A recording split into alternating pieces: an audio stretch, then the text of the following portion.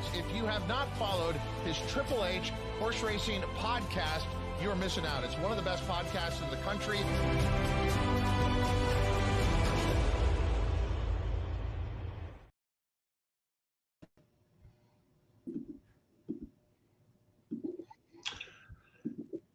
Good afternoon and welcome to the HHH Racing Podcast. We got live coverage of Woodbine Mile Day, Churchill Downs Stakes, and Laurel Turf Stakes. I'm Chris Walsh along with Howard, Matt, and Jackson here on a fine Saturday afternoon.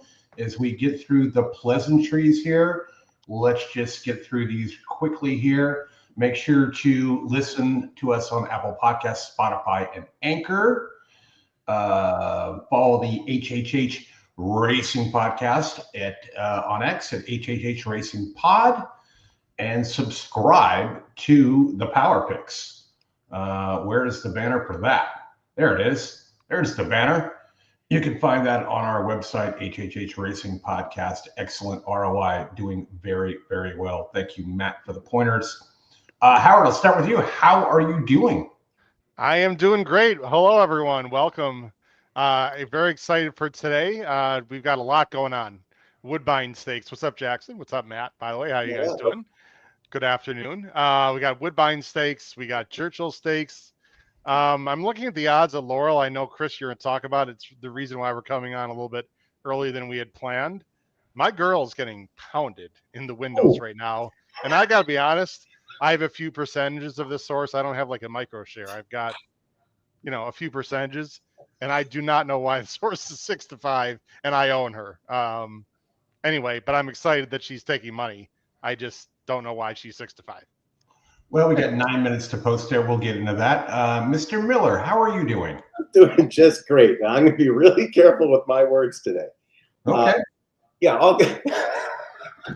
That was just an unbelievable start. I'm doing great. I've had a very eventful tournament day already. I have already been knocked out of every single one that I'm in, and I have been paid handsomely to get kicked out. So in a way, it's a little bit less fun to be here without something live, but okay, you got my full attention. So give and take. Jackson, how are you doing? I'm doing good. Happy to see all you. And I thought that it was going to be a lot of fun. It looked like there's good cards at Churchill and Woodbine, and obviously pretty excited for you, Howard. Hoping this filly runs well in the stake race right now. It's pretty exciting. Yeah, well, it is. Katie was ready like around 1 o'clock, so we've been ready for 90 minutes.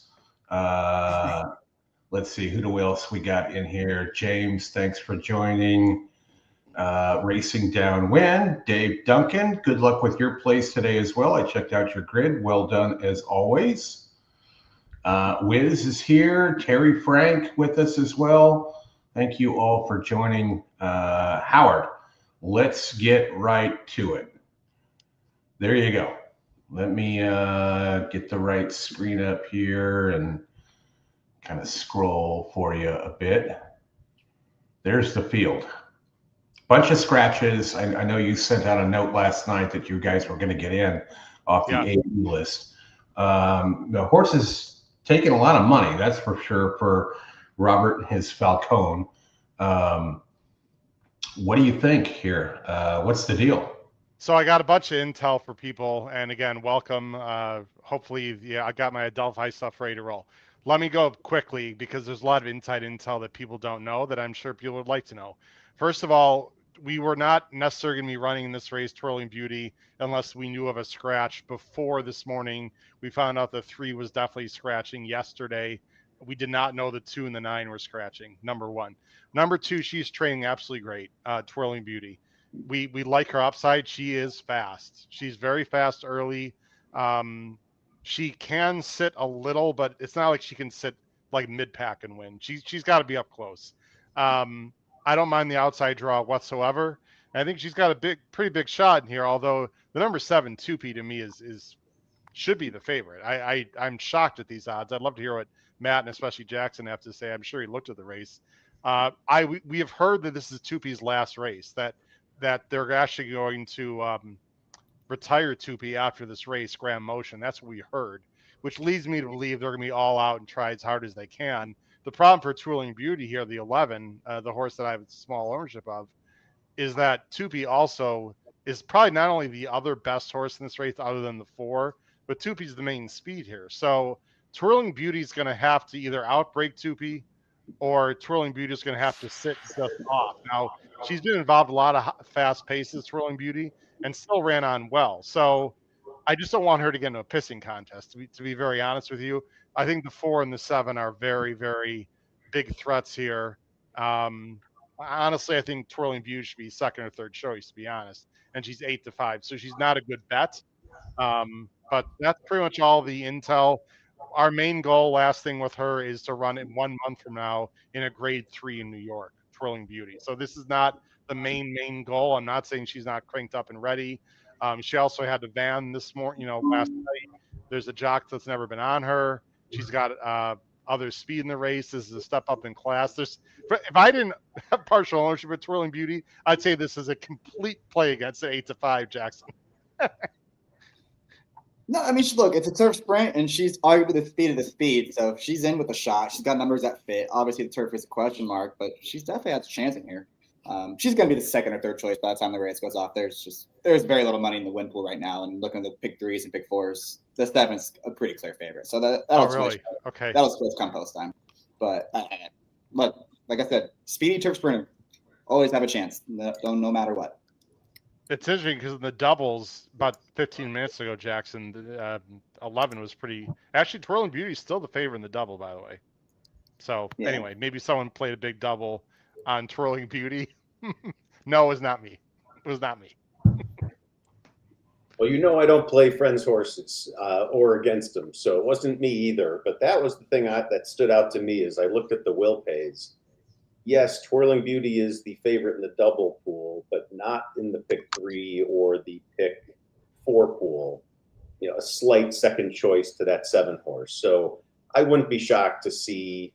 I don't have an odds board sitting right in front of me, but I wouldn't be shocked to see those two come right together at 9-5 by the time the race goes off. We'll see.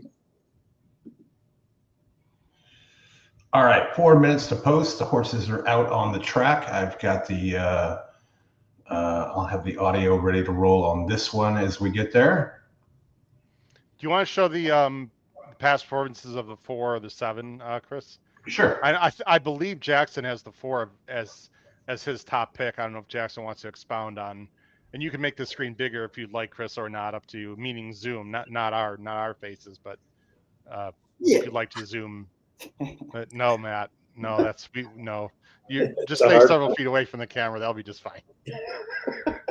Yeah. I picked the 4 on top on the show we did on Tuesday. She's just in really good form right now. Obviously, she's won 3 in a row. The last 2 have been stakes races, and she's done it, going 2 turns and sprinting. And I thought the sprint, especially at the 2-back race, was impressive. When she dueled on the lead, put away the horse that was favored, I believe. That horse finished, I think, last. Put that filly away, and someone came up to her at the 16th pole, and she kicked away again at the top of the stretch. I was impressed by what I saw there. She came back and won again, obviously.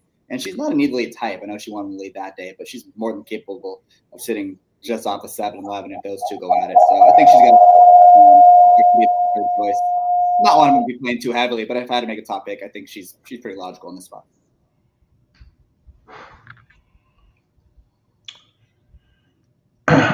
And you want to talk about the 7, Howard, right? Yeah, sorry about the feedback. I'm not sure who that was or what that was about. me. That was me. I got it under control. No worries. Like I said, she is supposedly, this is her last race, supposedly, which is interesting. She's only 4, but she was 3 back right there to Futures Now, who's a really nice horse. Face Futures Now again has been in some very fast paces. Jackson, if you recall, went out west twice, as we can see. Won the Las Ciennegas down the hill. I mean, but I think she has regressed. Fair enough to say in her last 2. She doesn't seem to have the same kind of fight. So I'm assuming the plan with Twirling Beauty. I don't know the exact plan, to be very honest. I mean, the plan is get her out of the gate, obviously. Mm-hmm. I'd love to see her clear. I think if Twirling Beauty clears and they're not going, 21-3, I think she's got a big shot. My concern is she's not going to clear. The other thing, as maybe perhaps Jackson maybe knows more than anyone on the screen, it's a pretty. I think the rails are out, by the way, which I like. it's a pretty long stretch there at Laurel. She's got to save something for the stretch to some extent. This is a very trip dependent race. If she's on the lead or if she's sitting outside comfortably and not battling crazy, I think she's got a shot. I don't know how Jackson feels. Loon Cry is The 4 is not really a closer. It doesn't feel like a lot of horses would take advantage of a huge meltdown here. So I don't mind if they go fast. I just don't want Twirling Beauty getting caught up in 21 and 2, 44 and change. Yeah, I think the big deal with her is you just don't want to be contested. If she's going to go fast, you want her to do it by herself. You want to have things her own way. That's one thing. If you're going to go fast and be dueling with the 7 or maybe a horse like the 1, that's a completely different story. So you just want to make sure you're in a good spot. Like you said, you want to come out of there running in these turf sprints, break well, send her the first 50 yards, look to your left, see what's going on over there, and then kind of play from there. That's probably the I guess the rail could be a problem too, Jackson. I mean, the rail horse is what I mean. Right. I guess the rail horse has to go here. I don't think the rail horse has a legitimate chance off the claim. I don't know. You feel mad as you look at the PPs here, but look, it's a field of what? Now it's down to 9, and Twirling Beauty. By the way, Twirling Beauty has been involved in very fast paces. That last race at Prescott was for real, and she ran huge. So the break is huge, and then we'll see. I'm excited. This is a very fast horse who's got some upside. I think she can be a great stakes horse eventually. The horses on the turf for the Sensible Lady Dash. Did you bet her, Howard? I did not. I'm very honest. I did not. I'm looking at the odds. She's 2-1. It's just, this is a listed stake. It's 100,000 purse. There is a very similar race today in New York, and we were thinking about it, but it's 150. But if you look at that race, which is later today, it's a much more difficult field than this. So I think we're doing the right thing. Can you hear okay, Howard? Yes. The other thing, very quick, people are wondering about Falcone. Of course, right now, Reyes is on suspension. I actually know a lot of intel about it. He did nothing wrong. It was an unfortunate situation with one of his grooms. I don't want to get into it. People can say whatever they want. I don't really care. He's an honest, solid trainer, but that's why Falcone. There's been no trainer switch. It's just, well, there has been, but because legally we have to. But he'll be back in Race Barn. She'll be back in Race Barn relatively soon when his suspension's over. I agree with what you said about a fast pace, and actually, I wouldn't mind that for Twirling Beauty. That last race was fast as heck, and she looked amazing. So. Now, race 6, a Sensible Lady turf dash. Yeah, I'm not saying I want her to rate. I'm just saying I don't want her caught up in a crazy speed duel. Last race felt pretty crazy, and she didn't throw in the towel at any point. Well, she had a relatively uncontested lead, Matt, and then got caught, as opposed to being head-to-head the entire way. To me, there's a big difference between that. All right, here we go. Laurel Park, race 6. A la Breve. Most importantly, come back safe and healthy. Anita. Let's watch the odds on who gets the lead and see if they change from where they're at right now. What are you trying to say? Loon Cry looking to do it again to the Sensible Lady. I'm twirling, just 5 and 5 right now. Break and give me a little luck here. 9 to 5. Second finish. They're rough in the Sensible Lady Turf Dash.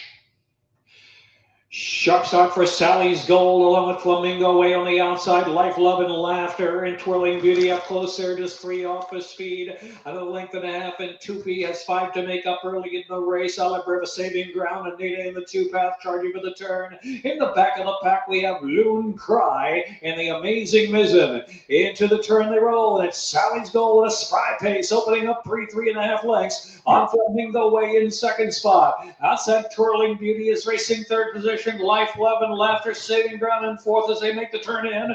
They are followed by Tupi. Anita's trying to come with a wide bid. Ale Breva trying to stoke up a run in the stretch. Just tips one off the inside. Nope. Trying to come in between horses. And there's 3/16 left to go. Sally's Gold running a big one, but here comes Life, Love, and Laughter. And Tupi 2. Tupi, Life, Love, and Laughter. Life, Love, and Laughter. Tupi. Tupi's got the kick. Tupi, two game. Tupi just in front. Tupi with a 16 to go from Life, Love, and Laughter. Going to be closer for third. Loon Cry and Run On Lake there, but it is Tupi. Sorry, Howard. Almost a good call, Jackson. I didn't like her chances 5 seconds of the race. I didn't think she'd be third. 22 and 3 is not real quick, but they final time was 108 and 3, guys. So the two more likely winners ran well. I don't know if it was the ship. I don't know. I don't think it's the class. I had some misgivings, obviously, guys. I mean, I said it on air. There's no way she had taken that much money. I would have liked to see her a little bit, a little more have a little more punch there. Yeah. She broke fine, slight bump. She just didn't run great. I don't know if it was the ship. I don't know. Again, she was vanned yesterday, but she was vanned down to Presque Isle too. So, yes, I'm discouraged. I don't know. I'm a little surprised she did as poorly as she did, but she'll fight another day. I'm not, distraught over it. I don't know what you guys thought. It was a bit of a weird race that none of us really saw that one getting away like that. And, maybe she just found herself a little farther back than she wanted to be. Like maybe visually that bothered her, seeing that other horse so much further in front. Who knows? She also went a little bit wide because the 8 drifted out. But look, she's supposed to run better than that. So I'm not going to sit here and make excuses. The easy answer is the grass. She may just not have handled the grass. It was her first time on it. And just because she likes the dirt and just because she likes the synthetic doesn't mean she's going to translate to the grass. I mean, she didn't really run either. It's not like she had a horse who didn't show up. She's trained very well on the grass. I've seen her in person train well on the grass, actually. And she ran well on sin. I know it's not the same as grass. So you could be right there, Jackson. That'd be disappointing, because if that's the truth, that changes a lot of things for us from an ownership perspective. My guess is we'll run next month in the New York race if she comes back clear. If she doesn't run well there, then we'll figure out what to do. Maybe you're right, Jackson, but she's trained very well on the grass. I think it's more what Matt said, to be honest. I think she was a little further back than normal. That's the furthest she's been back while breaking. I have a feeling that first quarter is not right, guys. I mean, that means the second quarter they went 22 and they went faster in the second quarter. I guess that's possible. I don't know. The one really did extend the lead at that point, so it really was kind of running away. One suggestion for a future show is, once you talk to the connections, I think people would be interested to hear the discussion. Do we stay on the turf? Do we go to the dirt? What do we think? I mean, it's interesting. We sit here speculating. It would be interesting to hear what they actually say. So remember to come back to us when you find out. Yeah, my snapshot thought is, let me text Matt Cutzer and see if he can come on the show, but he's actually at Aqueduct. I don't want to bother him. I'll get information. Again, most importantly, I want her to come back clean. I'm disappointed. That's also her first grade stakes. I think those are two pretty good horses, Jackson, to be honest, 4 and 7. So I just wish she would have run better, but it looked like the jock took care of her late. We'll see. If she doesn't run great on the turf next month, then maybe she is just a dirt horse, or a synthetic horse. I will say this, just assuming she comes back healthy, I don't know what the plan is going to be at the Delphi, and they do a great job, so they don't need me to tell them what to do. But I think, assuming this horse really likes synthetic, 5 and 5.5 at Gulfstream over the winter on that synthetic with that much speed she has might suit her just fine, guys. So we'll see. We'll see what happens. No carjacking. Disappointing, obviously, for sure. They are so ready to go. I'm going to. This was always the plan, ladies and gentlemen, and thanks for watching, everyone. We're going to be on for quite a while. I'm going to be stepping off the air here for a little bit. I'm going to let Jackson and Matt and Chris Couples is coming on also, guys, right? At some point? I thought he was coming out at the beginning. Maybe not. Well, he's in the chat, so he's around. Yeah. Oh, okay. Well, whenever he comes on, I'm going to step off air. Enjoy the rest of the races, guys, and I'll be back later for the big races at Woodbine, Churchill, and etc. Thanks, All right, guys. we'll see. Take care. Chris Couples, feel free to pop in whenever you want. All right, I think they're off there at Churchill. We're going to miss that one, but looks like our next one that we have on our list here is going to be back at Laurel in 23 minutes, unless I can find something else to conjure up for us to look at. It looks like all 3 tracks are running about 3 minutes apart. So Yeah. Of course they are. Of course they are. yeah. That's what they do. Gulf is in 18 minutes, 17 minutes. So maybe you get that in first. Give me a second to answer the question that someone asked before about how much I want to get paid to get kicked out of a tournament. And I'll just use the Nairo Bets tournament today. I'll use that first as an example. It's a $300 tournament. That's your entry fee. $200 comes back to you in cash as your bankroll. There was, I can't remember if it was race 1 or race 2. This was just an absolute gift. There was like a 1 to 5 shot and maybe 4 or 5 other horses in the race. And so I took the 2 that I liked the most, did all in exactas in the contest, and then turned around and in cash did the ones that I didn't have. The idea was for this one, I wasn't trying to make a killing. I was hoping to actually do well in the tournament. So I set my mental will pay calculator to say, all right, if I can pull $1,000 out of this tournament, I'll have gotten back my 600 of entry fees. I'll have made $400. And so that's how I calculated the bet amounts on the exactas that I played.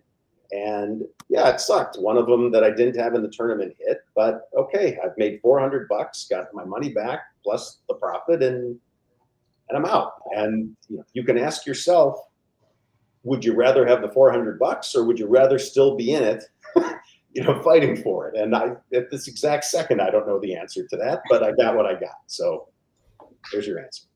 There you go. All right. We've got a Gulfstream race going off in 3 minutes just to kill a bit of time. And I don't have the PPs up. I'm sure everybody can pull everything up. Interesting here that there is a horse, the 10 horse at Gulfstream, Veronica Z. 0 for 8 is 6 to 5, 2 to 1 morning line, taking a bunch of money here, dropping.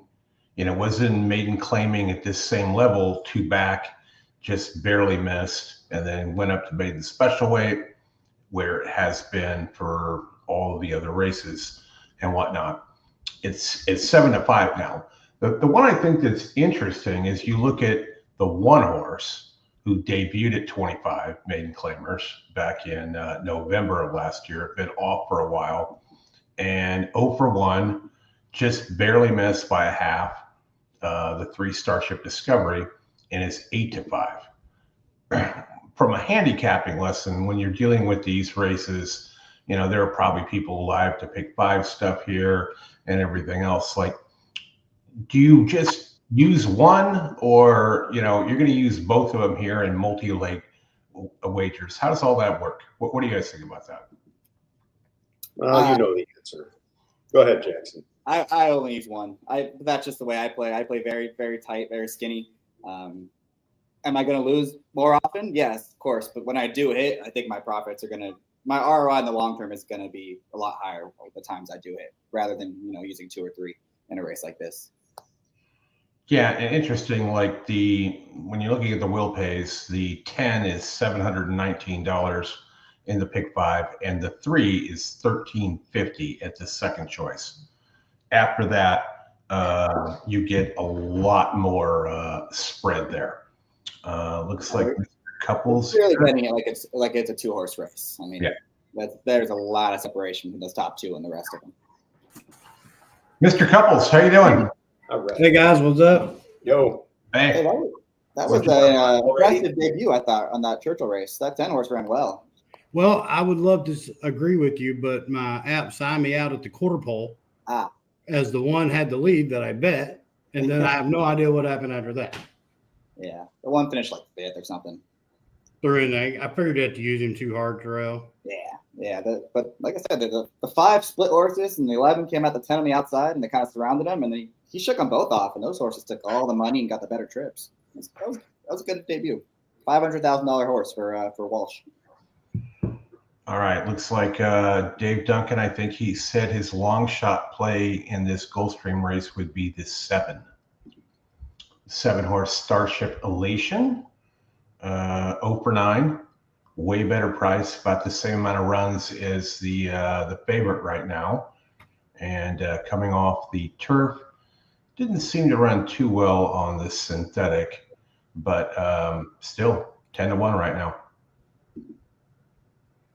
Yeah, this might, if that is your pick, it might be one of the few times that I would play both the favorites. So if you do like that 7, to do exactas, 7 over 310, 310 over 7, I don't think you're crazy if your pick is a long shot and you want to, if you're trying to catch it underneath, perhaps. I don't think it's that bad to use both horses in that case, but certainly when it comes to horizontals, you got to pick one of them. And this 10, as much as I wouldn't want to pick them, and I'm not playing the race, is catching the late money on top of it. It's now 4-5, at least on my screen. So, although, yeah, I mean, the 3's now 2-1. So to Jackson's point, the two of them, there's a fair amount of separation from the field. So I don't think, if I was playing the 7, I'd be using both of these two with it. Yeah, and these aren't races I usually play too heavily, but like you kind of said, Matt, this would be one if I did like a horse like a 7. I might even play the trifecta with the 310 over 7 over the 3 and 10, because it just feels like those two are probably going to run their race and be in the top 3, and you just hope the 7 splits them, and that can pay well sometimes. Yeah.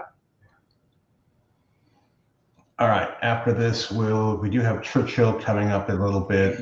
Back to Laurel, Woodbine as well. Like Jackson said, they're all running within 3 or 4 minutes of each other, so we can take a little bit of time to go through those as they cross over onto the synthetic track down there at Gulfstream. What do you guys think at Saratoga? You think they put they get rid of a turf course and put a synthetic course there? And next at Saratoga? Yeah.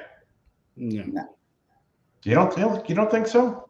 No. They only run there 2 months out of the year. Yeah, and the cost alone. They don't have the room. If it, like Jackson just said, the time they run there, if they run year round or 6 months out of the year, maybe. Yeah. Saratoga, leave it the hell alone. Yeah, I think that's going to be the answer. It's now post time. Until you show me a huge problem, I don't think they're going to want to change it. I think they got to fix that stupid chute, though. They got to make it. They got to make it right. I should have asked Mikey P what was going on in harness racing, because some reason New York has harness racing on my TV. There's a big race at Yonkers. I couldn't tell you what it is, but I know there's a big race at Yonkers. For us, it's on 2 legs instead of 4. Sue Wynn now back down on all 4s and walking towards the front of the gate. 3-5.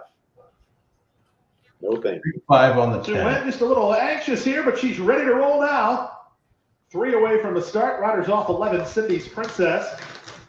Veronica Z has the red cap. That's the race favorite under jockey Leonel Reyes. The gray is Starship Elation.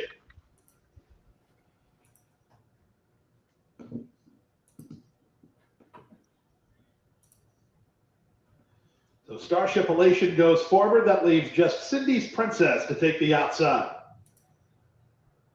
1:70 on the Topeka track.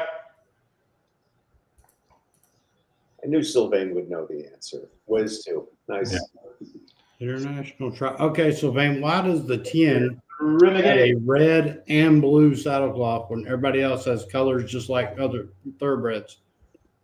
Ready for The action. 10 has a diagonal line in 2 colors. Terrible start for Blushing Tiger, about 4 lengths slow. Shu Win is quick off the blocks and leads to the first turn. Starship Discovery is sent forward between horses by Edwin Gonzalez. Rocketing her in is 1-2. Z, so Starship Discovery has to tap on the brakes. Queen Diana is at the rail, 2 better than Starship Elation. At the rail, it's Blushing Tiger, wide on the course, Cindy's Princess. with Too Much Fun alongside. So the favorites land second and third behind long shot Sue Wynn, who goes to the backstretch on top 3 parts of a length. Veronica Z is on the press from second. Looks like the comeback try. Starship Discovery is third under a loose rein. Fourth at the rail is Queen Diana. On from fifth is slow starting Blushing Tiger, 2 better than Starship Elation. Then it's Too Much Fun and Cindy's Princess is last. Down the backstretch they continue. They go to their way to the half-mile grounds. And Miguel Vasquez and Sue Wynn have the lead. Veronica Z is under a strong Leonel Reyes grip in second. On the outside, Starship Discovery is still under a loose rein third. 2 back to Blushing Tiger fourth. At the rail is Queen Diana fifth, then Starship Elation as they round the far turn. The pace starts to pick up. The business end of the race begins. Sue Wynn still has the lead. Trying to turn back Veronica Z. 3 wide, Starship Discovery. On the back, it's Starship Elation who runs into fourth, but Sue Wynn is intent on going all the way. 3/4, 1:11 and 3. Sue Wynn still has the lead. Moving, Dave. In the tank here. Second is Veronica Z. Third is Starship Discovery. They're an eighth of a mile from home. And Sue Wynn is still clear. She was fractious before the start, but that's only because she brought her A game. Dave, you made a great pick. That horse ran well, Dave. Sure did. That's summertime in Gulfstream, so of course it's 22-1 gate to wire. Yeah. And that 7 horse, the only gray in the race, ends up in 16-1. Mm-hmm. All right, good lesson there on not betting the favorites. What did that pick 5 pay? Probably just an absolute boatload. One of those was nuts. I know that. 8,000. The 7 was 32,000. Yeah, and Sylvania, it may not be really a 2-color saddle cloth. Maybe it was just on the pills on the screen, but I bet $10 on the horse just because I questioned it.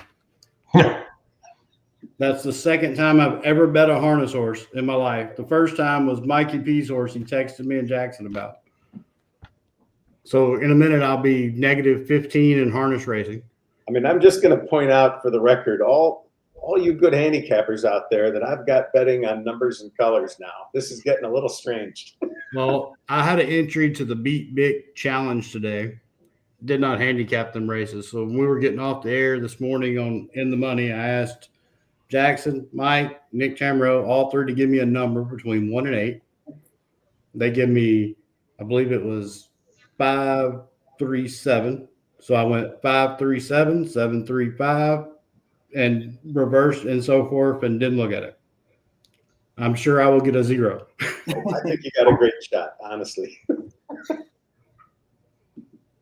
All right, let me get the next Laurel race up here on the screen. Laurel Park, share, and then add to stage. All right, so we've got Laurel Park race 7 coming up here in, I don't know, like 12 minutes. It looks like Churchill and Woodbine have decided that they want to run on top of each other. That's great for the contest. That's multi-track. Yeah, so 12 minutes to, looks like 15 minutes to Churchill and Woodbine and 10 minutes to Laurel. And if y'all see me looking around like I'm lost, there's literally 1, 2, 3, 4, 5 screens plus this one and 3 contests going on. So there you go. Super Saturday, baby. All right, we got a $100,000 stakes race here for fillies and mares, 3-year-olds and up. 7 entries or 6 entries in the race. The 4 is a scratch. Gentlemen, did you guys look at this race?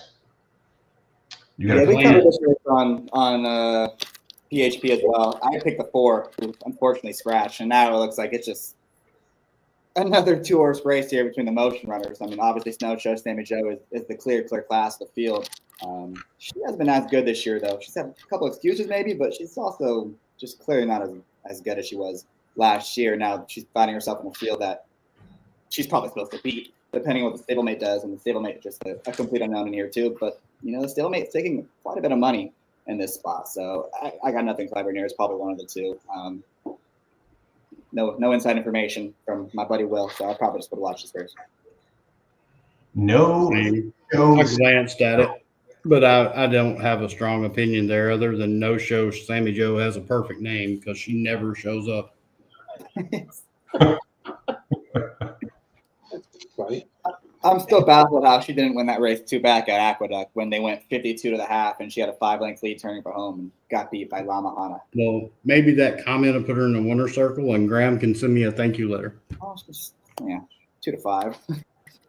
I mean, this is another race like the last one where in the Will Pays, there's really just 2 horses. And honestly, I do think this 6 should be, based on the Will Pays, a pretty substantial favorite even over the 1. So it does feel to me like the odds kind of are pretty right, at least for now. And this race is a little different from the last one. This is, stakes horses, whereas the other was Gulfstream Park in September, where you don't know where you're getting. So, I mean, quite the rider change from Ryan Moore to Daniel Centeno. Well, as far as a class standpoint, the one, after speaking about no-show there and the disappointment she's been, I know you look at the 1 horse, you've got finishes behind Porta Fortuna, Friendly Soul, Crimson Advocate. Of course, been running in mainly Group 3, Group 1 company in Europe. Not a race I'm looking to bet. All right, let me get us over to what do we got next? We've got the Pocahontas at Churchill that we can talk about. Let me get the screen flipped over for that.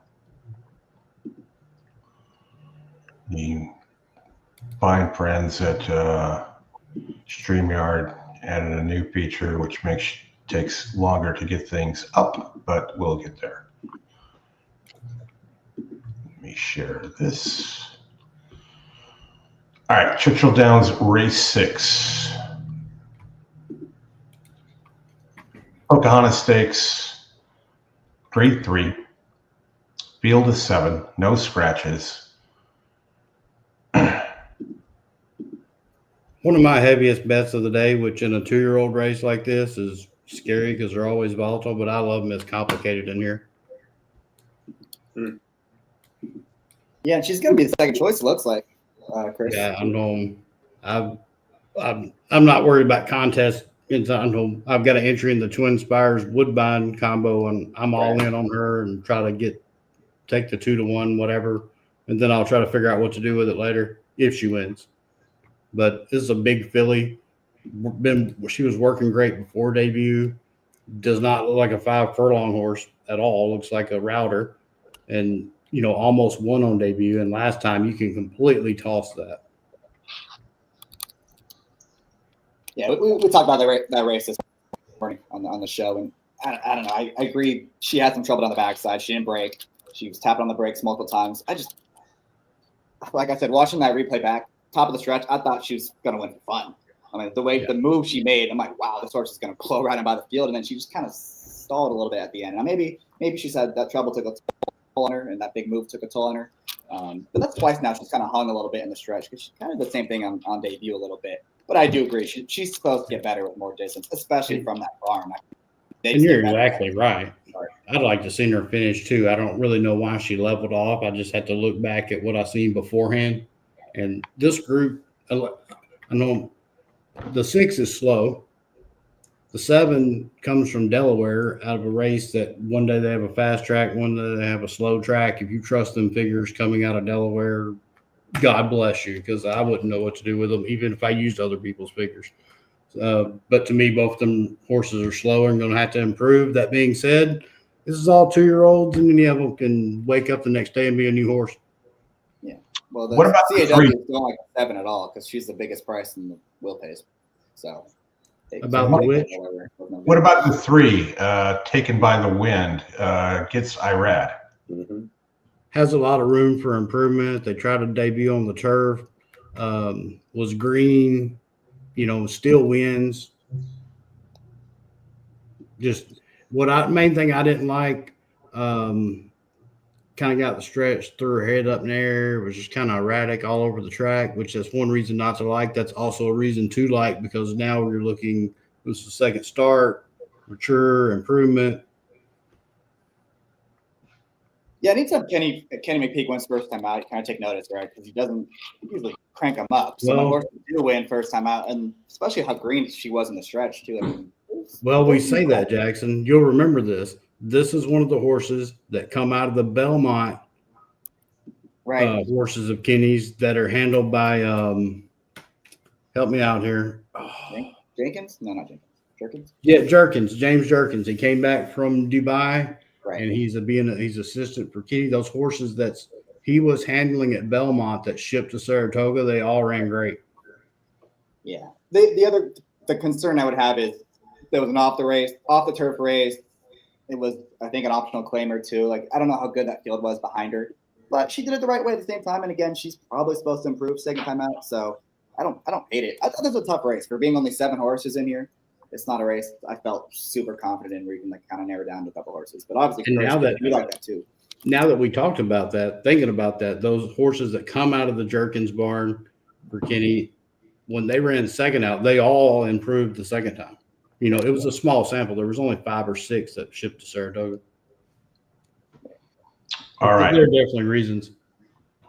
We're going to have 3 races go here fairly quickly. So it's all at the same time. Yeah, all at the same time. So let me just add this. We've got a allowance optional claimer going at Woodbine in 7 minutes as well. I do give a look to the one Regal Moment, although hasn't won in a minute or two, like since 2024. Long shot comment there. That's crazy. Long shot wise, I do like the 2.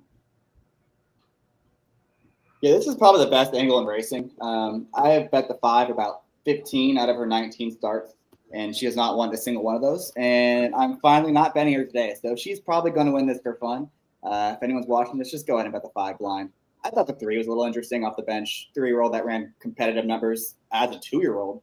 And, you know, if she runs back those numbers, she's going to be competitive in here. And you can probably safely assume she's improved at least a little bit from 2 to 3. And if she does improve, she's going to be very, very tough in here. So, yeah, taking money. Taking money. She needs to show up, but you can say about all. So you're not betting anything on the 5? I am not betting $1 on the 5, and I have bet every. I'll go do it. That way we can say we got something if she wins. Every single race from September 13th of 2024 and onward, I bet her back. Oh, I hate when that happens. I'm right with you. This 5 is one of the plays of the day now. If Jackson's I'm not going to go that hard, but I'm going to throw a few dollars on. If Jackson's off after all this time, it's just it's just everybody ready to 5. The horn is ready. And she's probably in a much easier spot than she's been lately too, because this group didn't come up that I think so. And, hey Matt, did you see Sylvain's comment there that the Woodbine tournament's not eligible if you're in Canada? I mean, it's a tariff thing. I don't even know what to say half the time I hear this stuff. I'm getting a shirt made that says "Not my tariffs." Yeah, I mean, I had a different issue. I don't want to get into the specifics. I had a different issue with an ADW that, I mean, the lack of responsibility they take, it's just unbelievable. They really do just beg you to go somewhere else if you're not happy, because they give you no relief at all. So, yeah, Sylvain, I would be doing anything I could to get registered, to get residence somewhere, or to get a buddy to set up an account for you, and you just play it. That's just crazy. Yeah, I know your local patrons can support your track on a daily basis can't play in the contest. Right. No show, Sammy Joe, 2 to 5. 0 minutes to post. 2 to 5. They're gathering behind the gate. Woodbine is at 4 minutes. Let me find out where Churchill is. They're probably waiting for Woodbine to get in the gate. And you would hope. So now, Rachel, Tony, you mentioned Dazzling Dame. To me. And while we're waiting, Ben's this Woodbine contest today, and we're talking about this. I told Jackson this morning. Today is my last day betting Woodbine, unless they do something to limit the CAWs. I bet 2 horses there yesterday, and this is something I don't watch as the odds changes. The more it's talked about, and Matt's got me watching it some too, I bet a 6-1 shot that was halfway loaded in the gate, crossed the wire at 3-1. And then in the 5th, I bet a horse at 11-1 that crossed the wire at 7-2, and there was 3 horses to load when I bet. Yeah, Ray Pollock talked about that today on his Twitter feed. I'm committed to this contest today. That's it for me. No show, Sammy Joe. Agreed. Here we go. Coming in at 3-5. No show, Sammy Joe. 1-2 and 3-1. Arrogate. We're betting the 5 here, right? Mile and an 1/8. No, that was at Woodbine. They're off Woodbine, the 5. From class, Sharp against the narrow lead early. No show, Sammy Joe. Brooke Sharp. No show. Sarona's up close and eager to go. Sarona on hold early as Cut from Class leads the way and opens up a 2-length advantage as a long top. Sarona trying to settle down from second. No show, Sammy Joe out in the clear racing position. Then Chick's Shadow is for Arrogate in the back of the pack. For them all.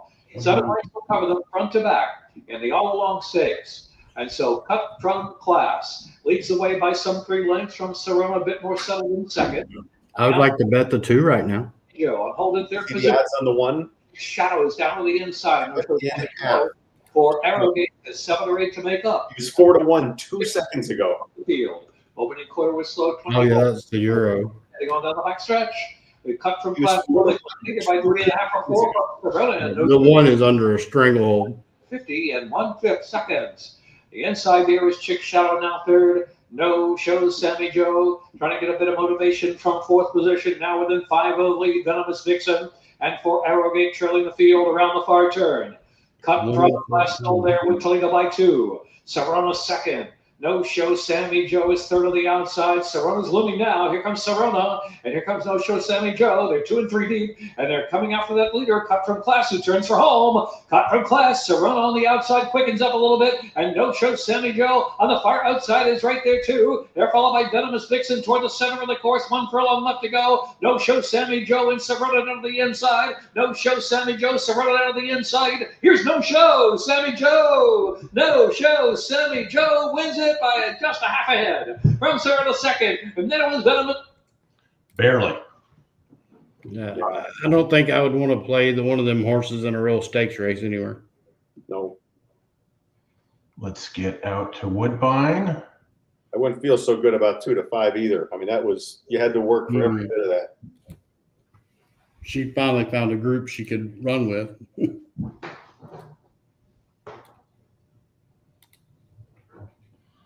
In the great state of Maryland. And on post time being called forward for a start. Regal Moment has the rail. Joining is Nina. They go a mile and 16. This leads us to our stakes action. Who did you jump To the onto? Champions Day to follow this. Lady Izzy has I moved will along. pick the 3. Top A to gate number 4 for Austin Adams. Good as gone.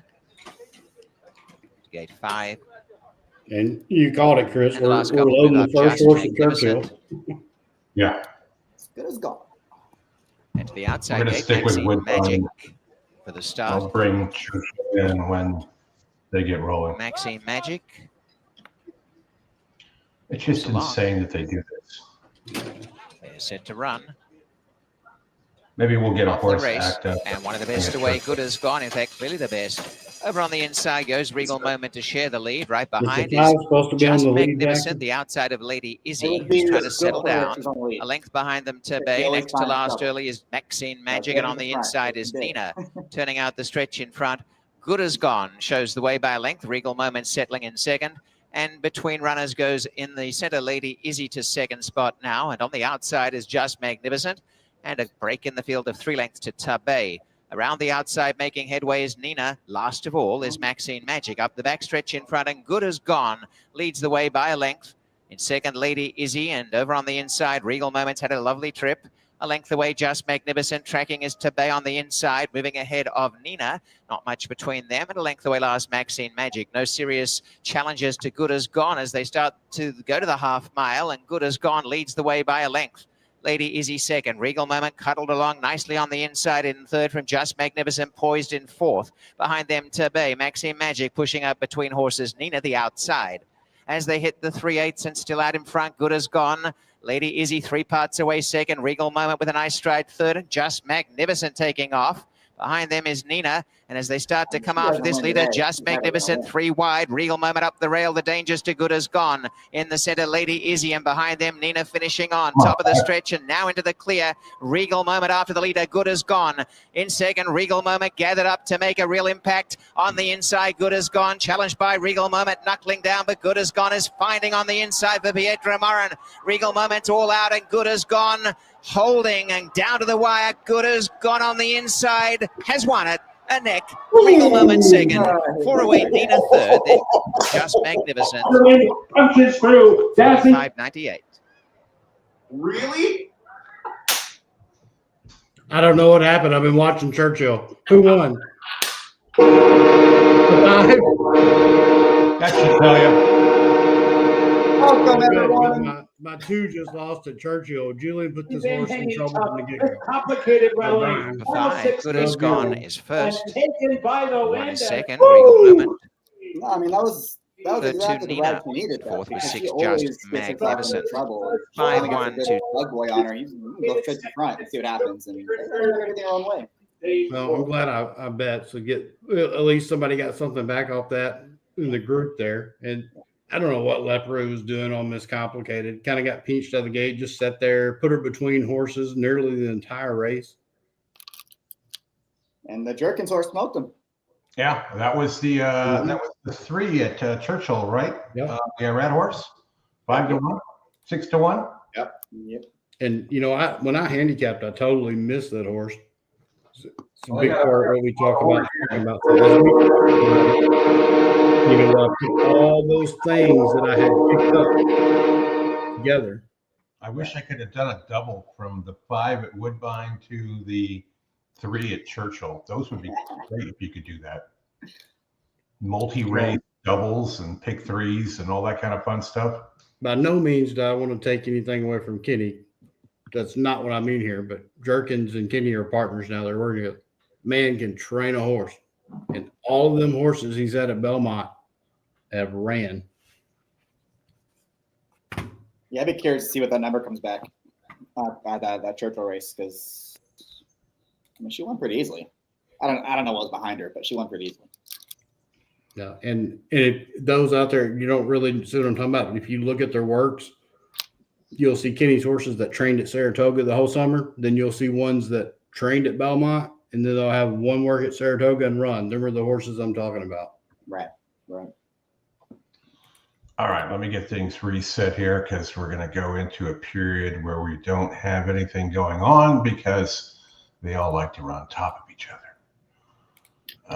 Let me get Churchill race 7 ready and Laurel Park race number 7. Are we at Laurel 7? No, 8 is next. And Matt, are you out in everything? I am. Jackson, I gotta say thanks. That was triple today's profit goal. The horse jumped to 9-2. It was Smash City. I wasn't kidding. I made it one of my plays of the day just now. I'm out for the day, so I am golden at this point. And yes, at Churchill, Chris, I got paid to leave, but there were 3 tournaments, and I just found a race where I could smash all the different horses into each other. I was left with a couple of hopeless long shots. I was left with a couple of hopeless long shots that I played on the side, and I had $400 to win on a horse that paid $56. Like, okay, so kick me out of your contest. That's fine. That's completely insane to me, but essentially, I knocked myself of the 3 Churchill contests. I knocked myself out of 2 of them for the benefit of the 3rd. So I took that 2-horse in the second race in the bigger of the contests on both entries. And with the other 2 contests on the other 4 entries, just played around with long shots. Once I got to that spot with the 2 entries that each had like $650, that's when I waited for a spot where I can just shoot that off in different directions and then just cover the long shot, crazies on the side in cash. And okay, I didn't expect one of those to cash for 5 figures, but terrific. Done. But yeah, and as I said about the Naira contest, the bad part is then the day's done. So you need picks like Jackson's to pick you up after that. I will say, was it the second race the horse should have come down, Jackson? Yeah. How the hell there was not an inquiry in that race 2 at Churchill? I don't know. Yeah. The standards for coming out of the starting gate in California versus Kentucky apparently are quite different, because they wanted like that out here. Drag Paco through the streets 2 weeks ago. At Churchill, we're not even looking at it. No. All right. I don't get it. Every step of that race is equally important, and why they just completely ignore the start and just look only at the end, what seems like most of the time, feels just crazy. All right. Back to Laurel. We got race number 8 here coming up. The Laurel Dash Stakes, $100,000 6-furlong turf dash. The rail's at 87 feet. It seems like a lot. It's that 6 furlong deal. Yeah. So we had a field of 12 with 3 scratches. We're down to 9 here. Anybody take a look at this one? I did, and I had no opinion in the end. No. Yeah, another race where we covered on, this is the last race we covered on Tuesday for PHP. I think I picked the 2 on top who scratched, so that changes things for me, obviously. I thought the 1 deserved a look. I don't think the one is a great idea. I don't think he can win, but he's going to be a big price in here, and he is very, very consistent, running numbers that would put him in the mix to fill out your exotics. He's going to be a giant price. He runs an 85 figure every single time he runs at Laurel. 85, 85, 85, 85. And that's probably going to be good enough to come running it late. That's what he does. So if you're playing, if you like someone on top and like a favorite or something, I don't mind throwing the 1 in there to fill out a trifecta or something. That's really the only opinion I have in this race. I guess 3. I can see it. But he's not taking as much money as I thought. 4 Heart for me was I liked it a bit of a price. Now it's 17 to 1. I think I like it even better at that price. Just needs to sit off them like it did last out at Penn. Is going a panel longer off these 5 and a 5 and 5.5 that it's been doing. Does not have a win, I don't believe. It's 6 furlongs on the turf. No, I lied. That's correct. It did win on a good turf course way back in 23. But been running sprints all this time. Has never gone further than 7 furlongs. But at that price, I would certainly use that one as well. Yeah, he's not a 17 to 1, but the scratch with the 2 helps the 6's chances quite a bit in here. I mean, that was the other speed horse. Now the 6 is probably the main speed, and if he can make the front end, I don't see why he can't take this fit a long way too. I don't know how dry it is up there because I don't follow racing up there really well. But if it is a hard, firm turf course, the 3 should daylight them. All right, let's go look at Churchill. We have daylight him. I mean, did anyone else hear that comment just now? But the horse wants it hard, like sounding like quarter horses coming down the track. God, you guys are killing me. Honest God, is Jackson the only one that hears this shit? Twice today. I hear it after I say it. Howard's was way better though. Trust me, Howard's was so great. Oh man, I don't think you realized you can say. Where are we going, Chris? Where you want to go? I heard it as well, but I'm going to leave it alone for right now. Can't. Sorry. That's what. Never mind. Somebody has to be the adult in the room, or that other guy backstage is going to come on and yell at me. Yeah, I'm out. I'm not the adult in the room. Yeah, I've seen him back there before. I thought about just putting him on once and seeing how long it would take him to notice, but or Can we just like put him up in the corner and mute him somehow, or we just watch his facial expressions when he hears what we say and him not know it? That would be fantastic. That would be amazing. Howard can. I can put him on, but I can't mute him. He will.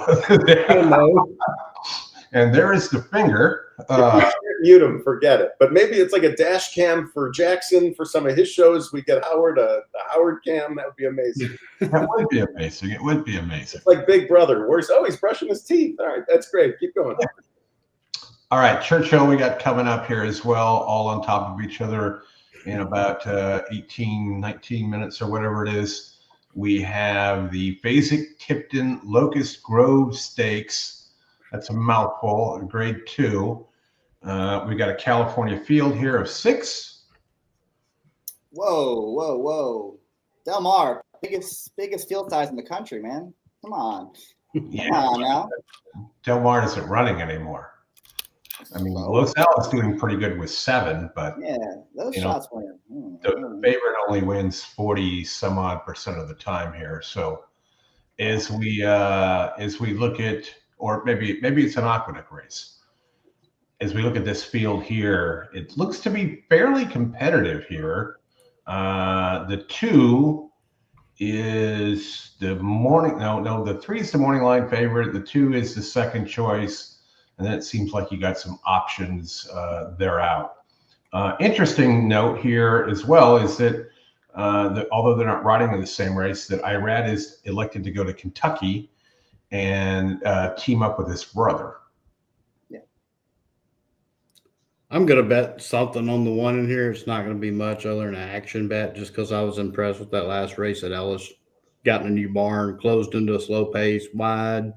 I know when Ramos asked this filly, she tried to respond so hard, her feet down near slid out and under, and I cursed again live on YouTube. I'm so sorry, Howard. At least it wasn't a bad one. And finished strong, just came up just a bit short. Honestly, just about half the field can win here. I didn't have a super strong opinion on this horse, but enough to bet it.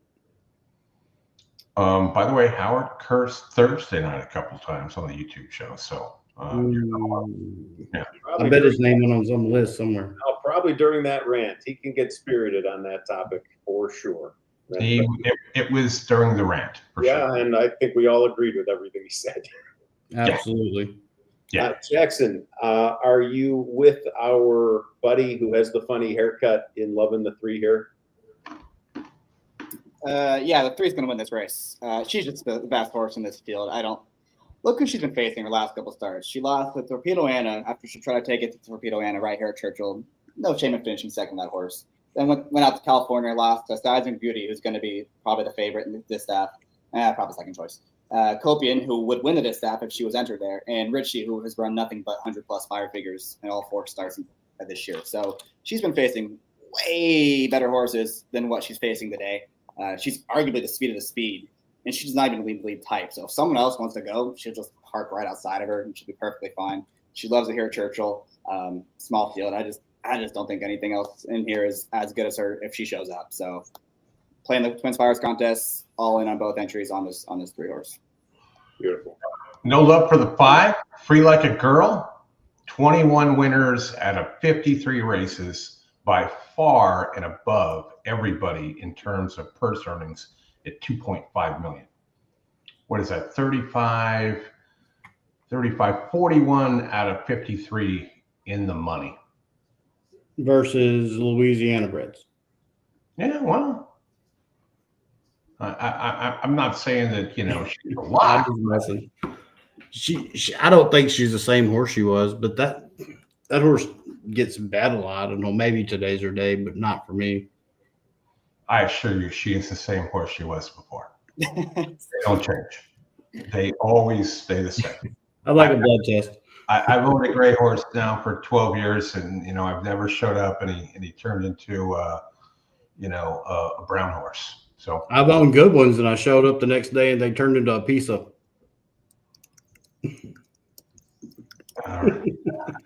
Yeah, I can see that. I've had those types before myself.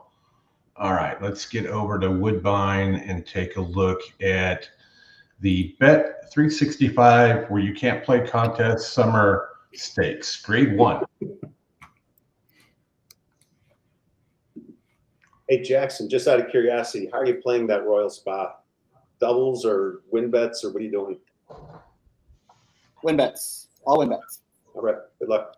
The next race, I thought, just brutal. Yeah. Okay. So, don't want to.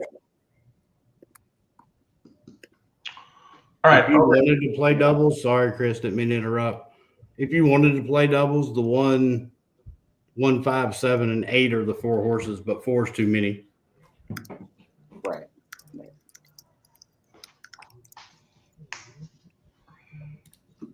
All right, we got a mile race over on the inner turf at Woodbine for 2-year-olds. I do like a lot the 5 2-out hero. Like the 1 a bit, and the 12 I think is a decent enough long shot. Although, you know, Miguel does good with these types of horses, but I worry about Rosario. Thoughts here? I always worry about Rosario. But Teddy's Rocket was, you know, it wasn't no secret on debut. Have they run? There's a race fixing to go off at New York, right, Jackson? This race is first. This race is first. Oh, this race is first. Well, that kind of sucks. So it could help you with the next, with the favorite. Yeah, they connect. Like in race 7 at Aqueduct, you've got some horses coming out of the Teddy's Rocket race running. Also, you know, the 10. It's Appleby.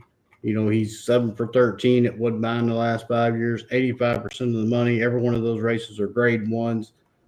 This is a half to Shadow of Light, won 2 group 1s as a 2-year-old last year. Really hadn't been the same horse.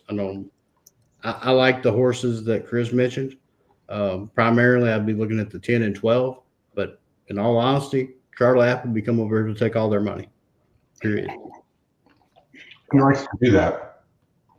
Yeah, this is the start of the $5 all grade 1 turf pick 3 they have at Woodbine today, and it's a pretty good bet today. Depending what you, it's a good bet no matter what. But depending on what you like, you can get very, very skinny and very, very aggressive with this, based on what you like later in the sequence. Because especially the next 2 races look like they could be pretty formful. So I like the 5 in here, 2-out hero. He won the local race. Looked pretty impressive doing it. I thought he was very handy in that spot. He was very quick out the gate.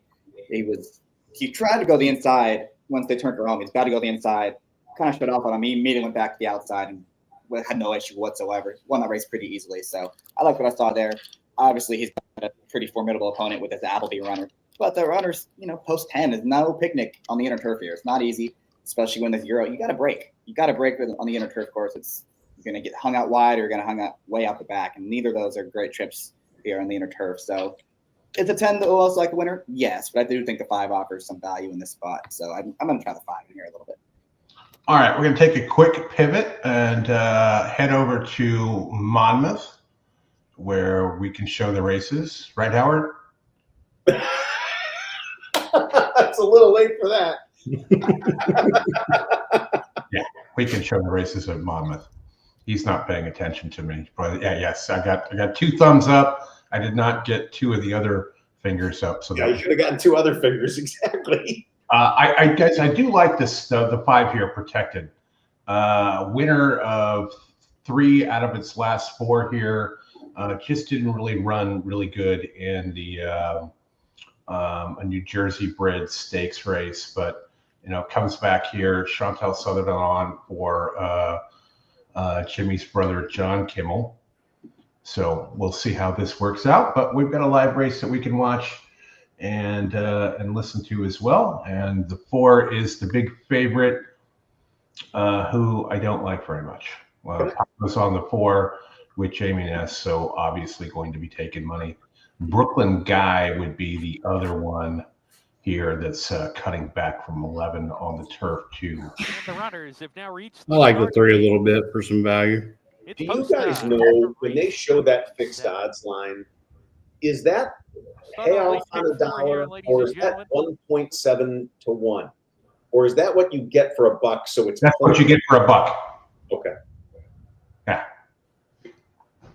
I've never even noticed the fixed line there.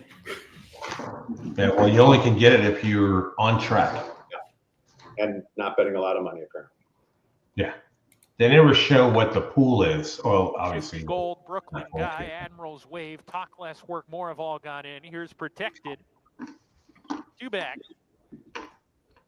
And Monmouth is my kryptonite.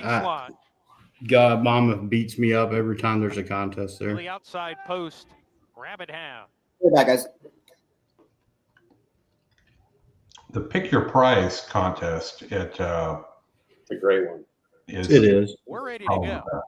That last, I don't remember what the last contest we had there that day, but bad stumble for Space this year I bet like $1,250 to win on New Jersey bred, and it was all I could do to push the button. Protected as early lick. These two come out of the crowd as they go into the first turn run with Shifty Gold down on the inside third, Rabbit Hound the Gray on the outside of horses into the fourth position with Admiral's Wave. Brooklyn Guy is second to last early, and the stumbling starter Space Launch is trailing 6 lengths off the pace. 3/4 of a mile to go. Talk Less, Work More, and a good gallop, clear on the lead by 2. Protected takes a hold, will track in second. Shifty Gold running in third. Five's in a good spot. Outside, then Rabbit Hound the Gray, just 2 lengths off the lead as Talk Less, Work Was More. in a good spot. It down on the front end here. Brooklyn Guy still has 1 runner beat, and that's Space Launch as they head down the barn side. Talk Less, Work More goes off at 4 to 5 and Coast on a 1.5 length lead, appears to be cruising at this point. Want a nice hold here. Protected finds himself between horses. Rabbit Hound makes an early move 3 wide. Admiral's Wave was in second momentarily, has given way to fourth, while Sent Along going in the wrong direction. Shifty Gold joins him. Brooklyn Guy's second to last. Space Launch never picked up his feet as they approach the top of the lane. Paco Lopez sitting chilly aboard Talk Less, Work More. Doesn't look like Paco's asked him for his best yet. Talk Less, Work More off the turn, still clear here. Protected second with Rabbit Hound, who swung deep off the corner. Talk Less, Work More, furlong to go. Turns on the afterburners now and opens up with a kick. 4 lengths approaching the 16th pole. Here comes Brooklyn Guy with a nice surge down the center. Talk Less, Work More. Brooklyn Guy's trying to nail him. He might get it. It's going to be really tight. Brooklyn Guy got it. Brooklyn Guy by a nose. Just nailed Talk Less, Work More in the final few tough inches. as nails. Horse just dug in. And Admiral's Wave was my long shot. Brooklyn Guy. What a perfect Did you time play? run. I had an entertainment wager on it. It's not worthy of a goal horn. I hope you were entertained. Yeah, I was entertained. It was an action bet, a Brad Anderson action bet. That's what I call them. Look, Marshall Graham himself will admit to putting $2 on a horse just so he can say, okay, I got to root for it. And, right. It doesn't have to be a lot of money, just something to give you an interest. Yeah. Like the Jackson horse earlier, he's going to get off that horse. I put $20 on it. It's all I bet. Yeah, I bet a little more than that. That was a pretty good I figured. I did too. I did. Oh, I forgot. I don't know. I got to look at what races are in that Beat Big thing that I put the random numbers in. That'll give me something to root for as we go along. All right. 2 live races back to back. Yes, next Friday, Monmouth at the Meadowlands does get underway. It is they run at the Meadowlands. They run on the turf. They run on the turf, and it's 7 races, and you can find some decent value there. I do enjoy those races. Wiz in my old Friday night close session, we used to do a lot of those. Maybe we'll bring that off time away, but some of his past races, he's been able to settle sprinting and come with a nice late run, producing a kick. A race 4 back when he was second behind Run Carson, who's a 4-time turf winner, was excellent. And the race. Sorry, Dave. Be quiet for a bit. 7 minutes to Churchill. What do we got for Woodbine? And what the hell am I doing? I do not know. Oh, somebody, Big A. Somebody went down to Aqueduct. I'm not sure they didn't get flipped on there.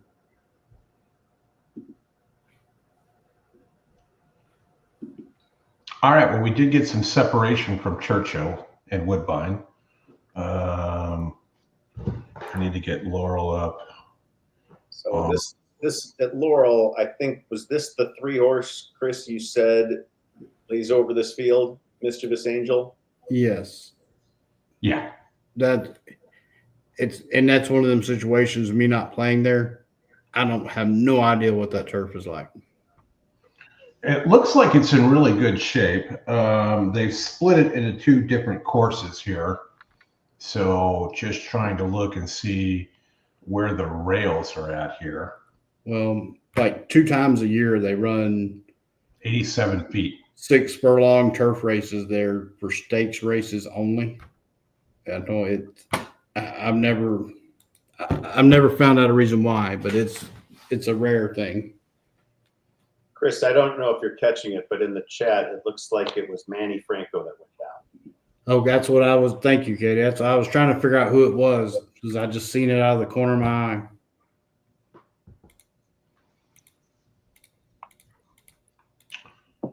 I don't know. He's up and got an ambulance. He's all right. But Tyler Connor has taken some pretty decent steps towards approaching the starting gate. That's good. Yeah.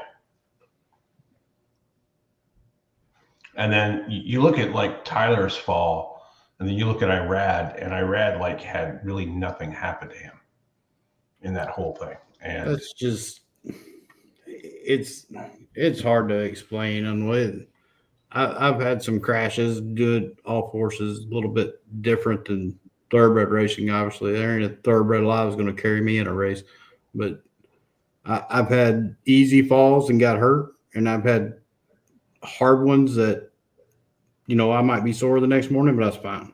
Yeah. Like I have a broken finger from a fall. The easiest fall I ever took when I was a kid, I did something my dad told me not to do, of course. I'd have to explain what this is, but anyway, you run out the gate. Most of the time the ground's worked up, and that's where you stop. Where we were at, there was not worked up, so it's grass with dew on it. Last thing my dad said is, don't run out that gate. When you hit the timer, you pull left and circle, because that's what everybody did. But if you did that, you're going to lose a little time. Guess what I did? I ran out the gate, and I'm trying to get stopped, and we're almost at the stop. Slick grass, horse falls, and my foot and legs pinned under it. But it was like slow motion. You know, we just barely fell. But when he got up, he rolled my toes back.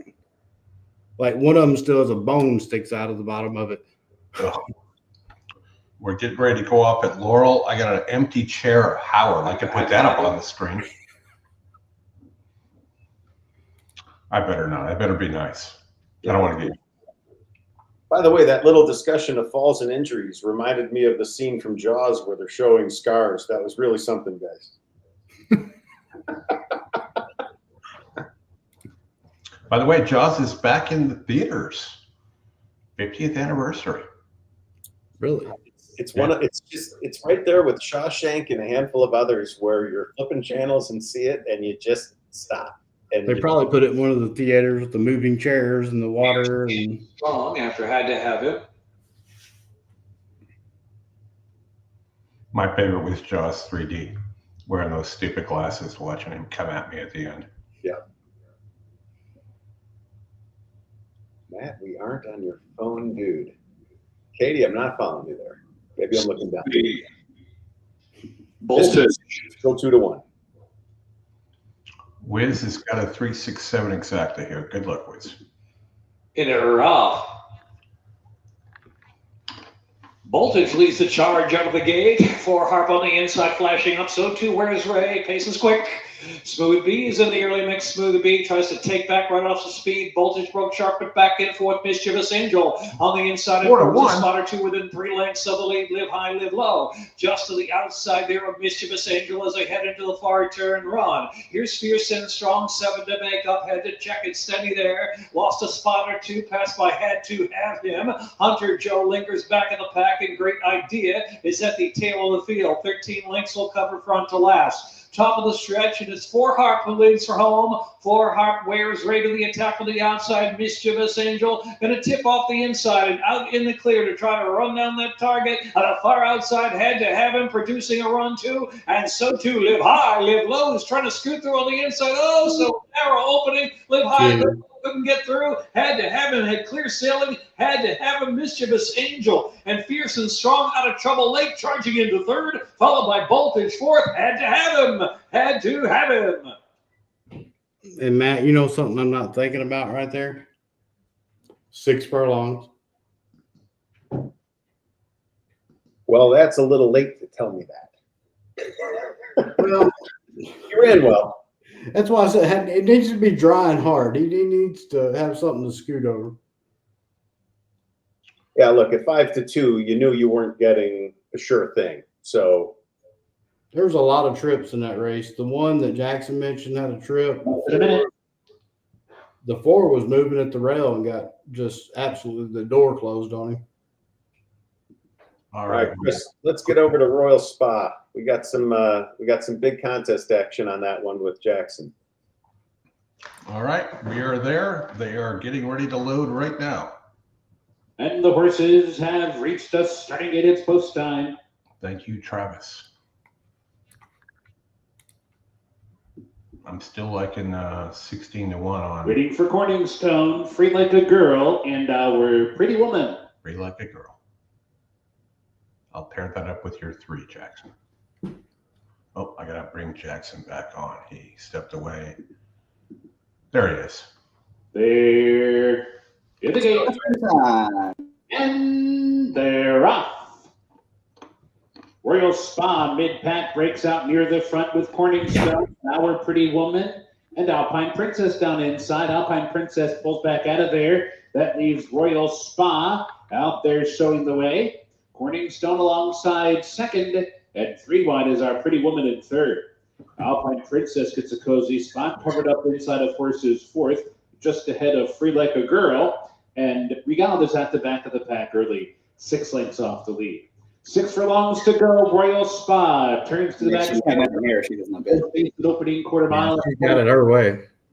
Corningstone is alongside, but in no hurry to go by second. Our Pretty Woman is perched out 3 wide. Here's Free Like a Girl coming through underneath with a narrow opening down inside to get right on the leader's heels. Alpine Princess is 5th and only 2 lengths off the lead. Tight pack up top. Regal is at the back. Far turn run. Royal Spa continues to lead them, though. Got a half and 48-2. Has yet to relinquish the front end and has, in fact, opened up on the far turn. Opened up by a length. Our Pretty Woman is sent up outside now second. Alpine Princess comes on the scene now. 3 wide and rallying third. Corningstone gives way. 4th Regal near the back, so they roll off the turn. Royal Spa trying to see it out. Still leads 3/16 to go. Alpine Princess moves into second now. Our Pretty Woman is back to third. Furlong to go. Royal Spa clear by 2.5. Alpine Princess continues to grind away, getting ever so closer, but so is the wire. Ooh. The wire. On. Good start. Boom. Boom. 6-5. Jackson, I took all your money from that 5 horse. Nice. All right, we got to change some bets around now. Hang on. Hoo-ha. I hope you're cashing at home. We're doing, I mean, these aren't huge prices, but come on. Hey. Price don't matter. I mean, that was, you could not have asked for a better trip there. They just handed her a trip in that spot. Jackson, you called it the whole way. Racing downwind, let's call him out. Pick of the day on his grid. Sweet. At 6-5, it's not, I mean, we've seen 2-5 shots today. 6-5, I think, was, looking back, somewhat of a gift. Right. And that exacta is going to be, yeah, I hit that hard too. Oh boy. That's it. I just need to listen to you guys. I swear to God, I come on these shows with like almost no opinions, an embarrassing amount of handicapping. Just listen to smart people. It's you guys are giving out winners. It's just a matter of sifting through them. They are still held up at Aqueduct. Apparently, the winner of the last race cut over on the horse Manny was on his YFL. But we do have confirmation Manny himself is up. And well, I seen him getting the ambulance on his own power and look back at the cameras. Yeah, I mean, so I mean, he could still be injured, but not like horrific. Nothing major. All right. Really need to Race 6. Where are we at Woodbine? I think I got to play this race. I don't remember now. This is the Turf Pick 3. This is the grade 1. I'm glad you said that because if you wouldn't have said that right now, Jackson, I would have screwed this up. Yeah, I just switched my bet because I cashed that one, so I'm hedging a little bit with this. What's it called? I'm trying to find it on the freaking bet thing. It's called Kings, Queens, Pick 3. It's called Race 6. They put them in order, like 1 through 12, 13, something like that. It's not what I'm looking for. Makes it easy to Mr. find. Walsh. Look, don't ask me. I'm sitting here with Jackson's notes on these races. I'm playing the Kings, Queen, Pick 3. It's a $5 minimum. Let's hold this up. And you printed them out. Like, what kind of dork are you? So I'll tell you exactly what kind of a dork I am, Chris. I was on a show where I was trying to make eye contact with the camera and didn't want to be constantly trying to read what he had written. So as I'm on the show, I've got my notes and I'm holding them up so that I can kind of be looking over just a little bit. And Yeah. So the easy way to do that is to just put the notes behind the camera like they are here now, and then you can kind of go read those. Like if I want to read the notes on the 1, I can tell you that the 1. There's more reason. I also took my own notes after listening to the In the Money and the HHH shows, and I wrote on the piece of paper my own thoughts in addition to Jack's. I know I could have typed it, whatever. Just as a thing on notes and printing, I worked with a guy for 9 years that printed out every email he ever got. Oh my God. And then just throws them away when he leaves. No. He put them in boxes and had them put in storage. Right, but then he left the company and someone threw On it. to Champions Day How do you stakes races. search that, Going dude? in now is Time Frame.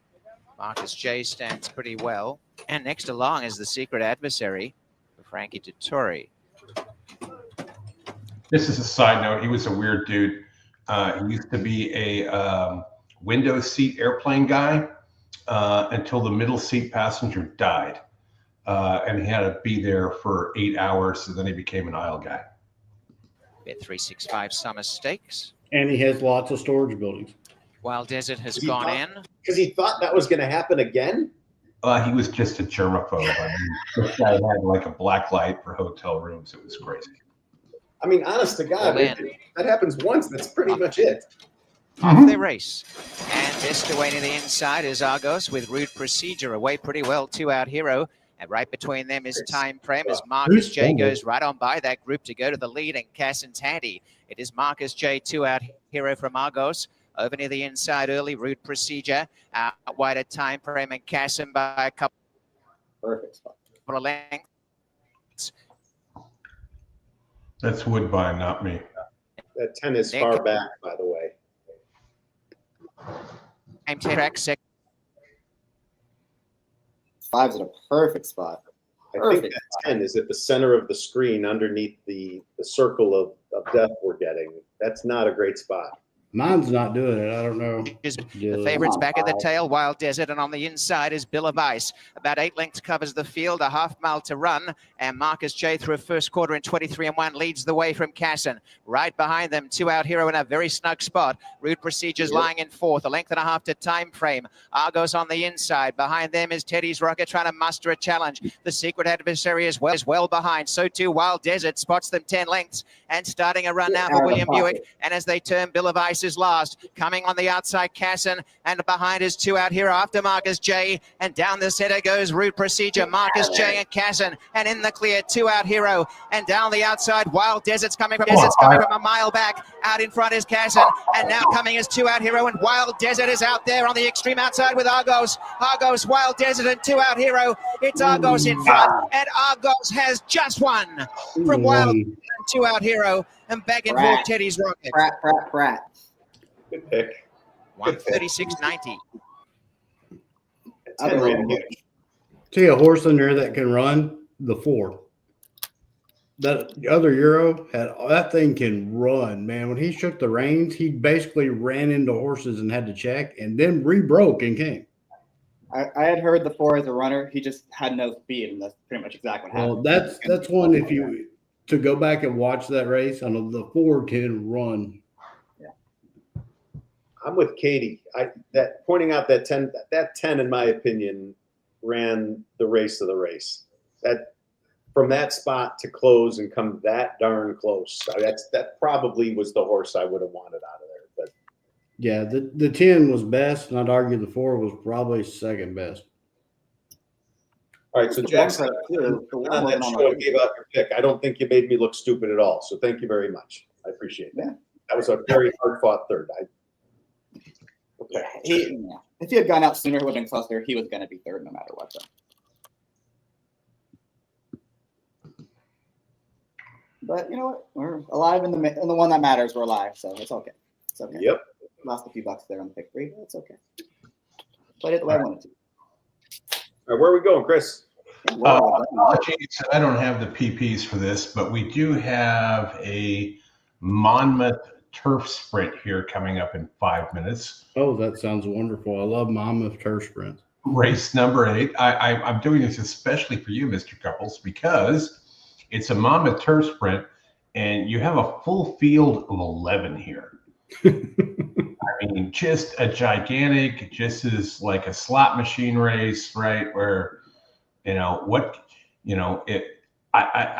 would ask you, Matt, what can you make out of this? I think you're setting me up. I think you know darn well what I'm about to say, and you just totally got me. Yeah. I look at that smug look on your stupid face right now. That's amazing. Yes, I think the 10 is a lock, Chris. Allison. I can make a hat. I can make a brooch. Allison Park. I mean, I got to take my kid's name. Yeah. When I looked at the race and I saw Allison in there, I knew that's exactly where you were going to go. I looked up, I saw that smug look on your face, and I'm like, that's exactly what he's going to say. That's his thing.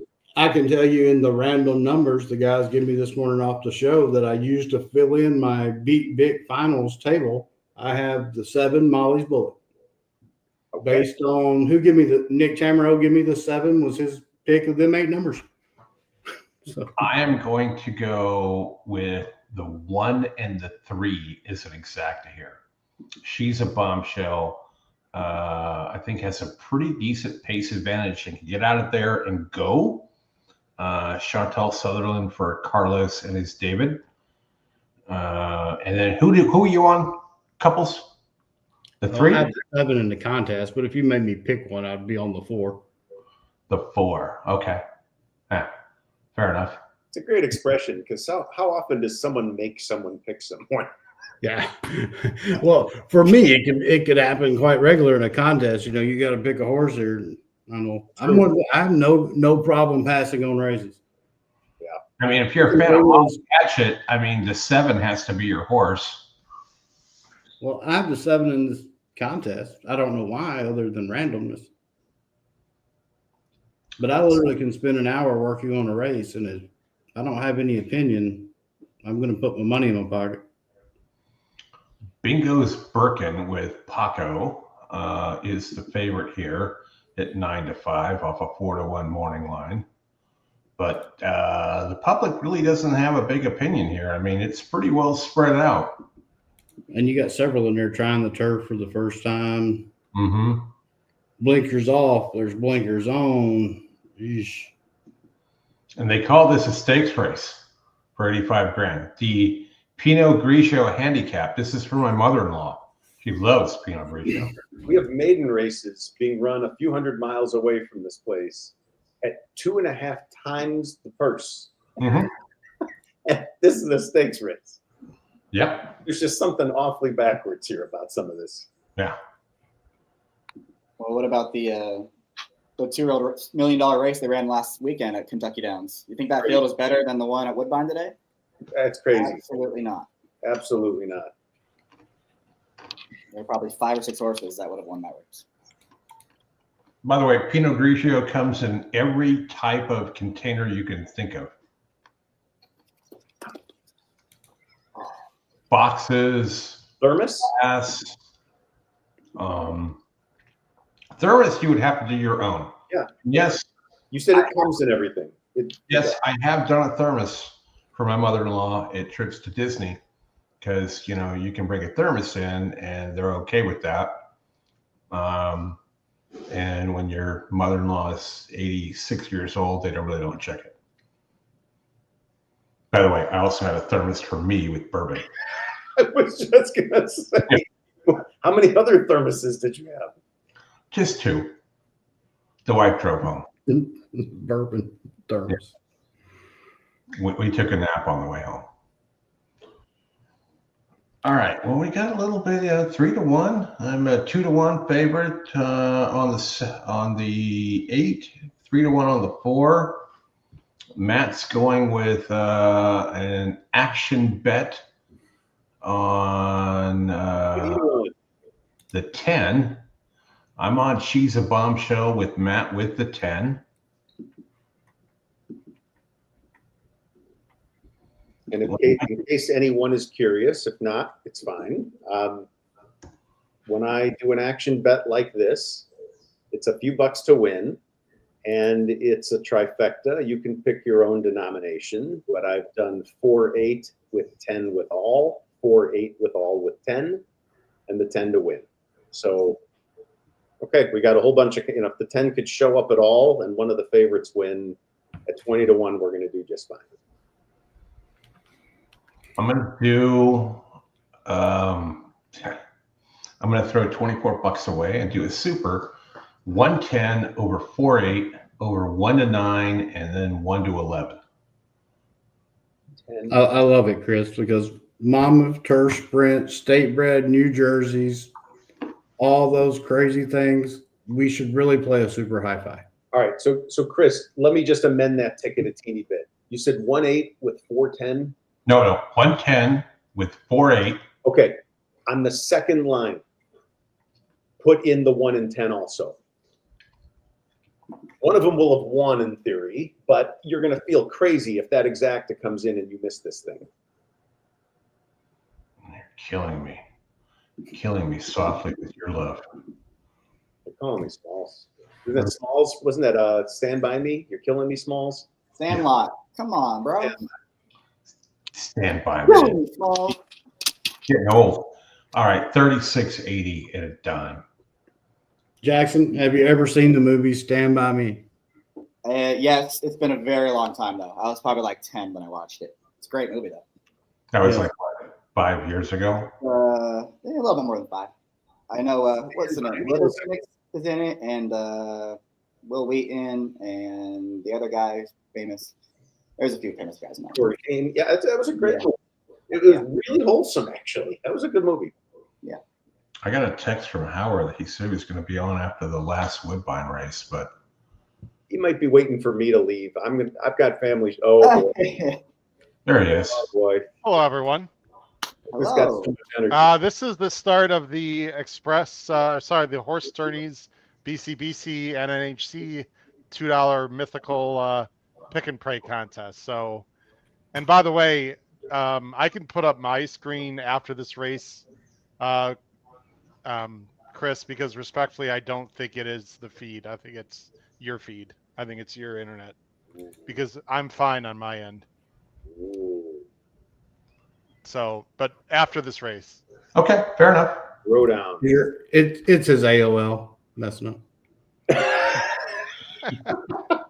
If you guys knew what he was paying for internet and TV, you would lose your shit. I've got the I'll wait till everyone's got to get their bets in by now. I've got the 4 in the contest. You have the 4 in every race? Nope. I actually handicapped, which means I'll probably have $5 at the end. Oh, yeah. This is the same sequence that I have the randos in. If the 3 wins, I'm really going to be upset. That was the one I had originally, and I switched off it. So with her. Bingo's that horse Birkin probably on the wins, lead at but- once. Allison Park in the second position, but pressing hard just to neck off the front runner. There's a Come on, gap of Allison. 3 to a line of runners. Kate's Love is there. Mia's Crusade. She's a bombshell down on the inside. Bel Pensiero between horses. Another 2 to Precious Avery as they go towards the far turn run. Outside is Jewel of the Ocean trying to make up some ground here. Molly's a Bullet saving ground. 8 or 9 lengths from the top. Summers coming second to last. My 2 Sophia's Over the on top. lead. Bingo's Birkin Over the trying top. to steal this one here from Allison Park, who's been pestering No, you got throughout. nothing. On the outside, Belle Pensiero into third. She's on the I'll wrong take the lead chalk. and is in that third position. 1 furlong to go. Bingo's Birkin just is not stopping. Bingo's Birkin accelerates with a big kick to give our leading rider of the meet, Paco Lopez, a hat trick today. Bingo's Birkin all the way in the Pinot Grigio handicap. Big favorite, I think, was right? second. Belle Pensiero third. Allison I don't Park watch Monmouth very ahead of often. Molly's a bullet. But What were the odds of the 8? It's like Paco wins or 50 to 1 shot wins every time. There's no in between. The 8 was like 6 to 5, right, or whatever it was. Yeah, 8 was 6 to 5. Okay. I played very few favorites in this contest, guys. Are you? Is it live or pick or pray, Howard? I'm sorry. Is it live or pick and pray? It's pick and pray. Thank goodness. The 9 was the 9 had to be an okay price for second, probably. Well, I got that one. Went with a very carefully crafted combination of 9s and 8s on one ticket. And I took 6 and 7s on the other so that I can show the fun meme when that comes in. Well, you got four of the 4 numbers, Matt. You're going to hit some horses, obviously. No, I got it's only 2 entries today, so it's. That's what I'm saying. I know, but you've got 4. Oh yeah, I got. What's your numbers? Right. Me? I actually handicapped. I've got. Well, no, I meant Matt's numbers. I've never put you just random said 6, in. 7, 8, 9. He's got 6. So truly, just a combination of 6s and 7s in the one entry, because I can't wait to make my buddies laugh if that happens. And the other one is 9s and 8s, and it's just, yeah, we'll see. I mean, there was no magic to it. The only thing I did was cut out anything that looked like 50 or 30 to 1. Chris, let's look at the Churchill race. We've got stake races we should handicap and talk about if we could. So we got 4 minutes to Laurel if you want to go there. Churchill is in. I'm talking about the PPs and talk about the race. I think Laurel's done with their stake races. I think. Let's ask Matt who he likes in this upcoming Churchill race. I'm curious to see what he has to say. Oh boy. By the way, the fact that Woodbine and Churchill is running on top of each other for a while is absolutely atrocious, and I have to be careful what I say for reasons I think some of you know, because I love Churchill and Twin Spires in general. However, they really shouldn't be running on top of each other. No, under the one contest is co-mix both tracks in the same contest. It's ridiculous. All right, what are we looking at here? This is old, isn't it? There are your entries. I'll bring the PPs up here in a second. Because I've got to remove and then re-add. Wow, there are a lot of people in this. 110 people are in the BCBC contest. Of course, some qualified, like myself and Matt and whatever, but still, that's a lot. People are getting a little desperate, Matt, to get in the BCBC. It's seeing some very large numbers here in these contests. Anyway. I learned my lesson about trying to qualify through those a long time ago. No way. Agreed. I'm not playing them unless I just get lucky, which I did yesterday for no damn reason. Anyway. All right, the rookies. Grade Yeah. B. The road to the Kentucky Derby starts right here. I could actually, well, now that I'm on, Chris, I can show some stuff too if you want. You wanna put yours up? That's fine. I think I do because it's clickable and etc. So let me. What's the video on? Is that you, Chris, with the video on the background in the green room? It says video is blank. Is that you? That is correct. Okay. You can. All right. Let me share my screen. You're gonna present. I could do audio for Churchill, or if you want to do audio, doesn't matter to me.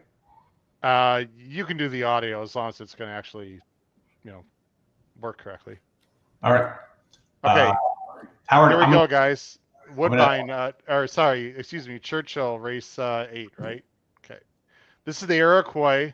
I don't know if you guys mentioned, I can't recall to our wonderful fans and viewers, but this is the first points for the Kentucky Derby and Oaks. This one, obviously, for the Derby. I think it's 10 points.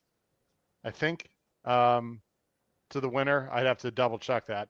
Right now, well, actually, I blew right by the Equibase, but yeah, nothing personal. Sometime, no more sense. So special 11 to 1.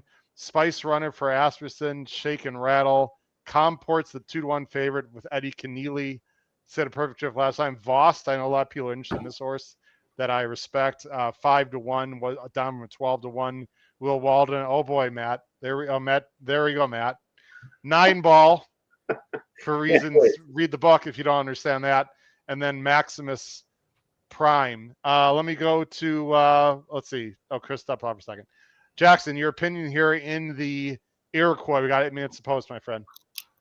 Yeah, I thought it was a tough race. I don't really have a huge argument against the favorite, but I also don't really love him in here. But he's way the horse to beat. He's drawn outside of all the other speed.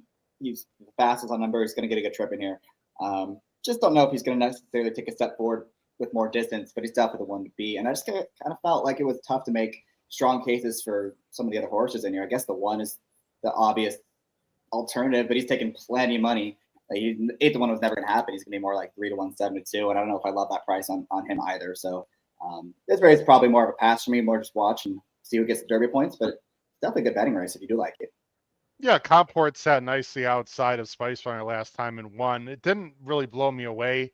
Right. Spot play on our spot play.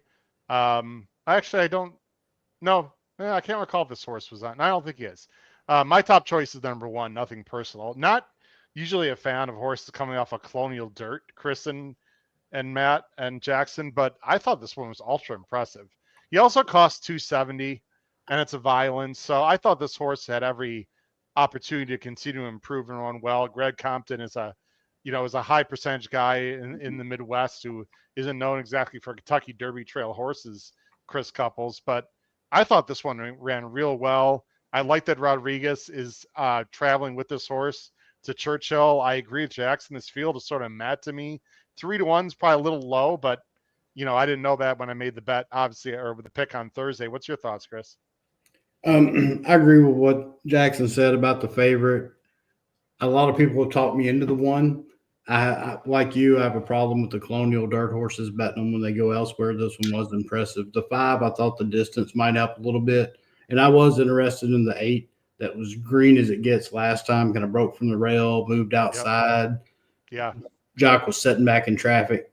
Sitting back in the irons trying to get through traffic. And then this horse just kind of took off and then went to wandering around the stretch. If that horse improves, then I think he has a big shot. Chris, I give a lot of extra credit. I don't know if you feel this way, Matt or Jackson, but I much for horses that win their debut closing than on the lead. We see a zillion times horses run well on the lead or run off the screen. Then the next time they can't run nearly as well and replicate that. Voss, like you said, broke a little slow. Okay, I'm not sure how quality field, but I love the 7 Furlong first time start. It's OXO Equine. There's a 12-horse field, Matt. So I give horses a lot of credit for closing in their debuts and winning going more than 6. Let's see. What horse can I think of in the last few years won their debut going long in a pretty big field with a slower time, a bit professionally? Oh, yeah, Sierra Leone. I'm not saying this is Sierra Leone, man. I'm just saying I like that kind of debut race is all I'm saying. I knew that was coming, and I do agree with you. When you just go out to the front end and don't get challenged, you really don't have a great sense of what you have unless you blew the doors off the clock. And I'm not sure any of these horses have done that. So, yeah, I agree. Chris's point on the 8, I think it was Chris that said it. If you can run a little straighter and a little bit more professionally, and the horse takes a step forward from there, that's pretty scary. That said, without a deep opinion in the race, there's no way I can get away from this 9 horse. So this will be I'm not even going to try. I'll just feel like I've ignored every signal being sent to me. So not a big bet, but I'll be playing the 9. Well, Matt, we have just real quick because there's a lot of races coming up here, but give us the 30-second background on 9 Ball for people to understand your reference there. Yeah, sure. So the book that I wrote called A Better Way of Thinking talks. It's not just about gambling. It's a whole bunch of different topics. One of which is that you don't have to take the standard approach the way everyone else does. And I talked about a real life fun time I had playing 9 Ball with buddies where they kept trying to sink all the balls consecutively, but the rules of the game say if you can hit a combo and get the 9 in early, you win. So I looked like a moron just trying for crazy combos all the time. And these guys weren't good enough to sink all the balls before I was, lucky with one of my 9-ball combos. And so it kind of, there are gambling correlations to that, but yeah, it's a principle I kind of live by. And yeah, I see anything that talks about 9-ball, it makes me think just, you don't always have to do things the standard way. There we go. Just Woodbine's got 11 minutes. How are we doing to, I'm keeping my eye on Belmont, guys, because I'm in the contest. I'm actually in first in the NIRA contest right now. So long way to go, but wow. Nice going. Thank you. How much time do we have to Churchill, guys? 2 minutes. Okay, and you're going to play the sound, Chris, is that right? Yes? Okay. Yeah. This is an interesting race at Aqueduct. There's Noble Dash. Very interesting race. There's a horse that I think people need to pay attention to a little bit because there's actually did the horse already run? Yeah, well, Teddy's Rocket won his debut. And wasn't Noble Dynasty the one that finished second in that race? Yes. Noble Dynasty is about to run at Belmont in a main race that I think he should win. Let's just say I hope he wins for contest purposes. Actually, for live money contest, I have another horse in the pick and pray, though, because I'm not playing an 8-5 shot in a 12-horse maiden field in a pick and pray. They're off at Belmont. We're not going to play the sound on that. Pretty sure they're not racing at Belmont. Baby got back, as I like to call it. Anyway, so we'll see what happens. But the Churchill rate. Let me ask you guys a question while we have a minute here, and Chris, I'll let you take over again in a second. I just have a question. If you were CDI, should there be any points at all for 2-year-old races for the Derby other than the Breeders' Cup? I would actually say no. Any thoughts on that? I would agree. Agree. Jackson, do you have an opinion on that, guys? No, I agree. Any race, the whole point of getting rid of the graded stakes earnings thing was to get the sprinters out and get the horses that actually run 2 turns into it. So why are you having a race? I get it because it's Churchill Downs, it's their home track. This one I kind of understand, but any other race, I'm like, I don't think you should have a 1-turn race earning Derby points. At the same time, though, it's not a lot. I think it's only like 20 total. So it's in the grand scheme of things, it doesn't matter too much. Yeah, but it could matter for a horse getting in. You never know. Yeah. Howard, how you watching feeling the right stretch now? here of Howard, you're good. Oh, don't say that, Matt. Unless you know for sure. Unless you know for sure. I don't know shit. It's like 12-9 to me. That was close. Well, 12-9 would be very good for a lot of reasons. I'll tell you in a second why. Getting ready to go to the gate. Okay. Oh, wow. It's 9, almost 1. So, wait. Ooh. Are you that sure, was Matt? really, really close. Okay, so here's the great news. I have doubles in the live money contest with the 12. It didn't end with not ending with the 12. Hey, Howard, starting with the 12. I have the 9 in the pick and pray, but I don't. Actually, I want the 12. I want the live money. The pick and pray is not going to happen. You want 12. I don't know, Matt. I have no idea. You definitely mushed me there because it's 12-9. It's very close, Matt. The 12 might have won, but this is very close. 12-9 all day. Is it official? No. No. I'm just telling you, it's 12-9.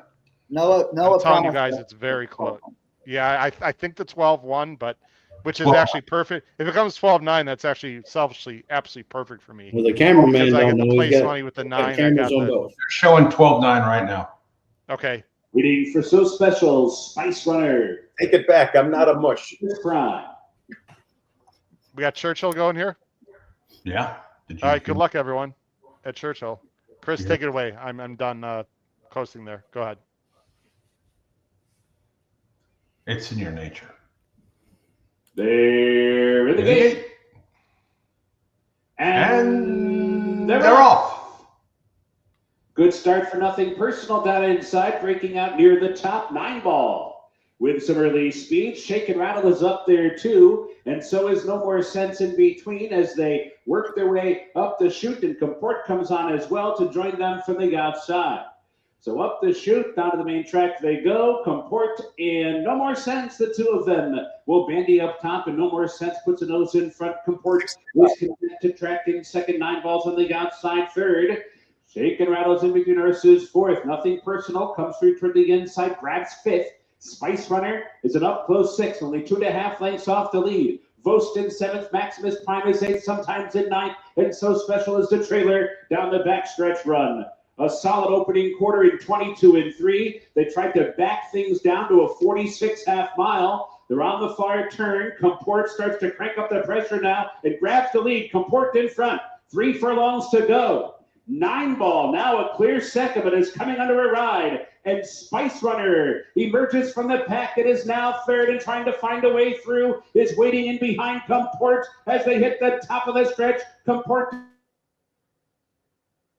comes outside for a try, now second, and targeting Comport with a furlong to go. Vost is coming down the center, Nothing Personal coming up the rail. Comport still in front though, wanders about. Spice Runner is green, still trying to get back on track, and it's getting on track now, and it's coming after Comport. Here comes Spice Runner and Comport, photo finish. Noses on the wire. Spice Runner might have got the bob there, but it's tight. Comport farther back, Vost. It's like the 5 on the line to me. Yeah, And that Howard- one really got shuffled back. I don't think you will, Howard, but don't tell me what you're playing in the New York contest because I am in there somewhere. Oh, that's right. I'm sorry. All right, you're right. I won't.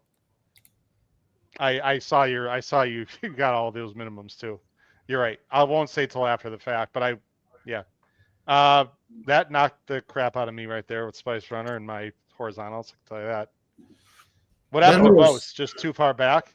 That horse galloped out by Comport last time, and that's why I thought that he did. But yeah, I'll tell you what, Comport had zero excuse. Zero. I want to see Comport on the turf. He's got such high knee action, doesn't he? So does the 5. He does. I've got notes from before he made his debut. I thought it was a turf horse, and then he wins.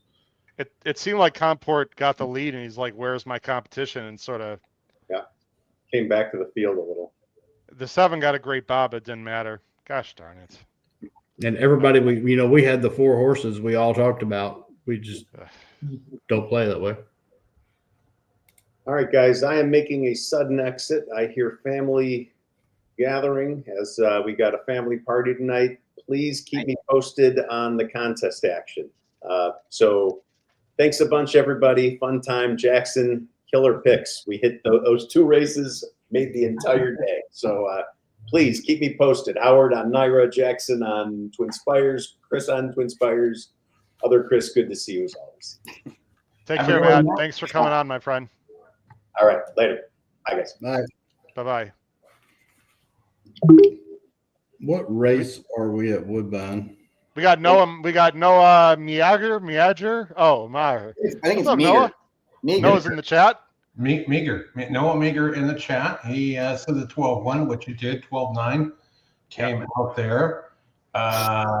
We've got 9 minutes to Woodbine, Howard. I will just add my screen here for just a second. All right. We forgot something, by the way. Because I had the 12 in the contest and I had the 9 in the other contest. We got to do something, my friend. I mean, I don't know how many times it's going to happen for me. For me, that was a crush in New York, so I'm happy about that.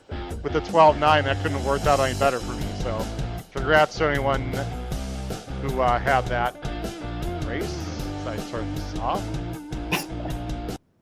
Okay. Go ahead, Chris. All right, I'm having trouble adding my screen. Before presenting a screen, remove other media streams from the stage. You got too much on the. Take off your video, probably. Or you need that? Is that what you need? No, I don't have any video. No. But on the back in the green room, you have a blank video screen. Yeah, I do. Yeah. Oh, I finished 2, 3, 4. Does that ever happen to you, Jackson and Chris, in a horizontal? Your horse finished 2nd, 3rd, and 4th. The 3 horses you use, of course. A couple times. Yeah. Couple times. By the way, I don't think we saw the Derby horse in that race, just for the record. I thought that field was pretty weak. I agree.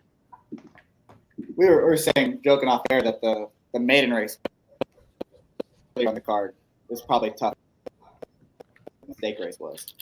There were some good horses, good prospects in that.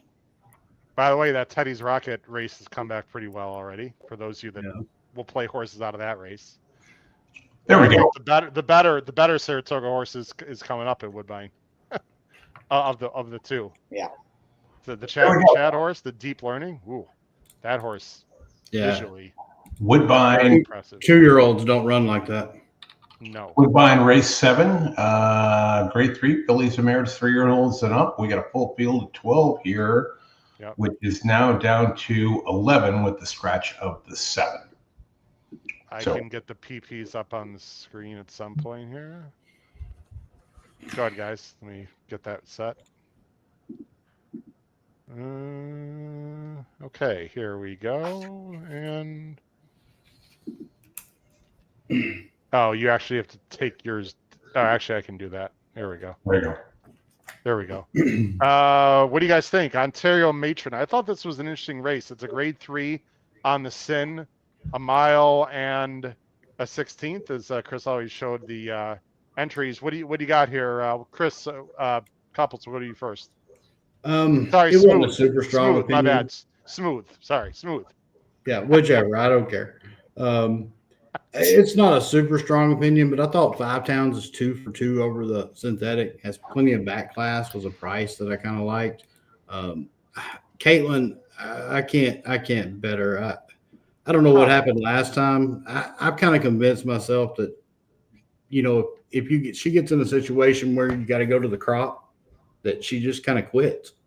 And that might not be the case. This is something I come up with this morning. Every time she gets in a fight, she just kind of backs out. If I play anything here, it's going to be an action bet on the 9. I think I can pass one more race, and then I've got to get involved in express bet on the Woodbine contest. Oh, you're involved in that as well, man. You got a lot of fingers and a lot of pots, so to speak. Yeah, so you're probably going 5 stretching myself pounds. in. I've chased this horse a lot, Chris. I'm not saying she can't win. She just disappoints more than often. She hangs. She doesn't get there sometimes. I don't know. She can win, but I'm a little negative to her. But at 8 to 1, I mean, I think that's a good choice at that price. Jackson, your thoughts? Yeah, when I was handicapping this race last night, I kind of like the 5. I'm like, I like this 5 horse. She's a speed. A little worried about the 7, though, kind of screwing things up for her. And then when scratches came out this morning, the 7 came out of the race. So now the 5 looks like she's the main speed in the field. Really not a whole lot. I guess Caitlin is the other speed in the race. I don't know if she's necessarily going to go press this filly. I think For Flying is the one to catch. I think she's really interesting in here. The race 2 back, first off the bench. I thought she ran really well. She dueled with Dana's Beauty, who is a really good synthetic horse. She won multiple $250,000 races at Churchill Park this winter. Put away that filly and ran well, finished second there. And then last time got the lead, got pressed early on, kind of took back, and made another move on the turn in between horses. I thought she ran well in that spot too. And now she's in her 3rd start off the bench. I think she's going to be loose in here, and they're going to have to come catch her. She's going to be a bit of a prize in here. I like this really quite a bit. I'm going to be playing her. Yeah, I that's interesting. I didn't love her because of the pace situation, but you're right. Now with the with Blitz out, that does definitely change things a little bit. Did you look at this race, Chris Walsh? I did, and I like the 6 here. Beat the favorite last time they faced each other. And I think if we can get the trip here, Savachi has always been pretty good. You got Marty Drexler is the trainer. Those guys are, as I check quickly, 24%. So I'm going to give the 6 a roll here. Yeah, when that 6 has got an inside trip saving ground, that's when she's won. I know that sounds obvious. You get an inside trip, but when she gets it, she's there every time against, this kind of group. I'll be back in like 2 minutes. Okay. How much time do you have at Woodbine? 3 minutes. All right. I think the scratch of the 7, Jackson, actually hurts Literate. I like Literate because of the pace situation. I mean, she got an unbelievable ride and trip last time. I just don't see that happening again. I did use her. She can absolutely win. Guys, I don't know what the odds are because I'm looking for the first time here. I'm interested in the 3. Wow, I'm getting a big price on Avenue Yell. Maybe she's not good enough, guys, but she's tactical. She's got some back class. I like the fact that Trombetta seemed to have spot her in this particular race because she's been off a little bit. I don't take that as a negative necessarily. Don't love the fact she's 16-1. Maybe she's not live. I took a flyer with Avenue Niel here. I just don't. I think it's a pretty wide open race. I like Rosario. I think he's going to be pretty aggressive. The fact that there's not as much speed now, I like that also. The 1 is a closer. The 2 is really more mid-pack. I'm hoping Rosario gets this one into the game a little bit. Maybe sits off your 5, Jackson, or sits off the 2 of them. Why not? And this is a great stake horse. I guess on the turf, but, you know, I also like the turn back. I don't know. I think Avenue Yell's a little bit interesting, guys. She also could run 8th, but at the price, why not? Yeah, she's getting Lasix again, too, which I do think she's historically been a little bit better with the Lasix. So maybe that's why they're up here, because they don't want to lose her, you know, for a tag. So they're in a stake race where she can use the Lasix. And last time she was a lot more forward than she has been in the past. So I don't know. Was she 20-1? Why not? I'll go ahead and put up the video because I have it. Actually, I need to hold on a second. I need to get the sound on. What do you guys think of Frankie Dettori on the 8, Johanny? Yeah, my buddy Mike Probozzi loves this horse. Loves. Who does? Mike Probozzi from In the Money. Okay. We were to the show this morning with him, and he liked this horse quite a bit. She had a trip last time where just got completely stopped in the stretch. She was flying late. That race was kind of collapsing a little bit, and now they ship all the way out here with synthetics. A little bit different circumstances, but she definitely had some trouble last time. That looks better than her last race looks better than it appears on the page. I have the sound off right now, Chris, in case. So it's muted. We should get sound when I turn it on here. I looked at the 8, Chris. This is a wide open. No one, Caitlin, her grade should not be 6-5. I'm sorry. I don't know if that's a nameplate thing, but here we go. Let me turn the sound Dancing and Dixie has. We're good with sound, gentlemen. Gate number 1 for Patrick Husbands. Okay, good luck to everyone. Coming forward to the line. Leg 2 of the pick 5. And a 16 down to the wire. Leg 2 of the pick 5. This is not part of that Turf Champions. And it is Dancing and Dixie who's gone in. Literate has moved up. I'm 468 exacto. Try. And Johanny moves to the line. With a reverse 10 over 468. Going into gate 8, Johanny. Joel Rosario on Avenue Niel at 19-1 odds. And the next to go forward is 5 Towns, as well as Wild Pansy. They're coming in well. Caitlin, her greatness is set. The gate 5 for Flying. They're almost right. Hurricane Claire goes in, the last along. Fashionably Fab. Stand by for the start of the Ontario Matron. They're set. Locked up. Off and racing, and back to last is Wild Pansy as they break. A very good start in the center, 5 Towns for Flying, but from the outside, both Hurricane Claire and Fashionably Fab have got to the front, and racing handy in the early part, a bit wide. Caitlin, her greatness on the pace. A length in behind them, Literate between runners. Talk to you later up on the inside. Whoa. Wild Pansy's going up 3 wide, and off the track, Johanny. A break in the field, second last, Avenue Niel. And last of all is Dancing and Dixie, showing the way. Hurricane Claire and Eswan Flores leads into the back stretch in the Ontario Matron, 1.5 in front. Fashionably Fab second, third for Flying, and Caitlin, her greatness, nudging up on the outside. A length behind them is John Velasquez with 5 Towns well placed around the outside. Wild Pansy fighting the rider a little bit now, trying to cuddle up in the center of Johanny, and on the inside, Talk to you later. A length and a half away, Literate. Dancing in Dixie second last. And the trailer, Avenue Niel for Joel Rosario. About 9 lengths covers them. And Hurricane Claire, untroubled, shows the way by a length and a half inside the half mile from Fashionably Fab. Caitlin, her greatness, moving up on the inside for Flying from 5 Towns. Johanny moving up on the outside of Wild Pansy as they go after the leader a little bit more. Talk to you later, well back with Literate, Dancing in Dixie, and last, Avenue Niel. As they go inside the 5/16, Hurricane Claire, Fashionably Fab, joined by Caitlin, her greatness, and she's rolled up on the outside to go to the front, and it is Caitlin, her greatness, the leader. Coming up the inside for Flying, Hurricane Claire still battling on in second. Caitlin, her greatness, racing away, and Caitlin, her greatness, putting 3 lengths on the field. Hurricane Claire in second, and its interest only in the minors because she is going to win with a vengeance. And Caitlin, her greatness, goes on to show her greatness by 4 lengths. Hurricane clear second, for flying third, and then 5 Townsend fashionably fab and back on the rails Avenue Niel, and the time is 1:42.92. Well, she lived up to her name, gentlemen. Kaiten and her greatness was great.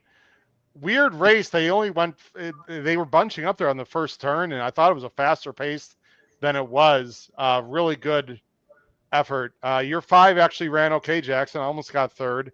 I have no idea why Joel Rosario was second to last with the 3, but I got Rosario. That'll happen once in a while. No one else really ran. The 9 ran okay, Chris Couples. This is a horse for course. This is a pretty nice horse, but I would never have bet her at 4 to 5, and I certainly didn't think she was going to win this race by 5 lengths either. Muted.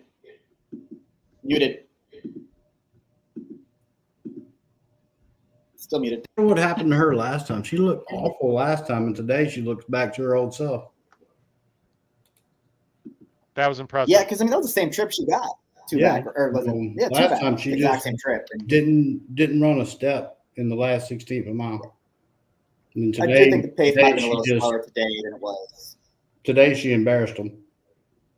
Yeah, she pretty dominant here.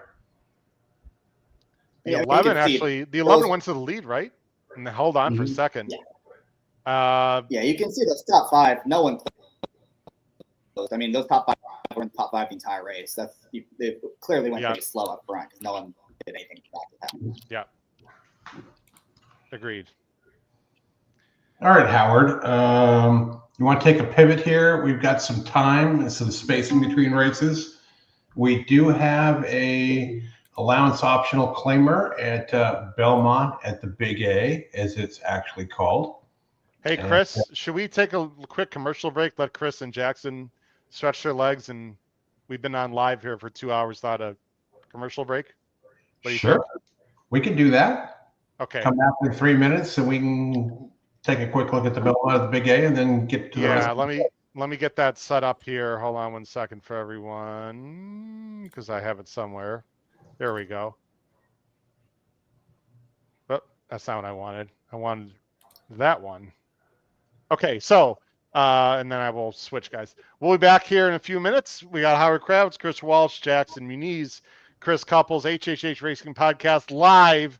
Weekend Warriors episode 12. Big stakes coming up. Don't go anywhere, folks. We'll be back in just a few minutes. Thanks a lot.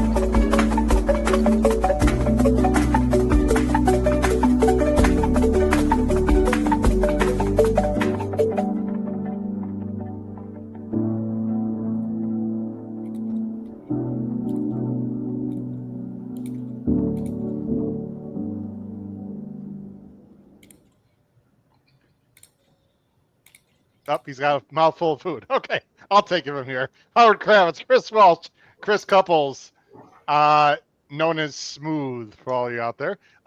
Jackson Muniz, what's up, everyone? We're back here. We got big races coming up. You're watching the HHH Racing Podcast live.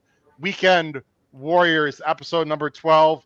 We have monster races coming up, graded stakes action all over the place, especially at Churchill and Woodbine. We got 3 minutes to post at Belmont. We're not going to be playing the race, but two of us at least have interest on that race for contest purposes. Guys, I think we should go to and focus on Churchill is the next big race, I believe, coming up in 10 minutes.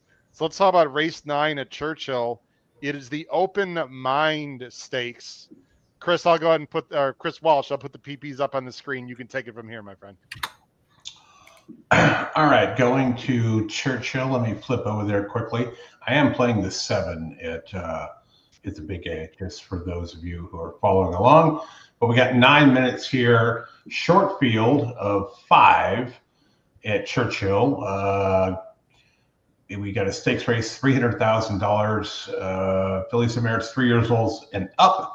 We've got 5 horses in the race. The 4 post Cano Sunset is your favorite here, with Ian Wilkes and his friend Julian and his Leperoux up on the horse. I myself here, Howard, am on the 5, Mink's Place.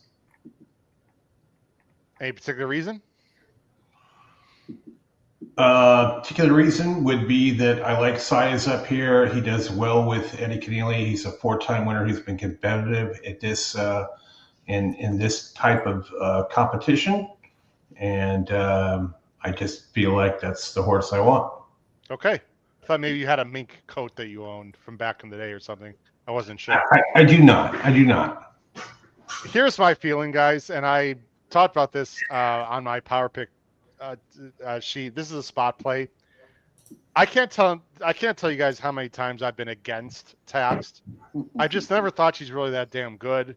She's over bet. But you know what? Weirdly enough, I think she's better sprinting. I say weirdly enough because they've mainly been going long with her. I think Positano Sunset, who would be my second choice here, she really likes Keeneland, guys. I think this is a prep for the TCA next month. I do not have details on that, but it feels that way, as Jackson seems to possibly agree. She's best at Keeneland.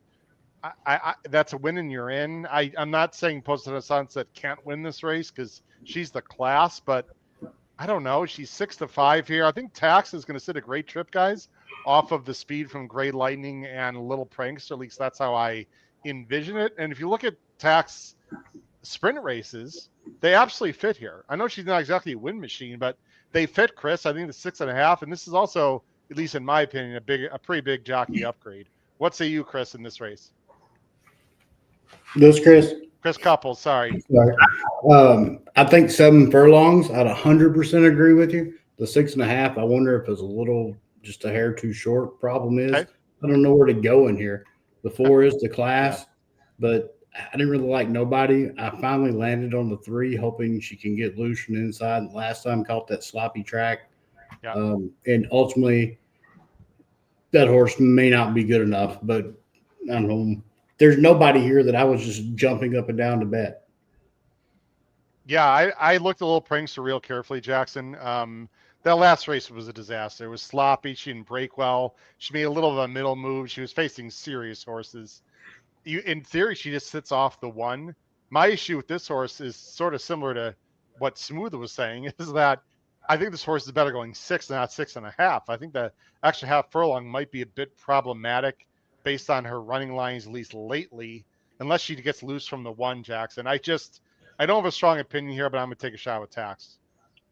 Yeah, I ended up on a 3 as well. It's not a super strong opinion, but I just think there's this 5-horse field. 3 of them have very, very little early speed, and she's going to be 4th place. I think last time, you totally forgive it. Everything went wrong, as you mentioned, Howard. And it was also a day when the inside got really, really good, especially those last races that day. She was never on the inside for the majority of that race. So I think you'd be forgiven of that one. The race 2 back right here at Churchill was good. The runner-up and 3rd place finisher both came back to win. Both improved, I think, 7 or 8 points too. So maybe that number's higher. And the race looks pretty wide open. I think she's a solid choice. The 3 little prankster is 1 for 1 at the distance. The 1 and the 2 trying this distance at the first time. And the other thing about little prankster, if they could get this horse back to what she was in 2023 at Saratoga, then they've got a super nice horse on their hands. The problem is obviously something went wrong. We was away from the races for a year. Go ahead, Chris Walsh. I need to watch this New York race. I'm watching it right now on the side screen. So they are off in New York, but I think little prankster has a decent shot here. You're going to get the other Ortiz and Jose, who's obviously been riding well, and has won at this on this racetrack, albeit at 6 furlongs, but. Little prankster also, I should mention, is 1 for 1 at this distance. The 1 and the 2 taking this distance at the first time. My horse Mink's Place tried this distance twice with a win and a second as we head into the far turn at Belmont, Big A. Howard, I played the 10. Who did you play, Howard? So I know who else I'm rooting for. I played the 9 and 10 in doubles, but don't say anything, guys. You might be ahead of me. I would appreciate, even when they cross the wire, just whatever. Just don't say too much, guys, until 5 seconds after the race, please. I need the 9 and 10, Chris, in doubles. I also have the 9 in the contest, the pick and pray contest. And we get into the stretch here as we hit the quarter pole. Turf looks awfully nice at Aqueduct as we enter the final races here. 7's up the inside. Gosh darn it. No? Okay. Oh, Lord. That shut off. Got this 10 split.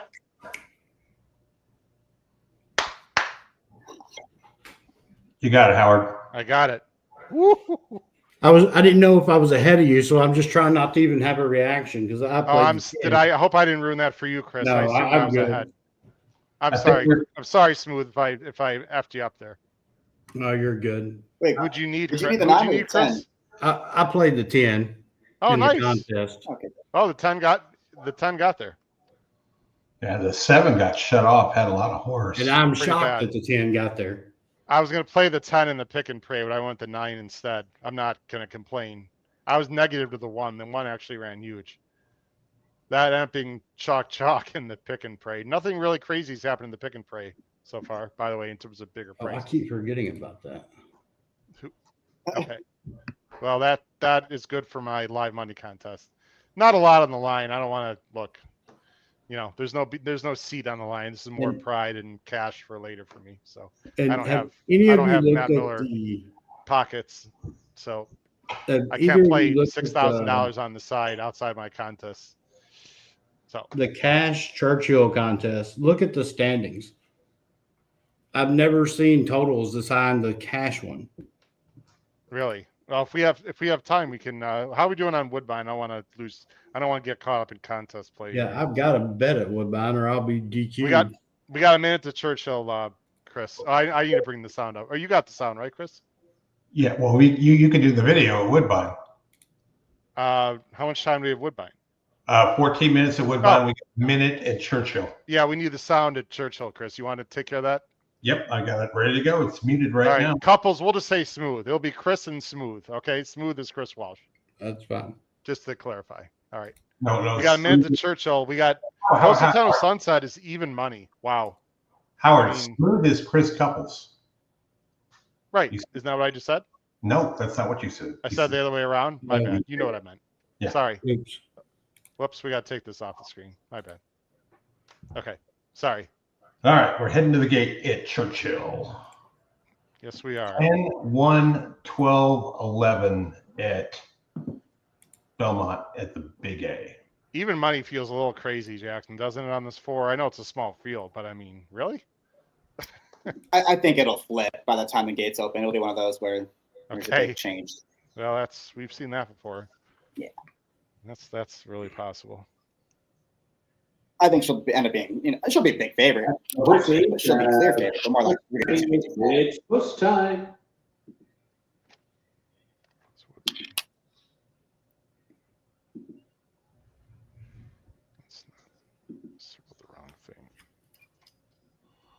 And we have waiting for Positano Sunset and Minx Palace. 12 minutes to Woodbine, race number 8. The $500,000 Johnny Waka Natal. Yikes. And they're off. Positano Sunset breaks right in stride. Little Prankster's away well, and Gray Lightning is sent through down inside to engage those two as well. And that makes 3 across the track onto the main track, and now it's down to 2 as Little Prankster and Gray Lightning go head and head. Positano Sunset eases off them to track from 3rd. Minx Palace 2 lengths farther back in 4th, and Taxed is reserved at the back in 5th. 6 lengths off the leading Gray Lightning and Little Prankster, who hit the far turn, still doing battle through a quarter in 22 and 3. Positano Sunset in pursuit, while 3rd. Minx Palace give it a nudge 4th. Taxed is saving ground down inside 5th, and she started to move in now to within 4 lengths of the lead as they round the far turn. Tax looks loaded. With a quarter mile to go. Little Prankster 2 wide. Positano Sunset 3 wide. Minx Palace 4 wide off the Don't turn. come up the inside. What are you doing? Trying to come through an opening there. In the meantime, Christ. Little Prankster is in tight and checked out. One furlong to go. Minx Palace has come away with the lead. Positano Sunset down inside 2nd. Taxed shakes loose late. Outside 3rd. 50 yards to go. Positano Sunset coming back on Minx Palace. Positano Sunset determined. Howard, I don't know about you. I would rather be wrong than like you were then be right, and that happened because you were right. Boom. You know, I love Tyler, and it's easy to be critical after the fact. When they line up like that, Chris, and he could have angled out and just got a clear run following the 5, why get cute? Why get cute there and try to like get through between a wall of horses when you're absolutely loaded? Going wide there doesn't matter, Chris. He could just follow the 5 and she wins by a length and a half, in my opinion. I don't look. I'm not that critical of jocks, and Chris, you actually ridden horses, so I'll let you talk. But when it's a small field and you know there's no one behind you, right? Tyler knew he was in last. Why not lose a little bit of ground and just follow the 5 and keep your momentum? I just don't understand that right at all. Yeah, and it's tough. You're making decisions at split second, but I agree with you. In a small field, it's not that difficult to make the decision to go outside. But not only that, Chris, he knew the one was going to quit. So why do you want to follow a horse that's going to quit? And at the quarter pole, he's absolutely loaded. Well, I actually think that was a really good spot play, even though she finished 3rd. Yeah. Like I said, I'm not going to sound 100% right. I've been wrong plenty of times. I think that was the right horse to have, especially at the price. I mean, yeah. Sorry for people that bet tax like I did. I didn't look. I bet a little bit, but I have a lot of pride in my spot plays. Jackson, you've been there before. We have a spot play that that end up being right, but you got the wrong trip or wrong ride. It's frustrating, man. It is. It's very frustrating, and part of the game, though. It's going to happen, and And we had the 4. Congrats. Nice shot. I've got a She double. was actually up closer than I thought, Jackson. She was closer than I thought. Yeah. I did play a 3-4 double, and she broke the way she did. You kind of knew she was going to bring her A game, because when horses, we're creatures of habit, and she's a horse that usually comes from pretty far off of it, and she broke that sharply. She was in good form. Right. Well, I'm not sure that was her A game. I mean, she beat a pretty weak field, but she will be better in a month from now, I think, at the TCA, assuming she's going there. I mean, that effort right there, if she goes to the Breeders' Cup filling her spin, she'll finish 8th by 10 with that effort. But, anyway. All right, on to Woodbine. Here we go. Woodbine Race 8, Grade 1, 2-year-olds. The $500,000 Johnny Walker and the Talma Stakes. I don't know which color Johnny they're talking about here. I'm assuming it's the good one. But there's your field, a field of 9 with a scratch of the 8. This is the second leg of the $5 turf. What are they calling it? Turf Championship Pick 3 bet something. Something like that. Yeah. I don't know what they're calling it. For me, it was the Queen King pick 3. Oh, you can call it that too. I'll bring us some comments. Go ahead, guys. By the way, I guess Mr. Maher disagrees. Better at Keeneland, my buttocks. I guess he's referring to Positano, I would assume.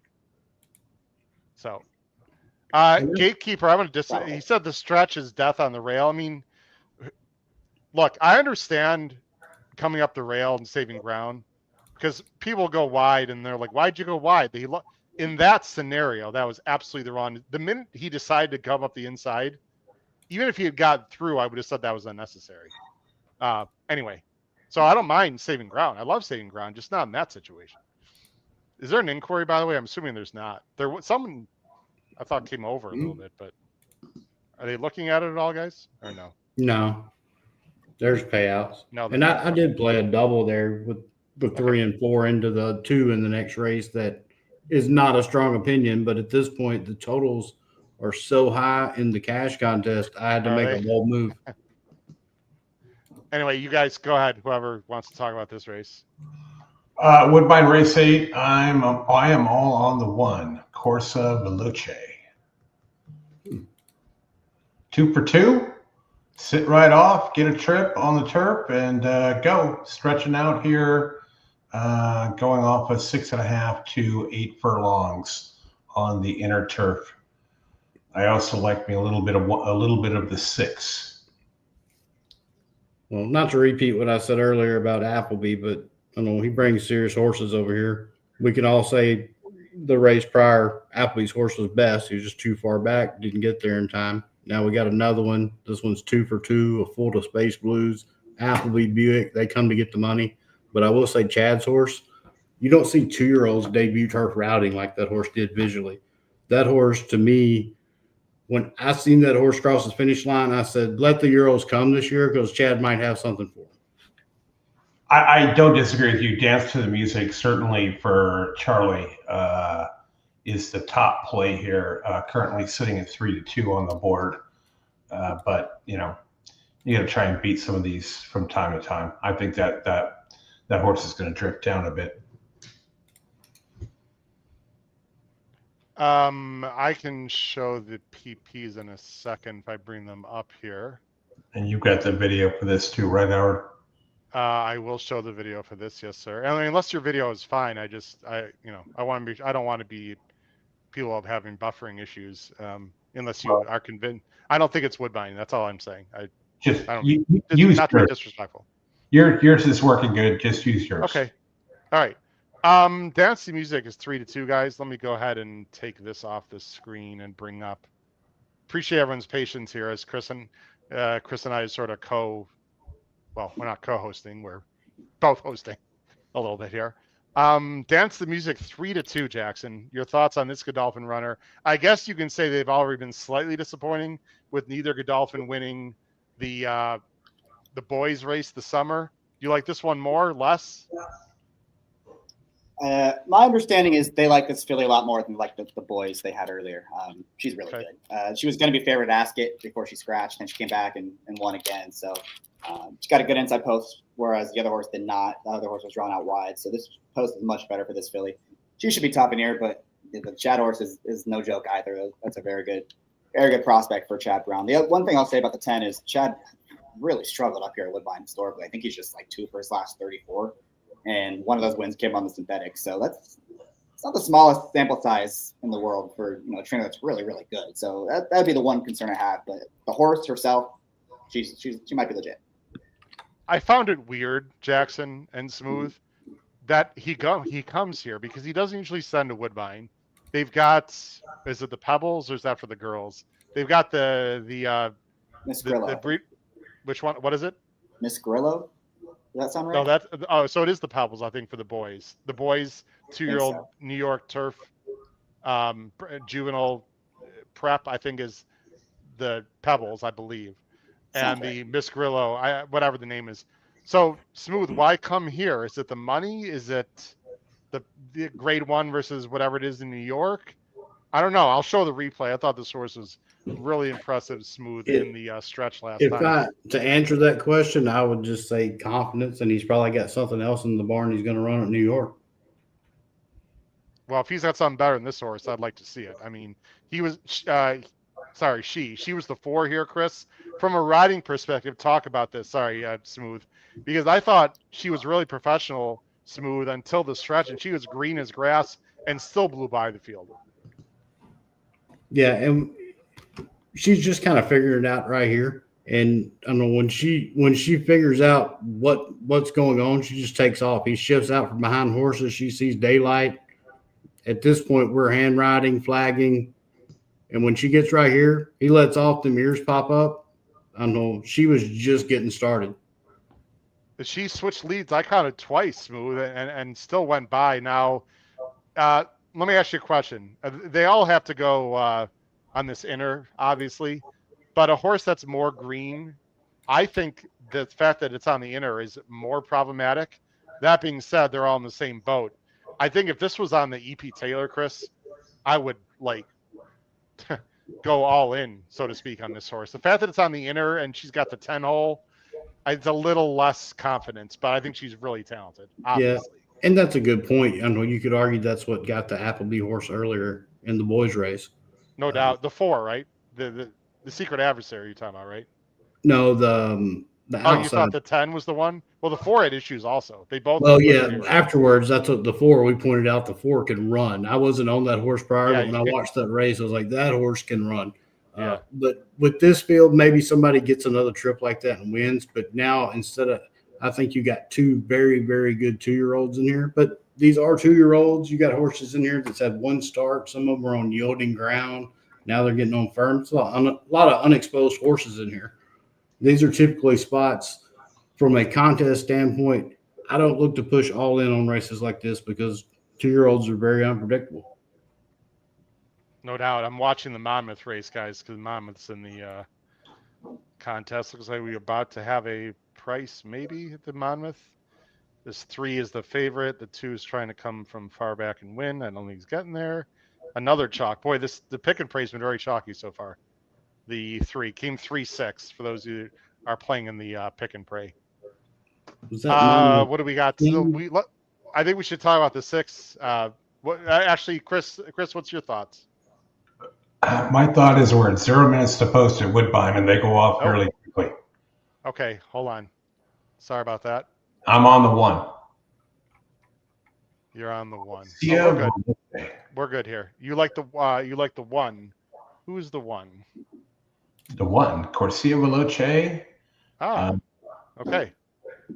2 for 2. Okay. Needs to sit trip and improve going from sprinting to a mile. Nothing wrong with Josie. If I had to place a bet, I would chalk out here. I think I'm going to sit this one out, though. I would go with Deep Learning, but I'm going to sit it out. Hot Mash, by the way, was involved the 6. That was a crazy early pace and won very well. If the 6 gets loose, guys, I think Hot Mash is possible. But grade 1 winning, you're in for the Breeders' Cup. It's the Natalma for the girls. Who's going to go to San Diego? We're going to find out in just a few minutes. Good luck, everyone. Colada goes up. Woodbine. Dance to the Music has gone forward and settles. Hot Mash and Joel Rosario. Patrick Husbands with Sweet Fusion moving in. They're coming in nicely. Star Attraction and Dixie Law take up positions next. Star Attraction has gone in. Dixie Law and La Coulas, the last to join. Deep Learning for Flavian Pratt. Outside gate. They're set to run, all in. Locked up. Off they race, and a bit slow was Dance to the Music. Last out the gate, and Deep Learning second last as they break in the Natalma. And racing out with the leaders, Hot Mash from La Coulas. Handy on the inside, Sweet Fusion, and tucked away on the rails, Corsia Veloce. Over in the center as they settle into stride. Look how tiny she is. On the track is She's Star very Attraction. small. Trying to settle down Pina Colada. Small. As they take the first turn, and at the back is Dance to the Music, who spots the leader 7 lengths. And cuddled along in front, it is Joel Rosario and Hot Mash. A length and a half, La Coulas and Sweet Fusion having a nice trail. Dixie Law going Chris, you're getting a closer. decent And trip. in the center now, Corsia Veloce is nudging between runners as they descend on the what is leader. Rosario A couple doing? to Star I mean, what Attraction in the mid-pack. world? A length and a half behind What them, is he Pina Colada. Deep Learning is next to last, and a length away last. All Dance right. to the music, quickening in front, and La Coulas is raced to the lead and dashed away by 3 lengths. Hot Mash is second. Dixie Law up on the outside, and on the rails remains Corsia Veloce. 2.5 to Sweet Fusion and Star Attraction. Behind them, Pina Colada. Deep Learning yet to make a move. Second last, starting to edge up a little bit, and still at the back. Dance to the music. About 7 lengths covers the field. And La Coulas from Hot Mash. Up on the outside, Dixie Law. Over on the rails, Corsia Veloce. Star Attraction running on. Dance to the music, running past Deep Learning as they corner. And they're still well behind as they come down the stretch. Yeah, And it's big on shot, the inside, Chris. La Coulas in the Natalba Stakes. And now Corsia Veloce plunging through in the center. And one. Hot Mash. And in the center, Corsia Veloce. On the inside, La Coulas. On the outer, Hot Mash. Corsia Veloce. Corsia Veloce is going to win the Natalma Stakes. Chris. Very impressively remains undefeated. Nice, Chris. From Hot Mash.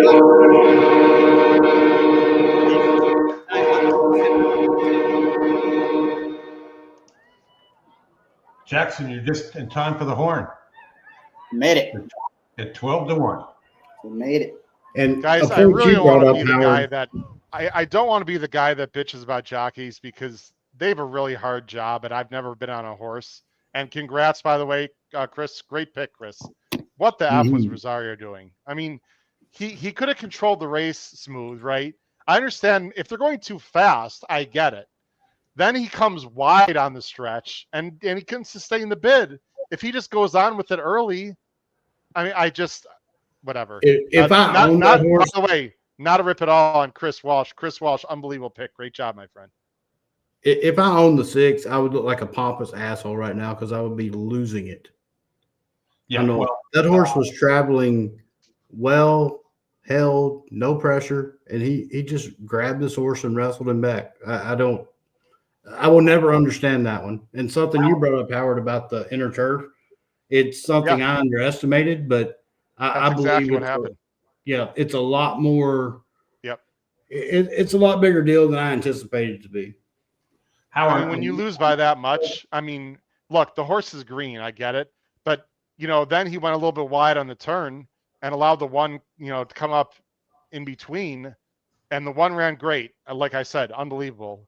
But all right, you got it, Amanda. Let's go. Howard, when you said that the 6 was dangerous, I almost said until Rosario strangles him. And well, you saw my reaction. I said, well, yeah. When you said what's Rosario doing, I was thinking in my head he's doing Rosario things, which is at what point in time do I reach down and strangle the horse? And that one got exactly the trip that it needed to get. Absolutely. I mean, that jock rode perfectly. He saved the most ground. He made the run when it needed to be made, blew past by the 6, and took care of the 9 in the end at 12-1. So, Jackson, I don't know if I think you came on in the middle of the race, right? Yeah. Your thoughts on the Godolphin and Deep Learning? Yeah, well, we knew with both the Euros so far, they needed a break on the inner. We've been talking about it all week. I mean, the inner is, you got to be forward. You cannot be closing from dead last. And they were both coming from dead last. And it's not like they went quick either. They really crawled that first quarter. They did not speed up that much in the second quarter either. And they just had too much to do, returning for home. If you asked Rosario, they were going too fast, Jackson. Apparently. I mean, I don't. Okay, fine. Let the 9 take the lead, but then why be 3 off the 9 and then go wide into the turn? You don't think there's horses behind you? That's 2 great riders that I think respectfully made 2 mistakes. I mean, we can call it like it is, guys, just because I really hate, I don't want to go on a rant here, but I will a little bit. I heard some people say, over the years of this podcast, most people agree with what we have to say when it comes to jocks. Oh, you've never been on a horse. Okay, so that doesn't, we've seen 10,000 races. That doesn't mean we can't analyze what a jock does right and wrong. And I got to be honest, 8 times out of 10, I'm saying unbelievable rides. I'm complimenting jocks. I think those 2 jockeys just effed up those 2 races, and they should have won. And that was a freaking win and you're in. I mean, that is smooth. I hear you. If I own the 6, I would. Yeah, I'd lose it. I mean, the one respectfully has no chance in the Breeders' Cup Juvenile race. By the way, that was a dream trip. The 5 and 10 both had trouble, and the 6 was silly. So, Chris Walsh, you got it in good, because my friend, that horse, I think you might even say the same thing. That horse has no chance in the Breeders' Cup Juvenile. I didn't bet the Breeders' Cup Juvenile today. I bet this race, and you get 12-1, and you depend on Rosario doing Rosario things, which he does from time to time, and you get the trip that you needed, which he did, and we're good to go. Cash. I'd actually be a lot more interested in the 5 and 10 Jackson and Smooth than I would be in the 1 going forward, with all due respect to the 1. I don't know if you guys agree with that. The Chad horse was bad. Chad was really bad, because she was ahead of the 5 the whole way. And she was asking her into the turn. I mean, she was already, Pratt was already getting after her. And that's like I talked about this morning, Jackson. You know, as impressive as that debut was, these 2-year-olds can debut like that and run back never again like that. Right. I'll have to watch. I'd be more bullish on the 5. The 5 went wide, close from dead last on the race that completely held together. It was slow paced. Half the break at Delmar, though, you're not going to win from dead last at Delmar either. When the 5 and 10 run back next time, if they run bad, I'll lose some more money on them. How about that? No doubt. All right, Howard, we got 2 minutes to the 9th at Belmont at the Big A, and we got 9 minutes to Churchill Downs, race number 10, the Louisville Thoroughbred Society Stakes. You want to talk about the Belmont of the Big A? I can put the audio up for it. Yeah, let's do that, because I mean, I the last thing I want to do is make this about me, but I am in first right now by $400 in the live money contest in New York. And I know, Chris, you're playing it, so I won't say what I are going to do. But the Classicist, we saw run in New York and beat a horse called Chillax, who I know Junior Alvarado personally is finding extremely frustrating because he's got second-itis. We actually talked. If you know the horse Chillax, if you follow Saratoga, you know what I'm talking about. This is a horse that can't break his maiden. That's actually pretty talented. Classicist is even money right now, and Tuscan Gold is 7-2. I'm sorry? That's my pick, Tuscan Gold. Yeah, this is make or break time for me. I don't know if you, Chris, Smooth, I don't know if you looked at this race, but it's time for Tuscan Gold to step up if he's ever going to. He was nice last year. He just hasn't quite developed as a 4-year-old yet. I've got to cover a minimum in this race, and you know I've handicapped New York full card every day. I didn't like nobody in this group. I think they're a bunch of phonies. Somebody's going to have to step up, cut the cord. His 4 races going 9 furlongs are as best as anything in this group. I don't like the barn change, and I don't like the fact that Aggregation ran back awful yesterday that he beat last time. But that's still the horse that I landed on. That's Sarah Al-Badwi's top pick, by the way, Smooth. That for me. I don't know if I like that or not.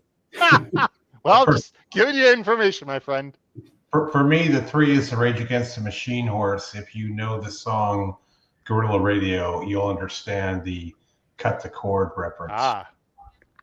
Lights Out, Guerrilla Radio.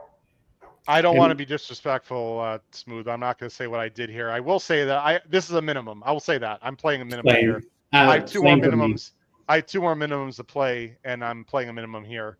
I'll just leave it at that. I'm in 5th, and you have triple my bankroll, so I'm at the disadvantage. You know what? You only takes one, my friend. I'm not.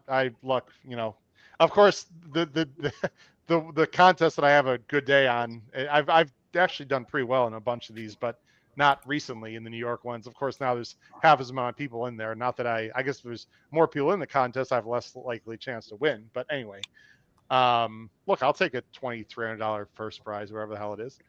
4-5 on this horse, Smooth on Classicus seems a little low to me. Yeah, I wouldn't bet that horse with Chris Walsh's money. Oh, well, he's got a lot of it now. Like I said, I don't trust none of these horses. I know somebody would show me something to make me look at them next time. Until do you want to play the sound on this? Do you want to play the sound on this, Chris? Yeah. And then we can go right to the Churchill race. We got 6 minutes to the $300,000 Louisville Thoroughbred Society Sprint, and it's a serious race. Yeah, he needs to talk. We'll go right to Churchill after this race, ladies and gentlemen. Right now, by the way, Ben Tornado's 7-5 at Churchill. Little Knee, wow. Little Knee is 2-1. Woo! Also crazy. So much for my 12-1. I knew I wasn't getting 12-1. I said I was getting half of that, but that was before the world record in Nash scratch. So I guess. Cut the cord. Steps forward. Good luck to everyone in New York. Yeah. And good luck to the people in the rest of the country. That too. Tuscan Gold. And Canada. And Canada. And Venezuela. Don't forget them. They watch us too. Hola. Classicist to the outside. Actually, we have more Venezuela watchers than Canadian. Classicist. The favorite, Kevin Carmouche. They go in. All set.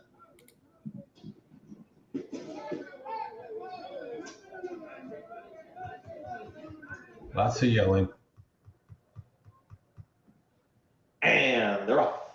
Cut the core right to the front. Classicist is asked for speed from the outside draw, and Classicist and cut the cord. It'll be 1-2. Well outside of the racetrack. Now comfortable on the lead. Classicist. Henry Carmouche. They'll take him into that turn. Right towards the outside. Here comes Tuscan Gold. Applies pressure 3 wide. That's sturdy. Taking back now. Cut the cord. Broke on top. Is back to 4th. Just behind them. That's Valentinian. Who's a well-tracking 5th. Second to last will be Waitlist and the trailer. Michael Licious. They work to the backstretch and they're chasing the favorite. Classicist went 24.61. The opening quarter mile. Here's Tuscan Gold. Wants to move in closer within a neck of the leader. Sturdy is 3 wide. Within range is just stalking the top 2 pace setters. Valentinian continues to hold that position to the outside of Cut the Cord. That's the leading 5. It's about 4.5. Almost 5. Back to Waitlist, who's patiently ridden, is content with that spot. Towards the back of the field with Michael Licious. Still the trailer. 48.44 for a half-mile time. Classicist and Tuscan Gold. They're 1-2, and they work into the turn together, and they start the sprint for home. Now Ask for More is sturdy. 3 wide. In between horses, Valentinian. All in at the rail. That's Cut the Cord. No move yet. Waitlist is starting to slowly make up ground, and Michael Licious continues to trail. Classicist. 1:12.38. 3/4 of a mile. Tuscan Gold continues to give game chase. Sturdy is still 3 wide. Valentinian is switching to the outside. Waitlist is worn to the task by Calicious. A lot of ground to make up.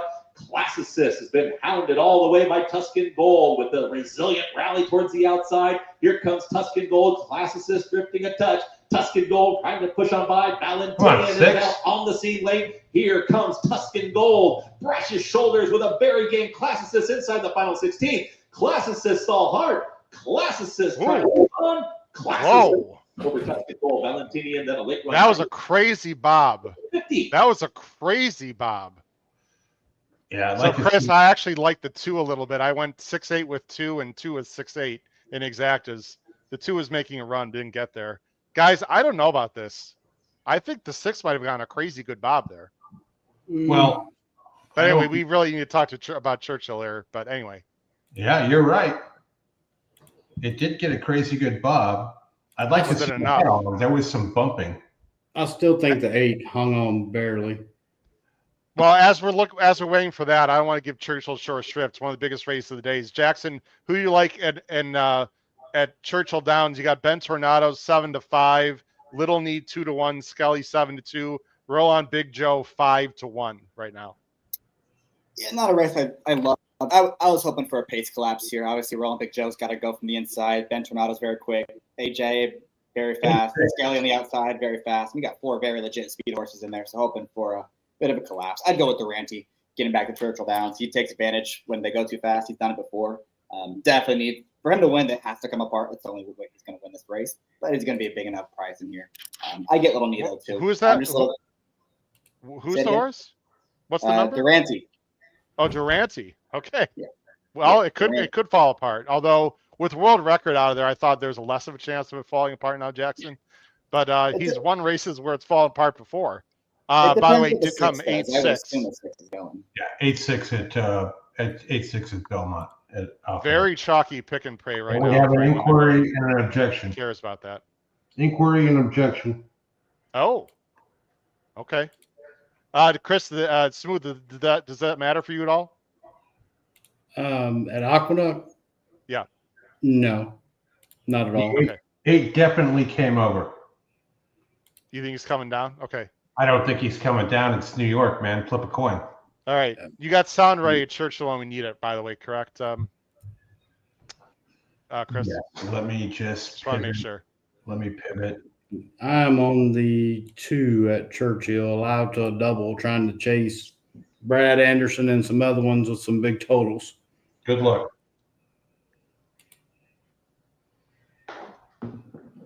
Well, if that comes 8-6, which I think it's going to, you think it will, right? I don't know. I mean, if this was California, I'm sorry, you think the 6 is going to be put up? Is that right? If this was California, they would put the 6 up already. Okay. Yeah, I don't think they're taking the horse down, but no. Okay. Interesting. It's hard to say. Me and Jackson watched a horse at Churchill take out half the field this morning and didn't even have an inquiry. So I'm watching the head on. We've got. Make sure we got Churchill right. The 8 came out several paths there. Let's see. Yeah. But when they got together, when they were next to each other, let's see, little bump. Twice. Little. It could go either way. 2 or 3 I have times. to watch. I have to watch the whole thing again. Anyway, go ahead and put the sound up, Chris, if you got it for. I do. Churchill. I need him to speak. All right, go ahead and. So I'm watching. So. And the horses have reached the starting gate. It's post time.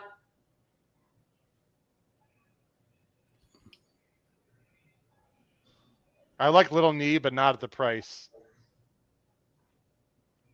I don't know if he's going to come down, guys.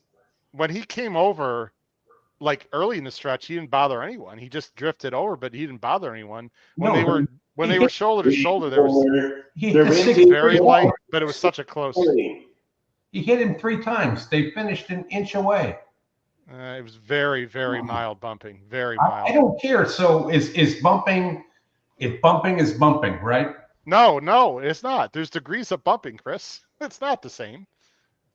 There's slamming into a horse, and there's like a very light brush. Yeah. Start for bringing your horse over to engage. And it was a good start for. Here we go, Churchill. Good luck, everyone. Who races out to grab the lead, but Skelly is quick as well, and Skelly comes on from the far outside, and now Skelly's in front. Ben Tornado's back into second, and Durante's not far behind them third. Roll on, Big Joe, down to the inside fourth. Hear My Song in fifth. Jade is racing fifth by 4. Then it's Little Knee after that tough beginning, just ahead of the trailing Banjo Chris. Skelly scoots clear by 2 on the far turn, fires off a quarter in 21 and 4. Ben Tornado comes off the rail to the outside of Skelly and is targeting Skelly for the run to the quarter pole. They're 1-2 off the turn. Skelly wide off the turn, but still in front. Set down for the drive. Ben Tornado's cut loose. And Ben Tornado moves up alongside and powers past. They brush briefly there. Skelly's trying to hang tough. Roll on, Big Joe, and Hear My Song. Ben Tornado's kicking away from Skelly. This is a dazzling return. Wow. Ben Tornado took it to him and won by 5. Wow. I think we just saw one of the efforts of the day, guys. I know he ran great last year in the Breeders' Cup Sprint. Jackson, this is a serious candidate to win again. And I don't know if he had an injury or whatever, but if it was planned, he's going to be fresh as hell going into the. He should be one of the top choices. I don't care who is coming, from the West Coast or anywhere. Noah says big performance could really clear up this murky sprint division. I agree. No, that was, and Jackson, that was a serious race right there. Yeah, he's got to be the favorite now, right? I mean, there's not much else out there with Bookham Dale. Now, Lovesick Blues won't be the favorite. Yeah, he won't be the favorite now. Got to remember that they changed the run-up. Those fractions with 150 feet less of run-up, those are quick. We've been seeing the fractions and final time look like we're still at 200 feet. Mm-hmm. Yep. And yeah, exactly what Chris said. That's going to be a fast number. Wow. No change at Aqueduct, by the way. I'm not surprised. Sorry, Chris. If you needed 6-8, sorry, Chris. I had no real. Actually, I wanted the 6. It would have been better for my pick 5. That's not paying much. I'm just saying. I was rooting for you. It did nothing for me either way. So you initiate contact, and they just don't do that in New York. In California, the 8 would have come down in a heartbeat. Tell us what you think in the chat if you're betting New York, ladies and gentlemen, because I thought that was it could have gone either way, but I don't know. I don't want to dwell on it. But sorry for people that had the 6. That's too bad. We move on. 12 minutes to Woodbine, the race of the day. Yep. The Woodbine, the Rogers Woodbine Mile Stakes. Howard, is this our last race? Hey, no, why don't you come on screen there, big guy? You want to give us crap? Let's go. Yeah. What are you doing right now? Bring it. I'm not sure what he was referring to. And Chris Walsh, you misread that. That's called the Notable Speech Stakes. The Notable? Okay. Oh, no, oh, no. Do you hear what he said, Chris? No. Oh, he didn't. Okay. I don't know. The way the last 2 Euros broke, I have no confidence this one's going to break. And if he's last again early too. That's We true. got, what, 12 minutes? Hey, let me ask you guys a question. Game. Can we pivot something selfishly for a second? I want to bring something up on screen here, and I want to ask our great tournament players a question here. Hold on one second. So here's my question. The fact that the favorite just won the last race, do you think that is good or bad for me?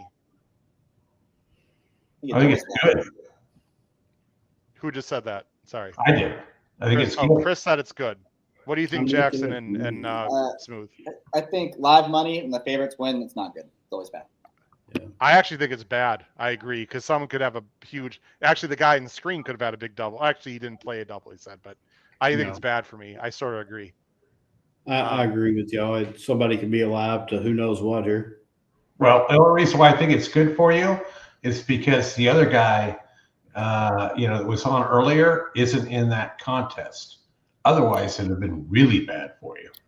Yeah, but let me look at the names in there. I can tell you how bad it could be. I'm a little surprised no one made a big move there. Like no one had a big 8-6 exact. I'm a little surprised, but happily surprised. But anyone knows about live money, I'm nowhere near close to home right now.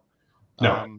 I have one more minimum left. Just there's no. I can say that there's no secret there. But anyway, all right. We got 10 minutes to the big one, huh, guys, at Woodbine?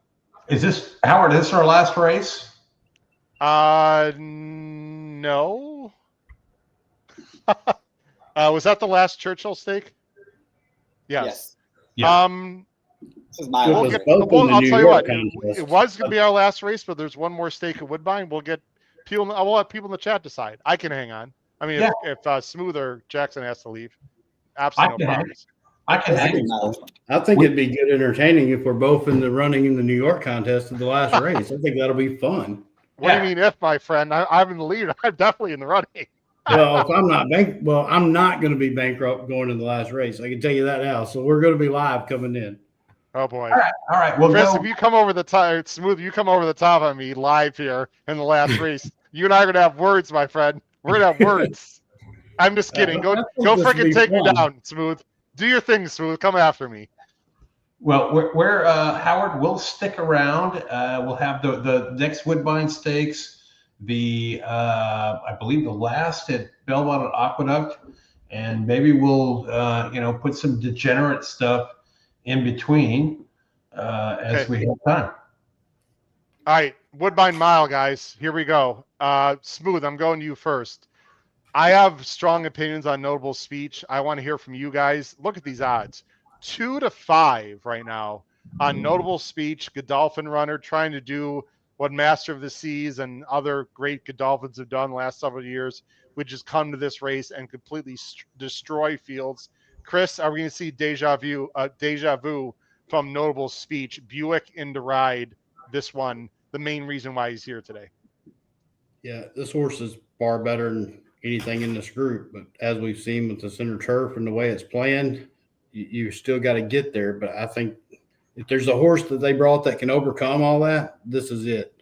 Had trouble last time when getting beat by Diego Velasquez, who's a horse I wanted to play in the BCBC that ended up not shipping last year. And I know you look at the list of Euros this horse has faced, This horse should trounce this field. I thought when you get past this horse, everybody else is, who are they? I know the Grand Motion horse that just come, nah.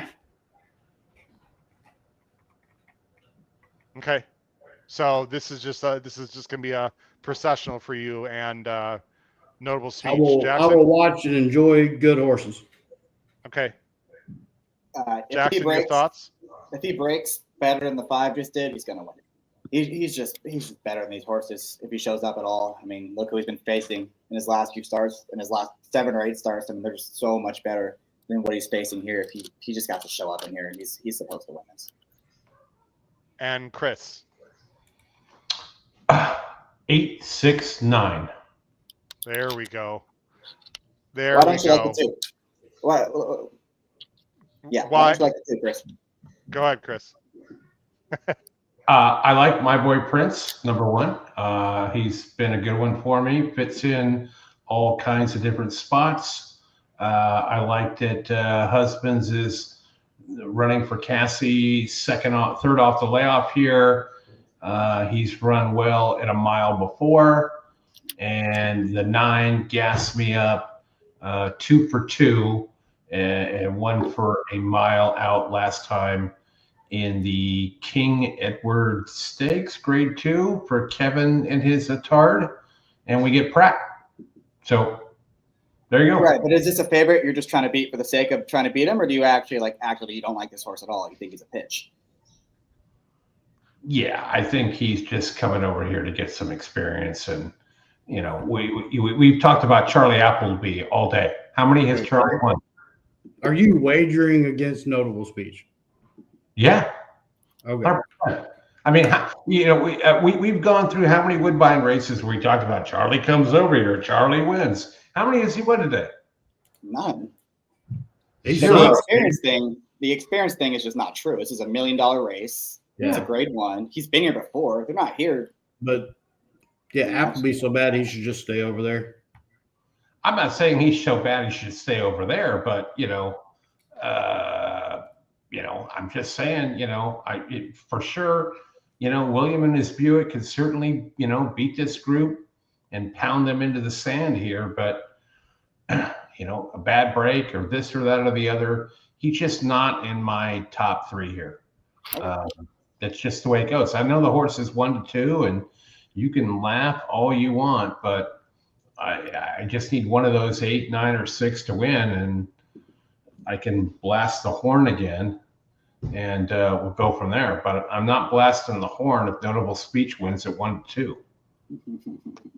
That's fair. Let me clear it up for everyone. Not that I'll be right, but here's my opinion. First of all, I don't think Notable Speech is Master of the Seas or some of these other ones. I don't think he's that good. He was really good as a 2-year-old. He has not been as good. Now, I know he's faced good horses. And I talked about this on the show, guys. But 2 back, no half measures was like 40 to 1 that he lost to in the July Cup. Docklands was like 30 to 1 in the Queen Anne. He's been disappointing this year. There's absolutely no 2 ways about it. That being said, he's faced really good horses. Here's my issue, guys. Number 1 is the inner can be tricky, and he's a little goofy. Number 2, here's what I see happening. And by the way, I'm picking Noble Speech on top for the record. Okay. But I don't think he's an absolute for sure slam dunk. Guys, there's not a lot of speed in this race, correct? I think My Boy Prince is going to be very aggressive here. I thought he ran pretty well against Deterministic. Go ahead, Chris. Yes. I'm raising my hand like I'm in class with you. His Notable Speech won a race in less than a year? No, but he's faced absolute monsters, Chris. Sure, but if he was good enough to be 1 to 2, you would think that. Well, he wasn't 1 to 2 in those races. Anyway, let me just finish my point real quick. Here's my point. I think the 6 is going to lead, guys. I don't think Win for the Money is going to press him too hard. They're both Cassies. I think the 6 has the potential to get loose, and if something weird happens, I think My Boy Prince has an outside shot. I'm playing big exactas, Dutch exactas, mainly 2-6 and a little bit 6-2. If anyone else other than 2 or 6 wins, I'll be completely shocked in this race, to be honest. Noble Speech ran great going left-handed at Del Mar. I just don't He could win by 3 guys. But if this was on the outer, by the way, Jackson, I would say almost slam dunk for sure.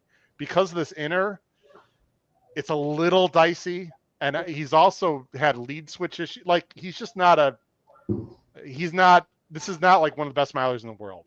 I think I've talked to people I respect in Europe that feel the same way. That being said, this is a pretty weak ass field, right? So yeah, I think we'd all agree this isn't Master of the Seas, but I think we'd all also agree this is not a great Woodbine Mile field. No, I mean, the 9 had a dream trip last time and barely beat Wyoming Bill. The 6 had a really good trip at Saratoga and finished 4th in there.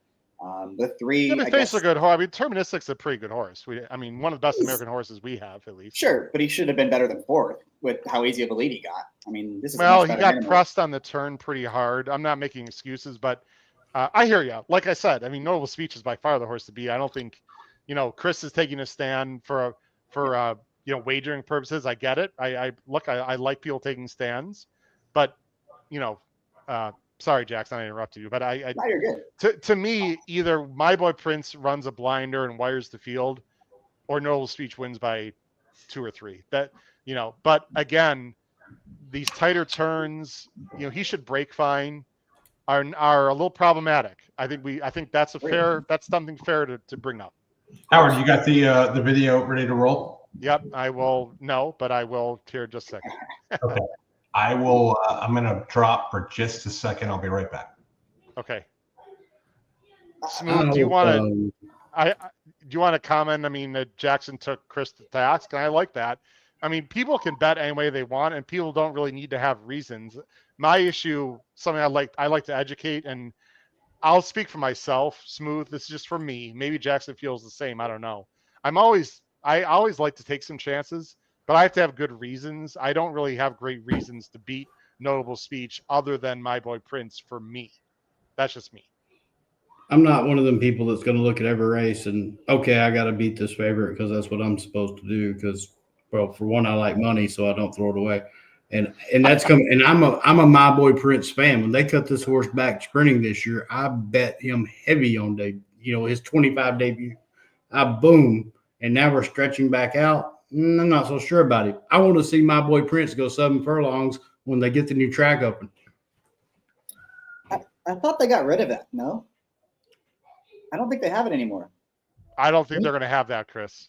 I think they had to change things around with the new courses. Yeah, I think that's going to suck now. Dave Duncan on the bottom. Let's face it. Dancing Music didn't drop back. She didn't break. I don't see that happening here, Jackson. Usually, Notable Speech usually breaks pretty well. So I'd be surprised if that were to happen. You never know. But Dave, that wasn't intentional for Buick on Dance the Music, right, Jackson? I don't think so, but I hope not. I don't think so. No. As someone that Noah's enjoying the discussion. I hope not. Appreciate that. Again, 0 minutes of post. This is a win and you're in. By the way, we should talk about One Stripe a little bit, guys. The 3.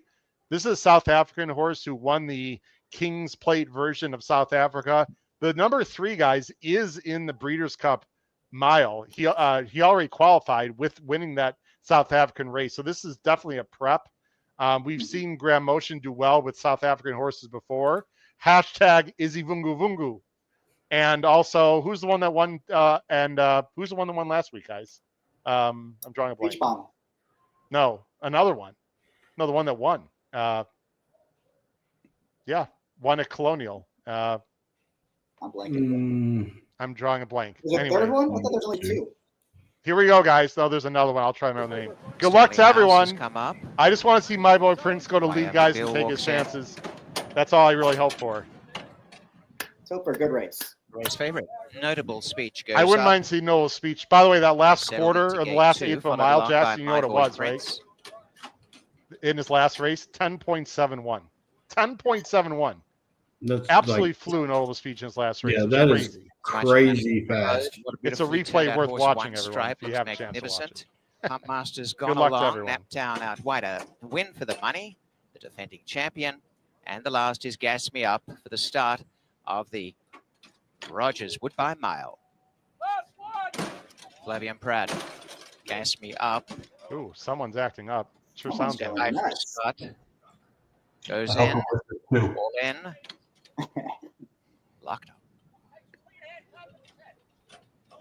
And they're off. And a little bit slow, notable speech. A very nice beginning for My Boy Prince and Humpmaster to the inside. They go out in front. Don't let this and horse from the go, extreme you outside, Gas Me Up, send forward with go to the rail, Wyoming Bill Grimm up please. the inside What for are you Stanley doing? House. And coming through is in the center, One Stripe, who fights the right a little bit. A notable speech is finding a seam up the inside as they a little rank into the turn where My Boy Prince has the lead. In the early stages, Win for the Money's caught wide. And at the tail end of affairs is Naptown. Racing with a nice cushion up front. My Boy Prince, 2 lengths to Gas Me Up. A lot Stanley House third and fourth, Wyoming Bill. And Handy now, notable speeches over on the inside, only about 4 lengths and maybe less now off the leader is coming up nicely. Humpmaster 3 wide. Okay. And the trio at the back in the center, One Stripe. Over on the inside is Naptown and the outer, Win for the Money. My Boy Prince continues to roll out in front, a length and a half. Gas Me Up, Stanley House. Wyoming Bill, notable speech, ready to go, waiting for the run.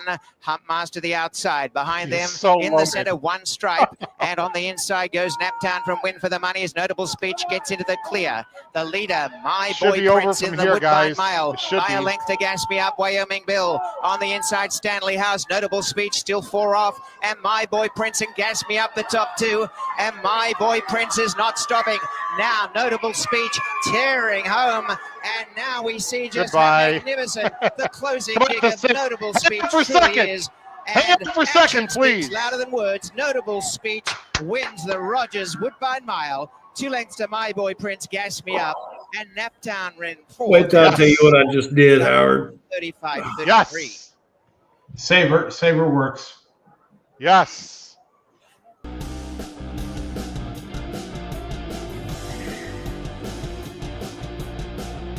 Oh boy.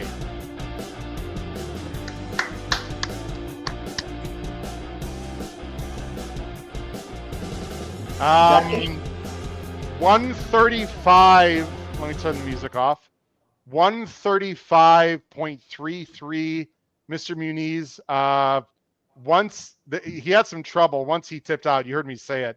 It was absolutely all over. Blew by the field. I don't think anyone would be surprised. My Boy Prince did Guys, sometimes you're right, sometimes you're wrong. I'm going to give myself a pat on the back. It's exactly what I want to see happen. I had a $100 exacta that paid like 6 to 1. I'll take it. Yep. My biggest side bet of the day. Well, let me tell you my screw up. In the express bet contest, I was all in try 289-689. Oh no. Boy, you were right. You're all over that. Nah, too bad. I was worried that Gas Me Up was going to go by me, but Gas Me Up had to use a little bit gas, Chris, smooth early to get to that spot. Rosario, guys, this guy's giving me. I mean, he was toying with them, obviously. Like, I know he wants to go slow, but he almost gave up the rail twice. My Boy Prince did exactly what I thought. Look, like I said, I'm wrong all the time, just like everyone else. I try to be a lot more right than wrong. I'd like to think people are watching the show because all of us are more right than we are wrong, or at least try to give great advice. Sometimes Jackson Race just goes exactly what he thought. Howard, I'm sorry to interrupt. Did you need to cover a minimum at this race at Aqueduct? Yeah. No. There's 2 more races, right? Yes, you didn't. Okay, sorry to interrupt. I just I'm glad you did. I have 1 more minimum, and it's going to be in the last race. So thank you. Okay, sorry. I'm good. No. I appreciate that. Jackson, look, Tyler after me. Now I got a perfect, situation. Noble speech. What kind of threat are we talking about in the Breeders' Cup Mile off of that, Everett Jackson? I mean, he looked good. He did what he was supposed to do. I don't know if we learned a whole lot about him in this spot. I mean, there's a field he's probably supposed to beat. So a lot of it's going to depend on what else comes out from overseas. Because right now there's not a whole lot in North America I don't think you should be afraid of. So definitely keep an eye on it. I'd be curious if they run him at Keeneland before they go to Delmar, because Appleby has done that in the past. So we'll see. Are you talking about notable speech? Yeah. No, they're not going to. Appleby has said a few times they're not planning on that, at least. That's the plan. We're getting ready to go at Aqueduct here on the 2 Love Appeals. If that horse, the Appleby horse, the 2, blows the break at the Breeders' Cup, good luck. Right, he blew it again today, which you can't do that in the Breeders' Cup. And still won a weak field, but he still won by. Maybe he runs for purse money only. It's Delmar. Oh boy! I'm going to be betting Diego Vasquez. So. Redemption. I like Love Appeals, by the way, also, Chris. I'm surprised Love Appeals is lower than the 3 here. And they're off. To be honest. Good speed from I was 2 and 3 this morning when they told me that we was getting Katie on the 5. I like the 5 now. Threshold is on the move. And Luna Luska. Well, this is the time to bet it. Risk Threshold under a tight hold, stalking that pace setter. They move quickly up the backstretch. At the rail, Love Appeals is tucked in, is in a nice spot, is now a shared third. Dream trip for the 2, Smooth. Between horses, don't look back at all. Chris. 1.44 there. Fine here into the far corner. Luna Luska is the leader. Mid-pack is going to be Mrs. Gambolini's trying to rally on towards the outside. Riley's Redemption towards the back. There you go, Katie. The lone trailer is Patricia Ann. They are still chasing the speedy Luna Luska as they reach the top lane. Luna Luska is trying to cut loose after setting those very fast fractions. Love Appeals is in full pursuit. Luna Luska, almost 4 lengths out of the field. Luna Luska is trying to finish. They're not catching her. Is trying to cut. No, I don't think they are. Luna Luska just keeps on going inside the final 16th. Luna Luska's not stopping. Luna Luska's almost there. Luna Luska wins the Laurel Park. Wow. Fashion. Love Appeals second, then came Mrs. Gambolini. Kendrick, my confidence. Wow. Without any. That's how you ride a speed horse. Wow. Well, Gotta get the separation. Now that was a good ride. Yeah. Who was that? And I didn't know what to do with that Kendrick. horse. No shock there. I know that horse going 5 set that track record at Indy, but it was so hard and fast that day. I didn't know how to, how that race was going to play. I agree. Wow. All right, we got 5 minutes till Churchill as we wait for the final at Woodbine for us, which will be race number 10. Churchill Downs maiden special weight. We got a field of what? 10? Scratch to the 1 of the 10?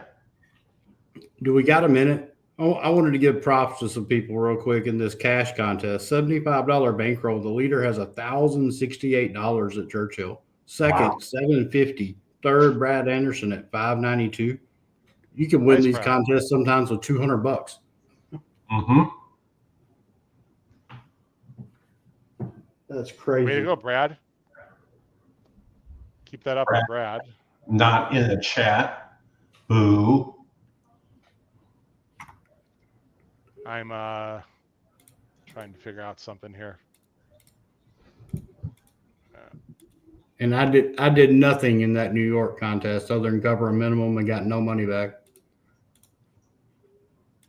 I decided to sit that one out, so it means I have to play this one, but only a minimum. But I'm obviously I got some real. I have to see what the leaderboard looks like here, but I have a feeling actually the fact that the 2 or 3 didn't win that race might be good for me. Actually, I'm thinking I could be wrong though.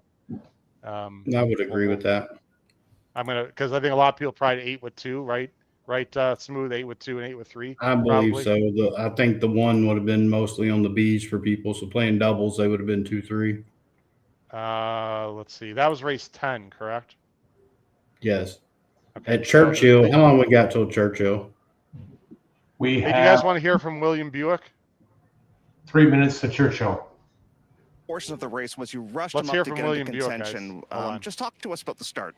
Yeah, you guys obviously hear we that? had two rows run beforehand, and you know the normal out of turf track here is beautiful, suits European style of racing, and now obviously we're on the inside track for these races, so it changed the dynamics a lot, and I think our horses find it challenging.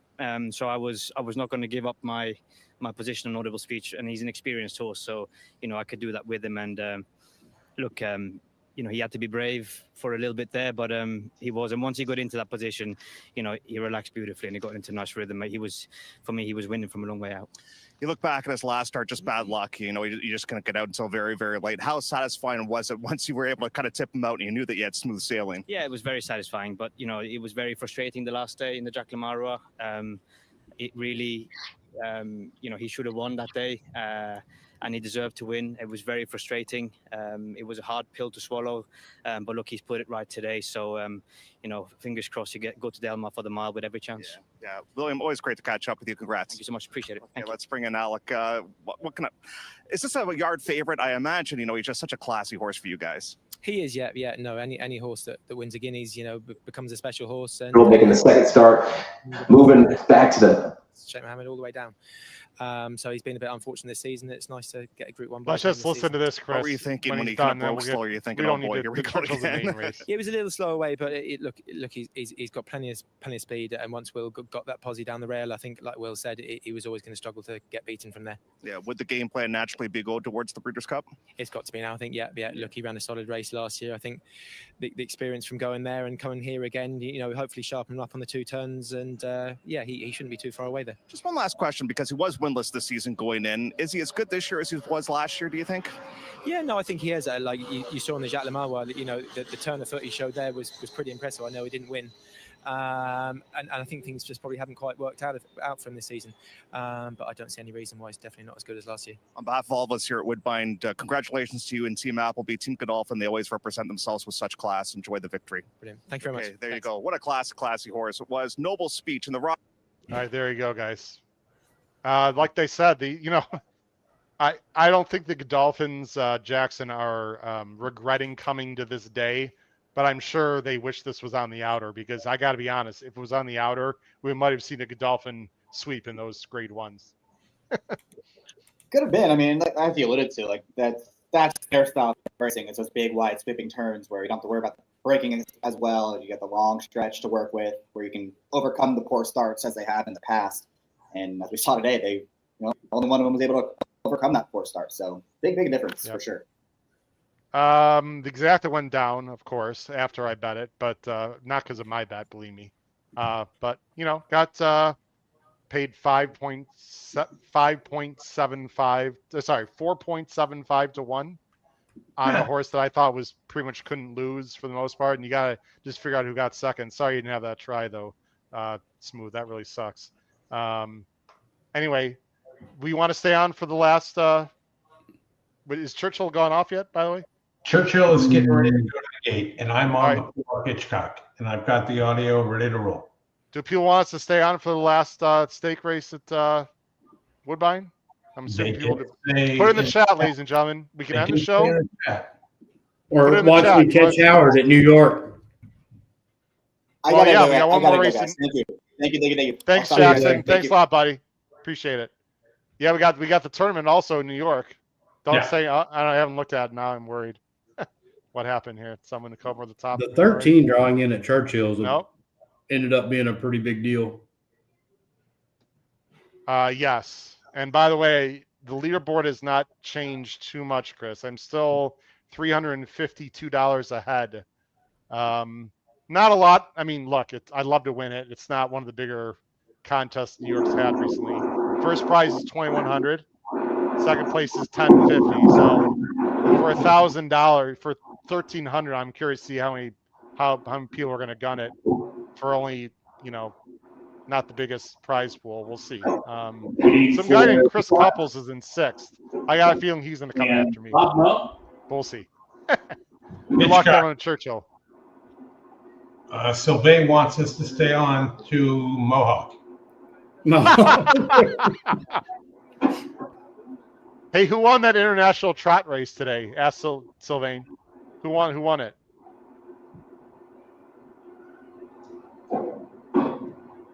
By the way, I think the 4 is live in Churchill. Sorry. I'm on the 4. I've said it like 3 times. Right, now with that break, though, forget it. Can I change my opinion? Good mojo. Ready to stride. Empire Ranch is there. So is Crazy Diamond. Subito far outside. Down toward the rail, the Exodus twist. This race should be over. If the 13's any good at all. Forward spot 2 as they move down the backstretch. Good mojo out there in front, but Subito is right alongside second. And the Exodus twist is tucked inside third. And then it's Bobo Racing in 4th. Crazy Diamond is now 5th, and Fuego's in 6th. Nuanced inside 7th.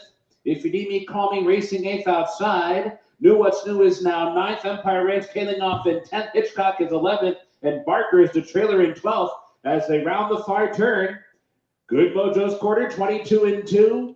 Subito moves up alongside with more serious pressure, and these two are head-to-head off the turn, and now Subito has taken the lead and kicks on, opens up length and a half. Good Mojo back in second. The Exodus Twist tried to muster up a rally. Knew What's New comes through toward the rail. Subito's in front by 2. Not home yet, 16th to go. Then it's Good Mojo. Knew What's New is flying up the inside. Here comes Knew What's New. Subito holding on desperately. Knew What's New tried to sprint that mat to bumps. Yeah, put the 4 in your stable notes. Yeah, no kidding. The 4 had no chance after that break at all. No chance. No. Alexis Cody won. Alexis Cody, that was probably the favorite who won the Yonkers race. Really fast trotter. Thank you, Sylvain. Appreciate that. Let's set the table here, guys. We've got one race left that we're going to be talking about on the show and some drama in the NYRA contest. There's 15 minutes to Woodbine. Simcoe 9-5. Victory. Sorry, what? This is crazy. I'm a Gambler 2-1. Victory Achieved 4-1. Cruden Bay 7-1. That is some jacked up. Cruden Bay is taking no opinion, money, which my opinion. And then we have a drama in the New York. Let me bring up that, guys, because I will show where we're at. I need some advice, everyone. Chris doesn't want people to give me advice, but too bad, Chris. Smooth. Here we go, guys. Live NYRA contest. First place is like $2,200 plus $300 entry next time.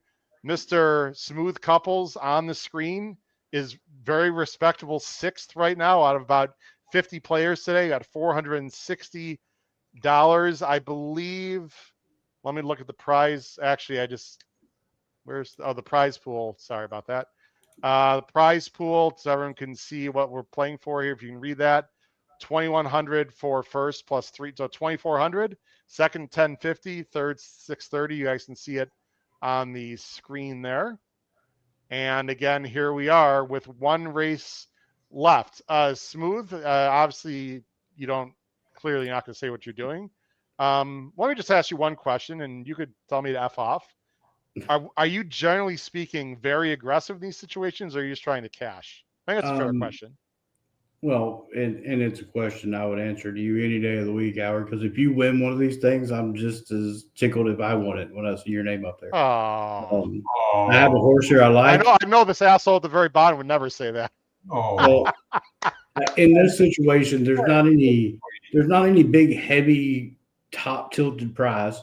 No. I'm going to play all in on the horse that I think is going to win the race.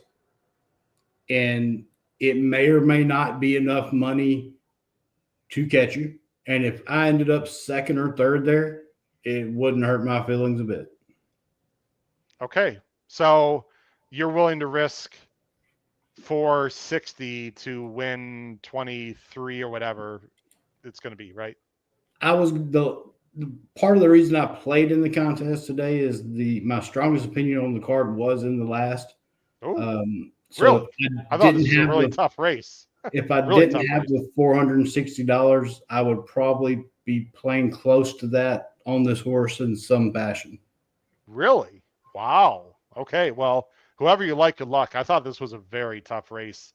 I thought it was really difficult to have confidence in anything here. So, wow. Well, good luck with whoever you're going with. That I'm very nervous now. So, thanks, Sylvain, Team HHH. I'd love to finish. You could finish second, Chris. That'd be just fine with me, or Smooth. That's fine.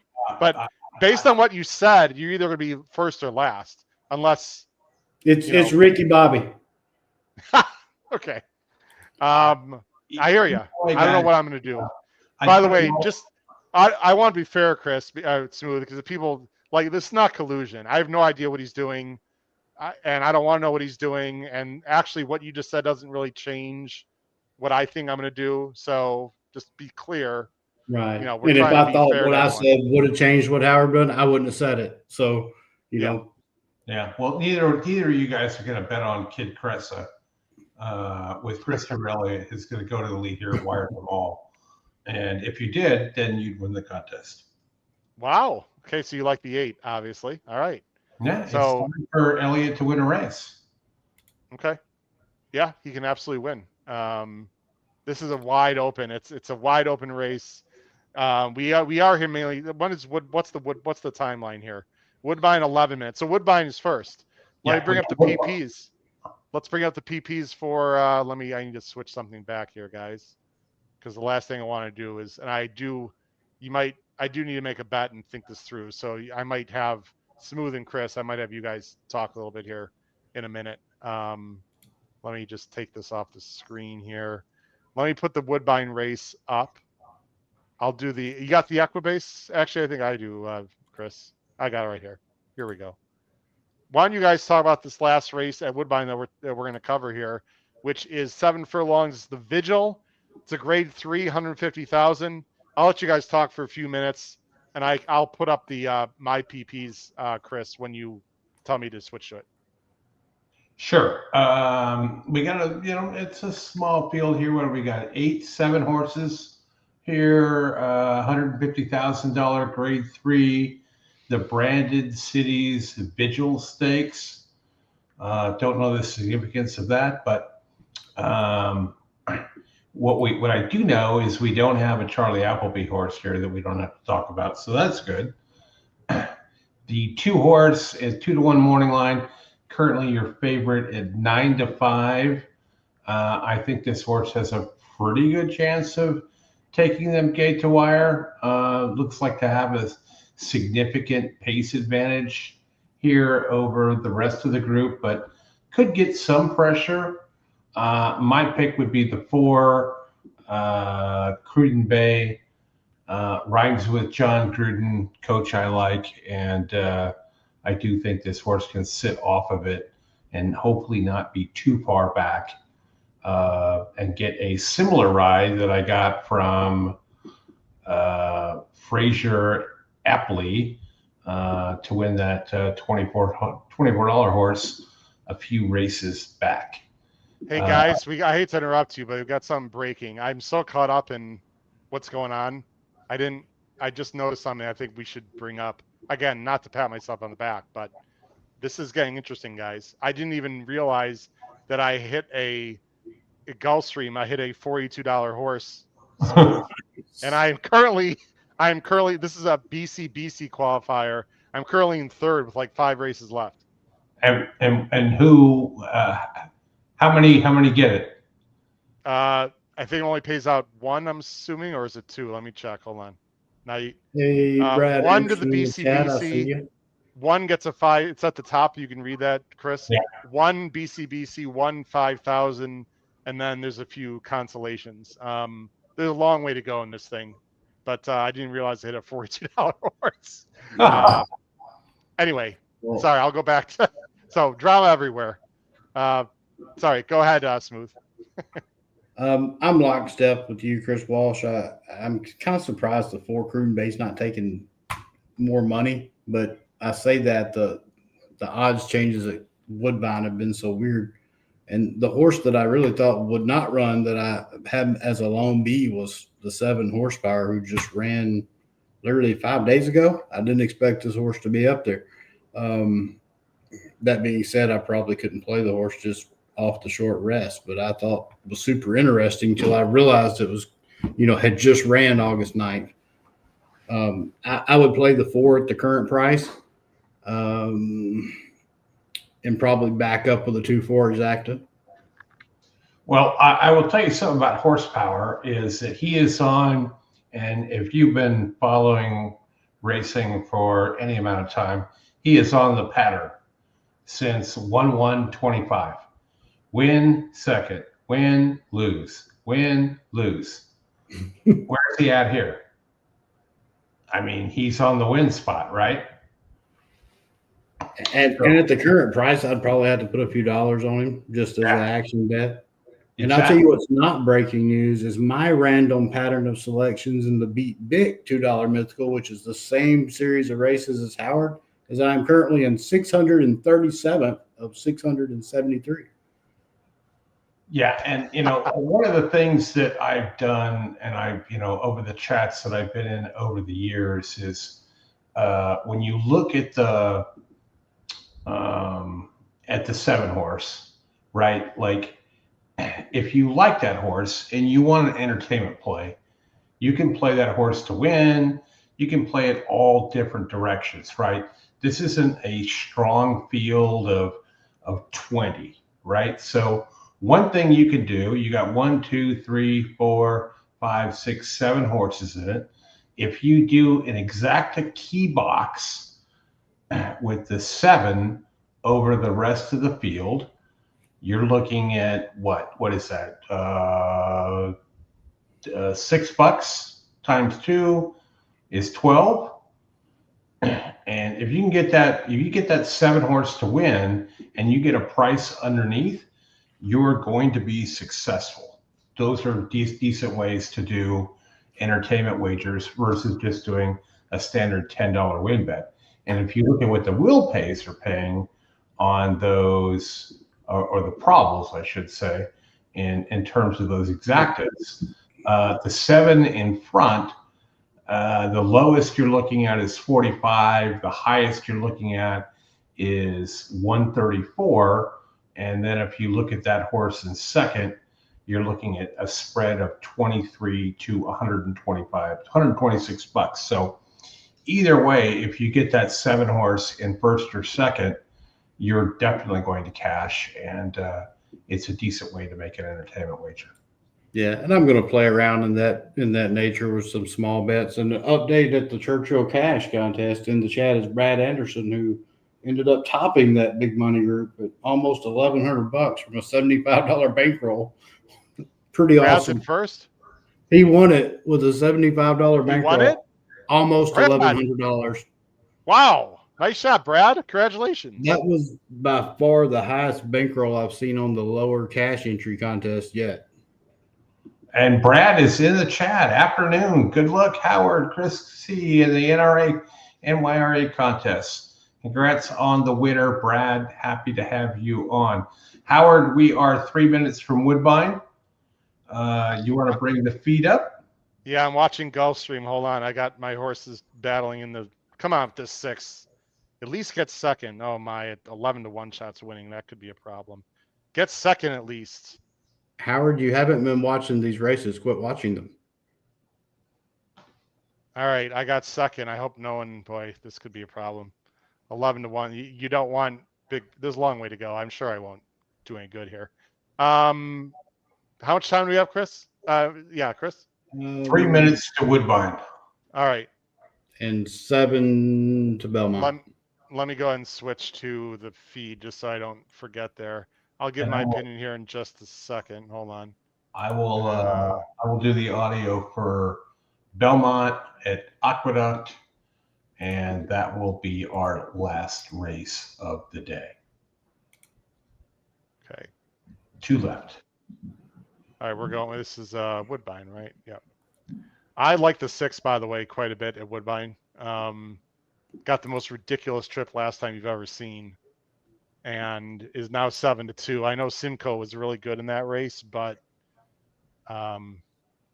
if you watch their trips, you would know why. I gotta go on. I gotta look at my. I gotta look at the $2 mythical and see where the hell is that now.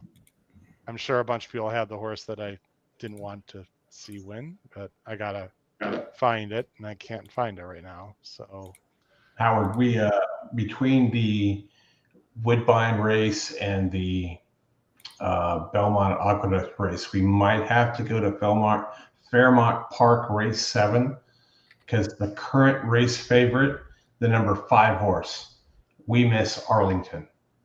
Did you say Fairmont? Fairmont Park, 5 horse. We Miss. Oh, you know what? Arlington. Sorry to the 2 won at 12 to 1 at Gulfstream. I don't see. No one had the 2. That is a miracle. Really? How many people's in it? Is it the low roller? This is the 110. There's 110. This is the 179. Yeah. It's the one that I got lucky to qualify by just playing numbers yesterday. I'm going to move up a little bit here. Let's see. No, it's not in yet. And you said you like the 6 at Woodbine? Yes, I do like the 6 at Woodbine. I'm going 6-4. I'm going to try to get a bet in if I can. Although I'm having, let's see, hold on. Okay, here we go, guys. I'll bring it up on screen. Really appreciate everyone. Chris, great job, man. I didn't mean to step on your toes. We're sort of hosting together there. I hope you didn't mind me talking more than I was planning, but the contest situation has sort of brought that into play a little bit. Not a problem. We appreciate everybody. Hit the like, the subscribe button, hit the bell button. We appreciate you all for joining. Make sure you follow us on X at HHH Racing Pod. And yes. Check out our tip sheet. We have a great tip sheet. You know, it only takes one, right? I was wrong on some races. I mean, Taxed was unfortunate. I was wrong on some others, but my play of the day was my boy Prince Guys finishing basically that exact. It was my play of the day. So anyone that follows that tip sheet, if you that's all it takes, right? So people have to understand you're only going to be right so many times. But on your bit, like if you're right at in New York here, you'll probably beat me in the contest. You only have to be right once a day with a strong opinion to really make your day. And I hope people have that exacta. But here we go at Woodbine. Chris, yeah, we ran a couple times today. The 8th at Woodbine was the best at $26.50 winner. Let's get this 4 home here, Cruden Bay. 4 to 5 is completely ridiculous, guys. I got to tell you. I know he ran well last time, but that's just completely ridiculous. I can't believe the 4 is not taking more money. I thought we'd be looking at, you know, even money in 5 to 2, 2 to 1. Well, agreed. Wait till they go around the far turn, Chris. No, that's very true at Woodbine. To run, all in and locked up. I just want the 6 to be aggressive. That's all. Off they race in the Branded Cities Visual Stakes and getting out in front. Victory achieved, and I'm a Gambler began the best with horsepower. The outside gates clearly in front. Coming through, driving up on the inside of that trio. I wish he was just going really up towards the leaders, not going to, and will go through into he's second a lot more spot behind this time, Victory so I Achieved. like Has that, worked pretty hard to get there, though. Victory Achieved narrowly the 2 from wins from Simcoe. here. I'll be just coming as up the wrong rail as I've quickly ever as been. Twin City has gone into 3rd spot with I'm a Gambler. 2 had to work to get where he's at. Horsepower Yes, he about did. 5 to Wicked Django, and 4 lengths away. Absolute last. Cruden Bay spots them about 11 lengths.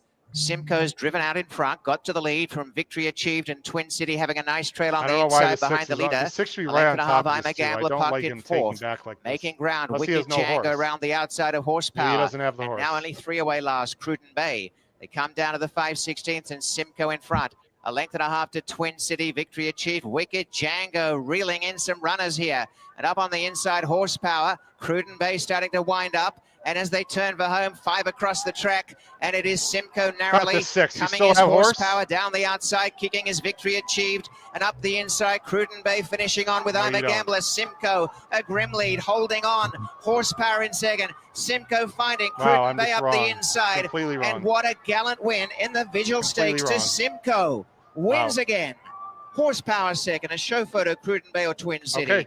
And then came I'm a What's that Gambler. exacta? I never even looked and seen what the wheel pays was or probables. Couldn't be more wrong. Absolutely could not be more wrong there. I will admit. I still didn't love the ride in the 6. I wish the 6 was attached to the 2 more, but the 2 ran huge. The 2 is a different horse now, all of a sudden. So, okay, Belmont, guys, this is it. You want to put the sound on? Good luck. Yep. Good luck, Smooth. Honestly. Good When luck. they break, you want to say what we did? Yes, let's do that. How much time do we have? Yeah, kind of neat. Minute. They're crossing Okay, over. we got right. time. On the turf course, approaching the gate. I did Right now, have that the exact edge- 17 5 to 1 at Woodbine. The 5. You have the exacta? Yeah, at Woodbine. Nice. The 5 hedge the risk is 9 to 5 is the favorite. Second choice is the 4 My Life Story at 7 to 2. We've got third is the number 1 Papiamento at 5 to 1. These are very inconsistent horses. I've got the 9, by the way, in the pick and pray. If the 9 wins, I will be really, really happy, to be very honest. Probably more happy than I would be. Well, no, I won't be more happy. I want my bet to come through here. Yeah. There's 3 races at Los Al, so. Yeah, that's true. This is really wide open. I know Chris or Smooth's got a very strong opinion here, and he's going to make a big play here in the contest. The 11th. Good luck to everyone. With the blinkers. Howard, I'm going to take the race off the screen. Okay. Hey, Smooth, you and I. Oh, sorry. Yeah. There we go. We won't. No reaction until, let's say, 5 seconds after the wire. How's that? Right. Fair enough. I'm watching on a separate. Or are we telling who we played? So. All right. Thanks, Chris. Appreciate you for joining. Yeah, it's been a fun day. I wish we had some more stronger races, but Mayberg, Landauer. And good luck to everybody on your NFL wagers tomorrow. Smooth, I'll let you say first how much you bet and on who. I'll let you go first. Okay. My Life Story. Smooth operator. Your Mission. And last to load will be Union Express. And they're all in the gate. Union Express. Stepping forward. Hit it. All set. Who do you got? I got 460 to win on the 5. I have 60 to win on the 1. 6-0 to win on the 1. Good luck. High pressure. Yeah. Is that enough to get you to the win? I don't know if it is. I don't think it will be. Is he 9 to 5? What do you go off at? It says 2 to 1. Jumping around, but it's gonna be really close. If he wins, it's gonna be really penny close. breakage. It's gonna be really close, Chris. If you win between the two of us. Towards the inside. I like where my 1 is right now. They're going fast, by the way. I like where my 8 is. Towards the outside, there's Union Express trying to save some ground in the. This is pretty quick. It smells like it's gonna fall apart here, which would be great for you, Smooth. Your Mission and the trailer. You're saving ground. Up the backstretch. Now they pick up the pace. It's going to be Kid Crease to the outside of Catalina Crush. Posted opening quarter there was 22.77. The 47-second flat half-mile time. Papiamento. The 4 gets through. He might be tough. Then Magni towards the outside with My Life Story technically at the rail on the inside. Landauer is right there. Union Express is in between horses looking for a seam. Sanderson rallies out wider, hedge the wrist, nowhere to go right now from the back. Your Mission and the trailer is Mayburn. Kid Creasa, Catalina Crush. They still go at it. Kid Creasa's trying to put a nose in front. Magni's making a wide rallying move. Papiamento swung out wide as well. Nowhere to go. My Life Story has run. No seat yet. Landauer dives down towards the inside. It's going to get real tight in there as they're trying to muscle on through. Landauer emerges here with the front end. Outside, Papiamento also hedge the risk, is riding the rail, needs the rail opening. Landauer's in front. You got it, Chris. Trying to get another one. Where's hedge the risk to Landauer? It's a photo. I don't know. Looked like Kendrick Harmouth picks up his 4th. You won, Chris. And like I said, Howard, if penny breakage and I beat you, it's fine. If I get second, I am just as happy with you winning and me getting second. That is no kidding because I executed my plan. I'm good. The 87 to 1 shot almost won. You might have beat me. Probably did. How much did you bet? I'm double checking. It was whatever my balance was. 460. Yeah, your Howard, your 1 impeded my 8. My bet might have cost me. The fact that I bet the race might have cost me the win. Yeah. God damn it. And we're not thinking about what other people did here too. So. Right. I mean, we're in our own little Chris. World here, but either if we finish what a ride, 1-2, he barely beat the 86 to 1 shot. Unbelievable. Now I might have know just cost it's just myself a the win. Saturday New York contest, but if we finish 1-2 live during the show, I think that's pretty cool. Howard, that would be cool, but it cost me $1,300. But that'd be cool. Stop counting, Howard. What does second pay you, Howard? 1,000. Oh, that's not It's bad. 1,000 versus 2,400. It's a big difference. I mean, for me. I mean, whatever. Wow, that's amazing.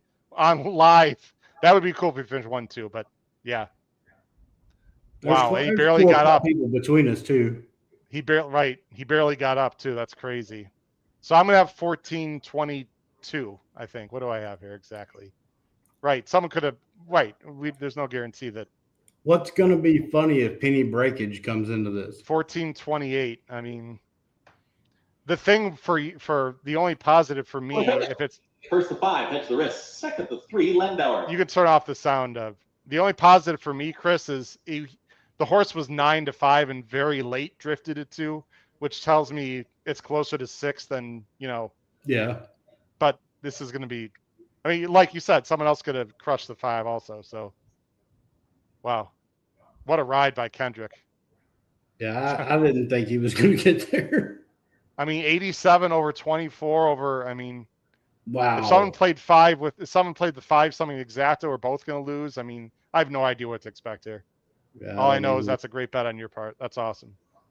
Unbelievable. Well, if I'm going to lose someone, I like to lose to you, my friend, if I'm going to lose to someone. Yeah, same. Like I said, when I see one of our friends and group do well, it tickles me whether I'm out yet or they beat me. I don't care. I don't really have any regrets because I didn't have a strong opinion in this race. And so I just, This was my strongest opinion, and my other I couldn't share when we were on the air because I knew you were in the contest, and that was the slap in the face horse. Yeah. Yeah, well, that was good for me too. I actually had a lot of good bets today in New York. I could have played bigger earlier to try to increase my lead more, but it just didn't seem like it was worth the money today to do that. If we finish 1-2, that is going to make Weekend Warrior history in a live money contest. That'll be pretty cool. But like you said, that'll be neat. This was the favorite winning. So, but it was a late, it was a pretty wide open race. So, the 5 was coming off a vet scratch too, I think, and a lot of just issues from what I understand. That's a huge super there. 2-1 over 87-1 over 24-1 over 19-1. It's a ridiculous exacta too. Yeah. You know what's crazy is I looked at this race really carefully because it's in the live money contest, and I looked at the 3. There's only so many you can play. I mean, I just wanted some kind of weirdo 9 that obviously didn't run well, but. Well, for me, when Chad put that horse on the turf, that he had some trouble in that. I believe it was the first race Chad got him to the turf. Still ran well, and then he won the race he got claimed out of, and then I think he's been on the off track a couple times. I'm hitting a refresh to see what my balance is going to be, but I ain't getting nowhere. Someone had the 3rd. It's the 3, by the way, in the contest, and that's going to be $20. So I'm going to move down a little bit. I'm in 3rd right now by 50 cents in the I'm 50 cents behind 2nd in the contest, but it's going to take a little time, Chris. That's the pick and play? The pick and pray. I'm in 3rd right now, 50 cents behind 2nd, but that race didn't do me any favors. Ryan Petriniak is going to go in front of me. He had the 5, and someone had $61, had the 3. That's going to be 20. That 2 people are going to be ahead of me, so I'm going to be in like 5th. There's still 3 low sal races though, so who the fuck knows? Excuse my language. Yeah, it's low sal. And then H word earlier, and I got worried. And hey, smooth. What would have been fascinating is if the 3 had won, what that would do to the contest. I mean, someone has put like $10 to win on long shots, and they could have won. I mean, right? And Howard, she didn't win, but my wife got 3rd at Churchill tonight with a $2 bet on that bomb that I gave out on the show in the debut, the Ian Wilkes horse at 45-1. $2. Really? Wow. And that horse wasn't taking money, so I kind of got scared off of it, and I bet a whopping $10. And Howard, when low sal is over, it will start again 2 hours later. Yeah, and is it me or the payouts at New York take longer now? I don't know. That's an interesting point. I am going to predict that you're going to go in front of me, Smooth. And if you do, I'll tip my cap. I don't know what other people are going to be, though. We'll see. I can figure out the math. How much did you bet to win again? 463? I will not pass you, Howard. You already know? My balance is updated to 1285. Oh, 463. So now it's just a matter of what. It's just a matter of what other people did. What are you at? 1285. Oh, really? Okay. Yeah. Well, then maybe I held on and I'll see. So now it's just a matter to see what the other people did. I won. Chris, we finished 1-2. No kidding. That's Hold on, awesome. ladies and gentlemen. Hold on a second. I'll put the screen up. Unbelievable. Yep. This is history on the HHH Racing Podcast. I'm going to go full screen. Final pool. What a play by Chris Couples in the last race. Here it is, ladies and gentlemen. There it is. Howard Kravitz and Chris Couples. 1-2. Blow that horn, Chris Walsh. 1-2 in the NYRA contest. Tip my cap, my friend. Unbelievable. Great job, Chris. What a great win back to get up the second. Couldn't be happier for you. To me, this was just fun, us being on here. That's awesome. Good job. Good job, Howard. Woo! How about that? Wow. Unbelievable. Wow. I'll tell you what. I mean, there's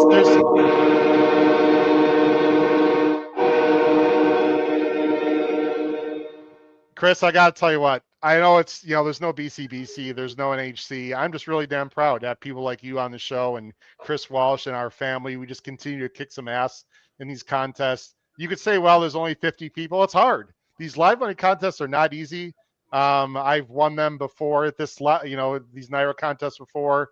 I was very worried. Brad Anderson, thanks, man. And Brad won his contest today. What the hell, Chris Couples? Unbelievable. Yeah. I feel a little bad for you, but you know what? You executed exactly what you wanted to do. You just didn't get the you probably needed 5-2 to be honest. Yeah, I can't control the odds. So I bet the horse I wanted to bet, and something I've thought about before. Like our little group, say at Fall Challenge last year at Keeneland and at NHC, the group set with them tables are some damn good handicappers. By the way, this is from Donnie Nelson, who's in charge of NYRA Bets. He just sent that easy game from Donnie Nelson. Thanks, Donnie.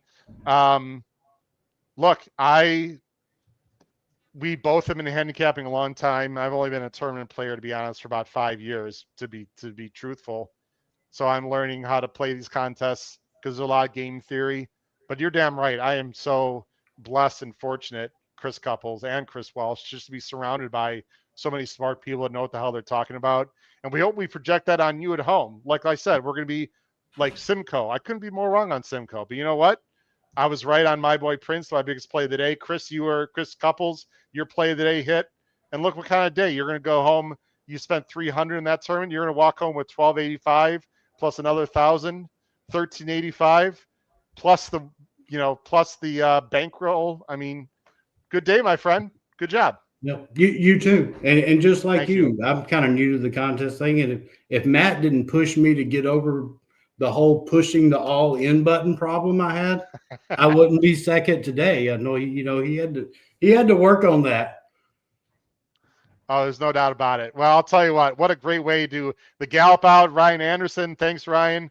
By the way, eat your heart out, Patrick Kunzel and Ryan Mistretta. What sucks is, and I'm going to tell them to listen to this at the end of the show. They've been investing in my NYRA tournament play for the last 6 weeks since we finished in the top 3 when we were at in July. We had a really good finish when Excellent Truth beat She Feels Pretty. We had that exacta, and we've been just missing by this much.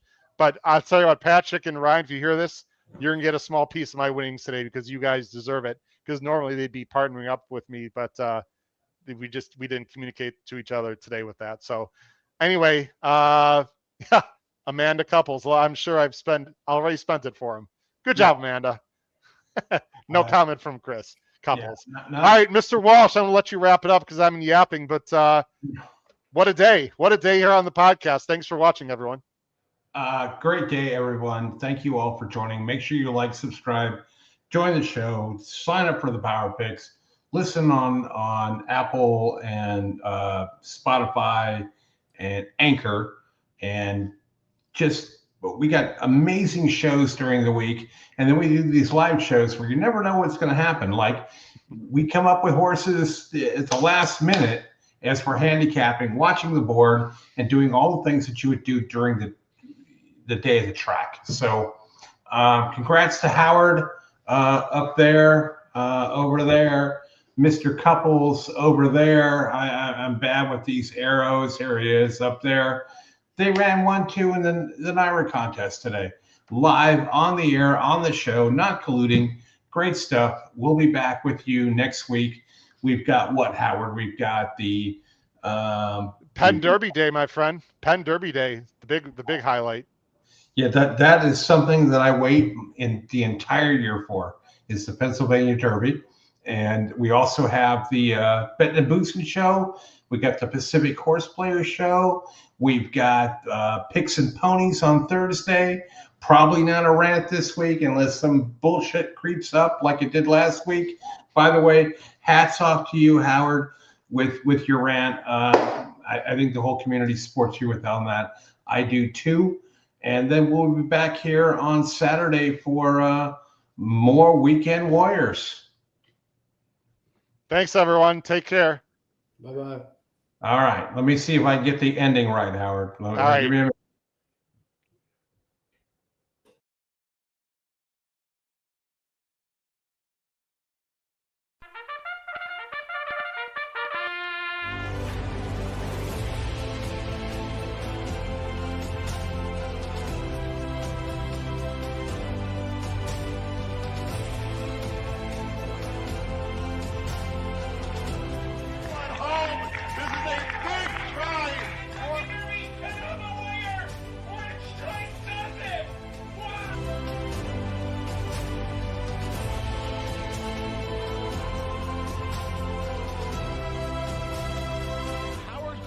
If you have not followed his Triple H horse racing podcast, you're missing out. It's one of the best podcasts in the country.